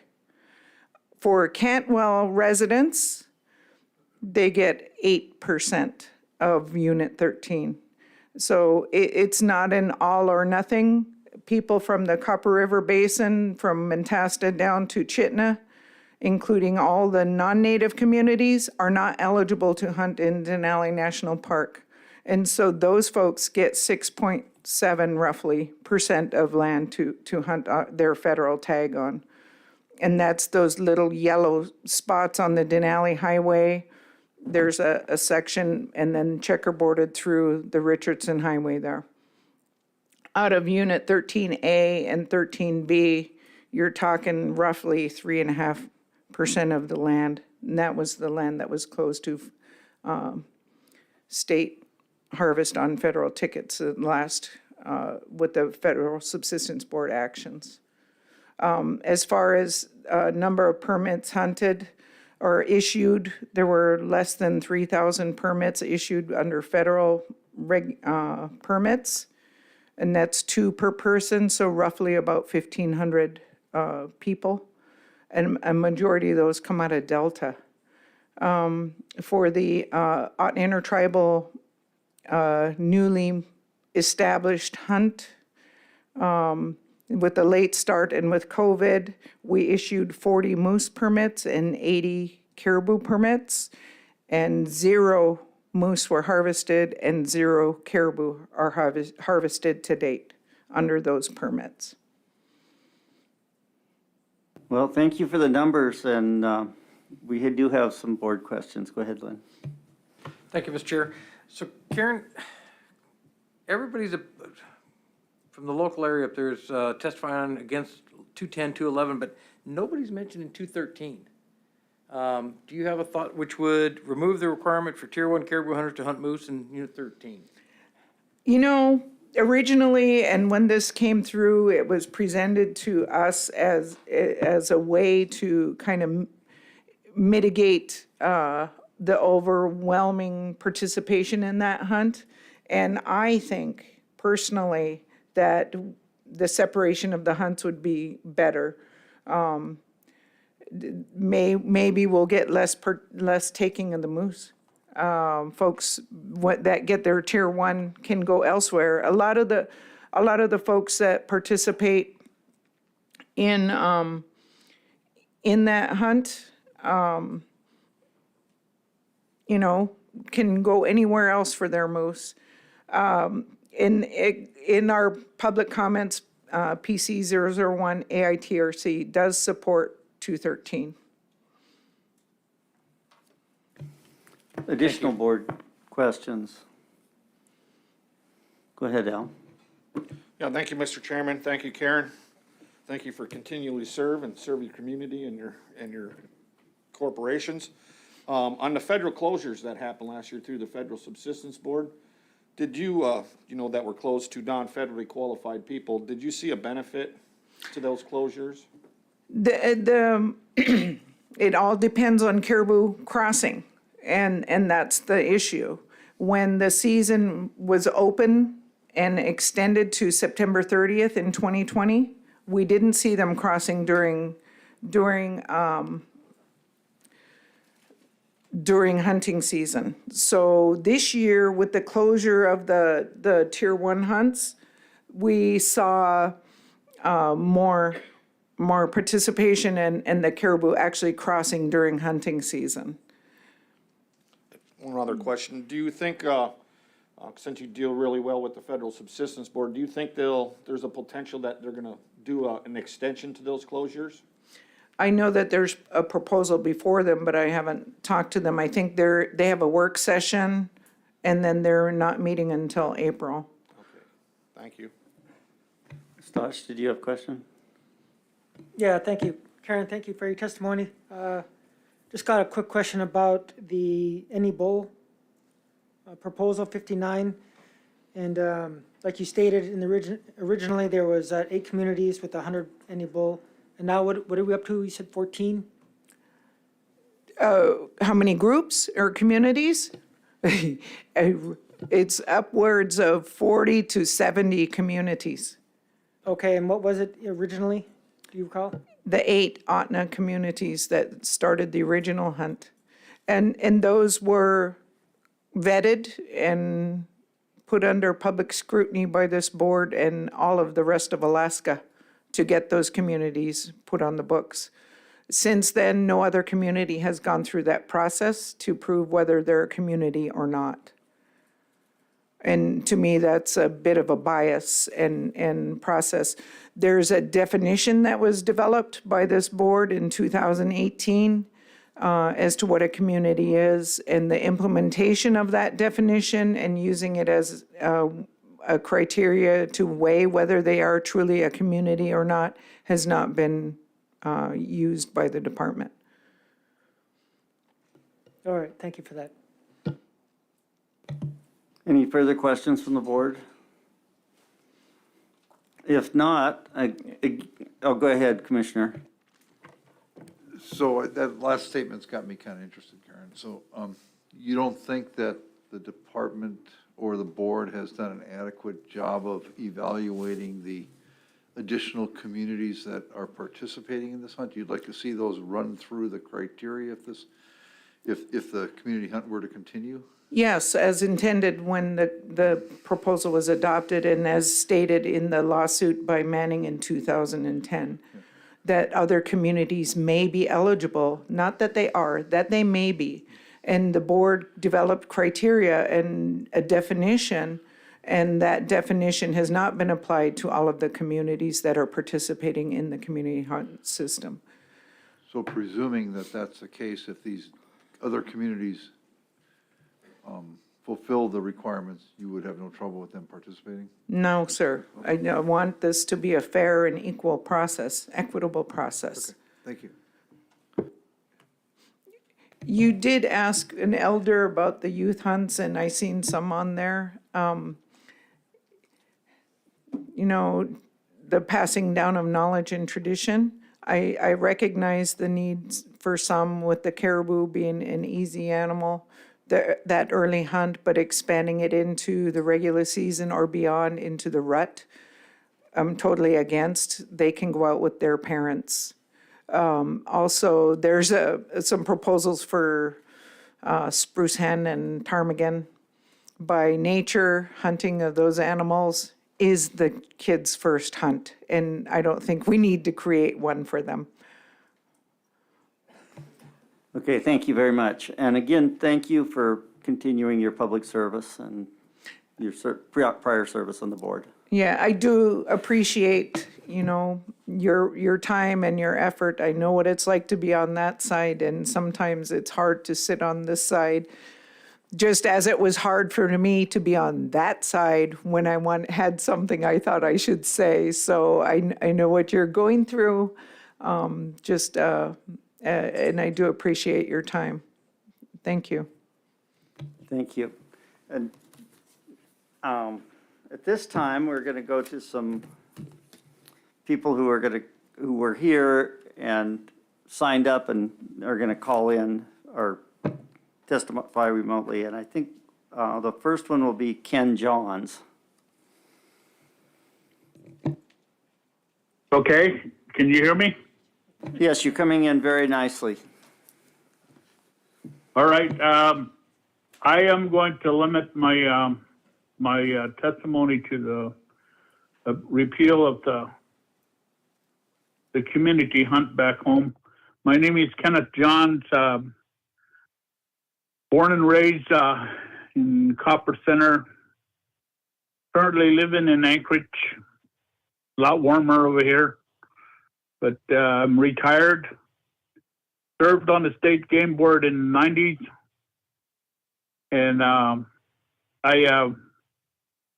retired from working back in the Copper River area for over 40 some years, and I was looking back a little bit history on how we arrive at this point in the community hunt. And back in 1990s, the state game board issued a 7-day moose hunt out there, and Cluticott Village, which is Copper Center Village, went to court with the state of Alaska on this, and we've been battling ever since that time on different moose and caribou issues in the Unit 13 area.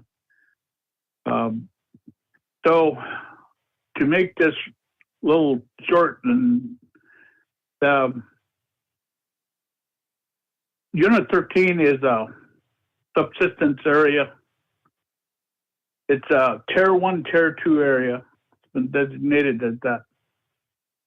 And so the only time that you can have a general hunt is when there is enough game populations there to support the user groups. And if it doesn't meet that criteria, then the law's been pretty clear that you go into a Tier 1, Tier 2 situation. What happens since then, there was a move to put a general hunt along with the Tier 2 hunts. And again, we met in the legal arena with the Audna people. And so what happens is that staying out of the courtroom, there's an agreement that we work out somewhere that the local villages could benefit by. And we're always been challenged to whatever the state game board was trying to do.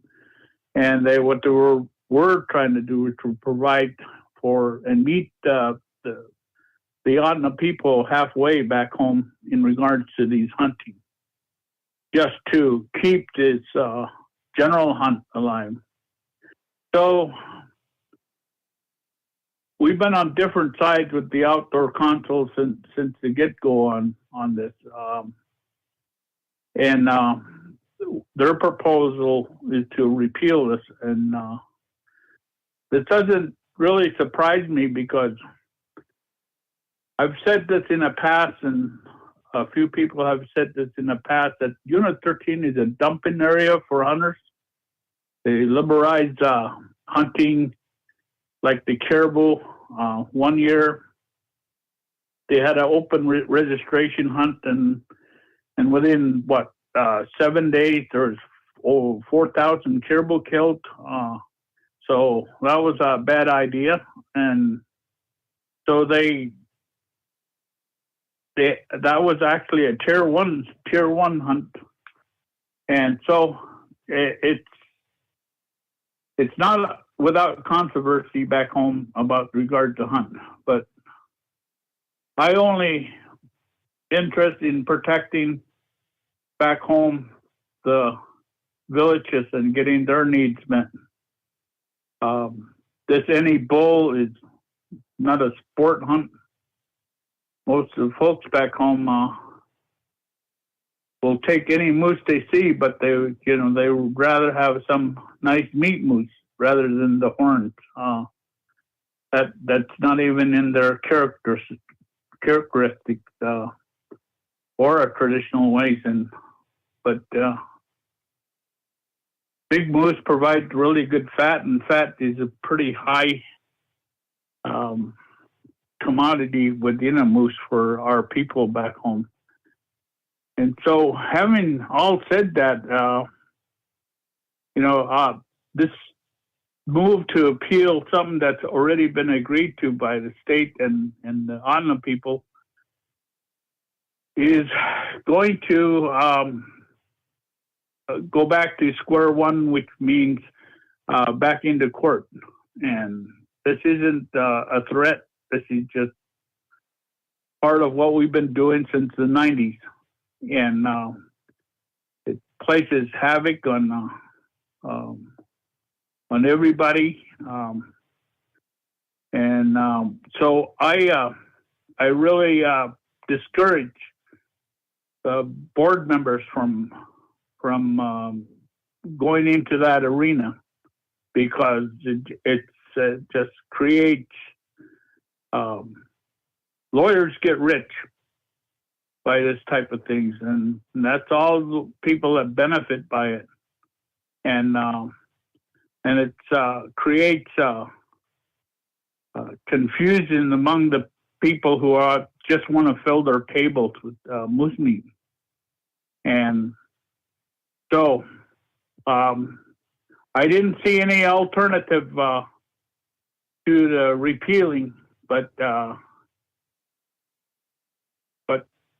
it'd be interesting, because I would ask if the board repeals the community hunt, that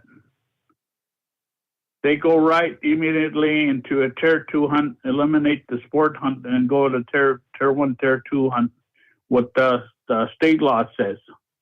And so, having said that, I'll answer any questions that board members have. Questions from board members?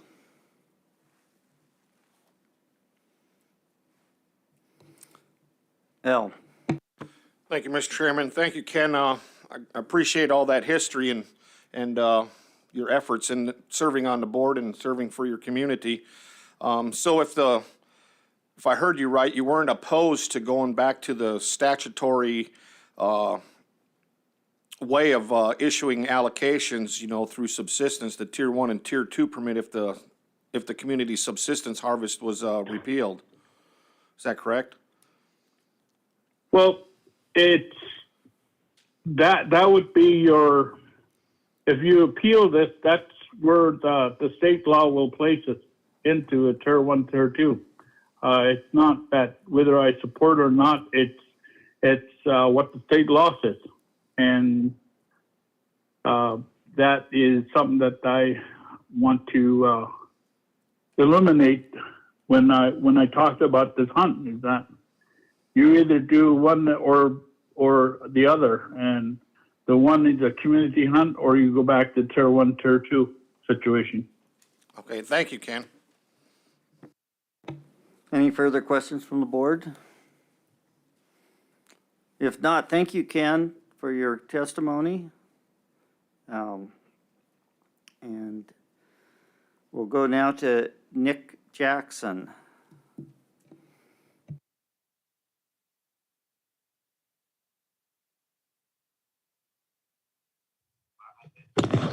Nick Jackson is in the room. I'm here. Okay, you can go ahead and testify. Begin your testimony. Okay. I'll be brief, and Karen said a lot that I had intended to bring up, but for the record, my name is Nicholas Jackson. I was born and raised in Copper Center, and I served on game board for 2 terms. Also worked for the Department of Fish and Game for 10 years out of Glen Allen, Cordova, wherever, Valdez. Then, aside from that, I spent time in military, and I now reside in Golcana, which is about just 25 miles from Copper. And I have lived, I grew up in a subsistence lifestyle. I'm over 80-year-old, and I've walked this land. I know it well. I know where they are, and I just want to, I would like to address the community harvest proposal 210 and 211. I am against those proposals. If you take away the community harvest, it will drastically affect the people who rely on subsistence. Unit 13 is bombarded with urban hunters, too many of them. The community hunt allows for people to hunt early and avoid hunting pressure. So now they want to repeal it, and we're against that. The total community harvest take was only about 8% of total harvest this year. That numbers that I looked at. There's no biological reason to take this from us. There is misinformation regarding the constitutionality of the hunt. The court has already said that in 2010 that the community hunt is legal and it does not violate the state constitution. I am really concerned about this. There are other proposals and that affect us too, but my team in Anchorage, there will be testifying on it. I thank you. Any questions? Questions from board members or the department? I think you were very clear in your testimony, so I think we have no questions here. And good, thank you. Thank you. And now it's Joni Spiess. Yes, hello, this is me.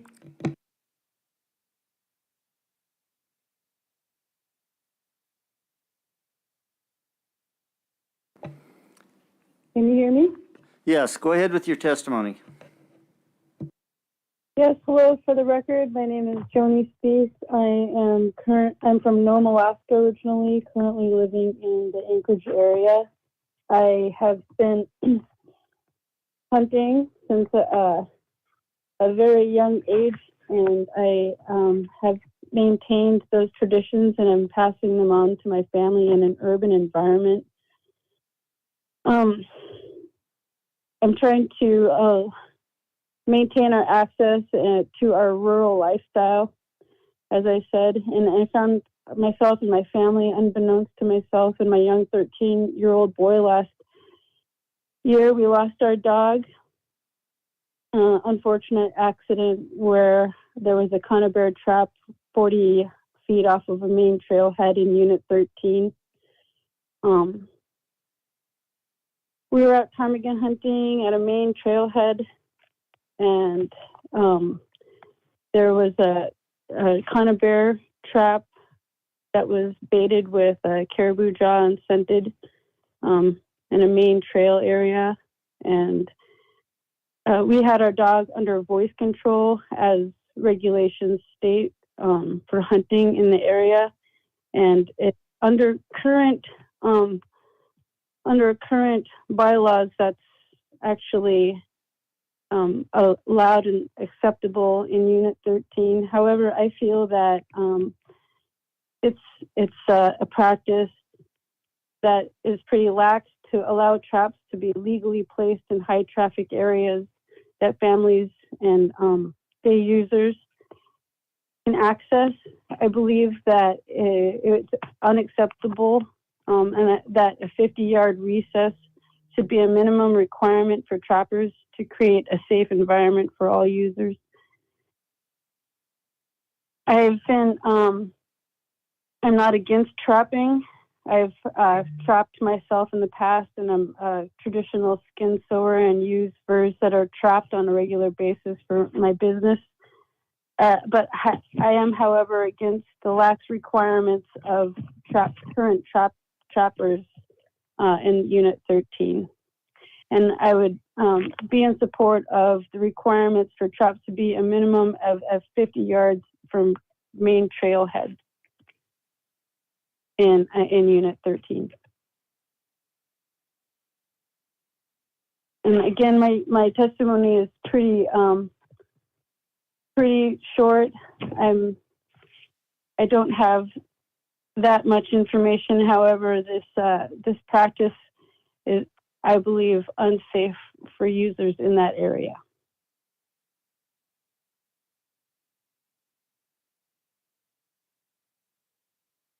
Okay, so that is your full testimony?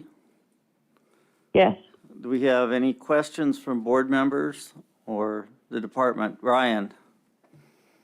Thank you, Mr. Chairman, and thank you, Joni, for calling in. You're in a unique position where you have trapped in the past and been through a bad situation. Do you have any thoughts on trap tags? How do you feel about marking traps? I feel that signs would be of huge help. Currently in the Anchorage area, as I said, I've been on many trailheads, and this fall alone, I was able to come across a main trailhead that had a sign on it that said trapping line in use, and we were able to avoid the trail without any incident, and we did have a dog in our party. I believe that system is very effective. I think that it would be very helpful to people that are going to be using the trails to know that active trap lines are in use if they are that close to the trailhead. I myself would have, our dog's life would have been spared had we known that there were traps that close to a trailhead. I didn't know that that type of trapping actually took place. When we set traps in Nome, it was far away from anywhere anybody would be, especially with a loose animal. Thank you. Mm-hmm. Al? Yeah, thank you, Mr. Chairman. Thank you, Joni. I'm curious, while you're hunting with your dog under voice control, does your dog ever get further than 50 yards from you? Our dog was very young. She was not that experienced out ptarmigan hunting with us. It is general practice that when dogs go into brush, they flush out the birds, as you might know from ptarmigan hunting. Our dog was never very far away from us. 50 yards, I would say, is probably the furthest that she would go without us calling her back. However, she did stay quite close, and the snow was pretty deep. The trail that was leading up to where the trap was placed had been trampled by the person that had set the trap, so there was an easement for her to access that trap that day, and I believe that's how she was lured, also by the smell and the scent that was placed on the trap. Thank you, Joni, and I'm very sorry for the loss of your dog, your hunting partner. Thank you, I appreciate it. My son was with me, he's 13. We tried without success to get her out of the trap, but we're unsuccessful. I just would hate for other people to have to go through this experience. Any further questions from board members? If not, thank you very much for your testimony. And with that, I believe that's everyone that we have for today. Unless there's someone who's signed up for tomorrow who would like to in the room who would like to testify today. If not, tomorrow we're going to start at 9 a.m.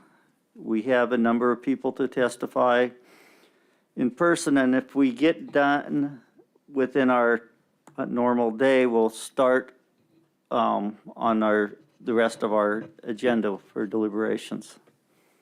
So, and we may well get to that, so be prepared and make sure you're ready for that in the afternoon.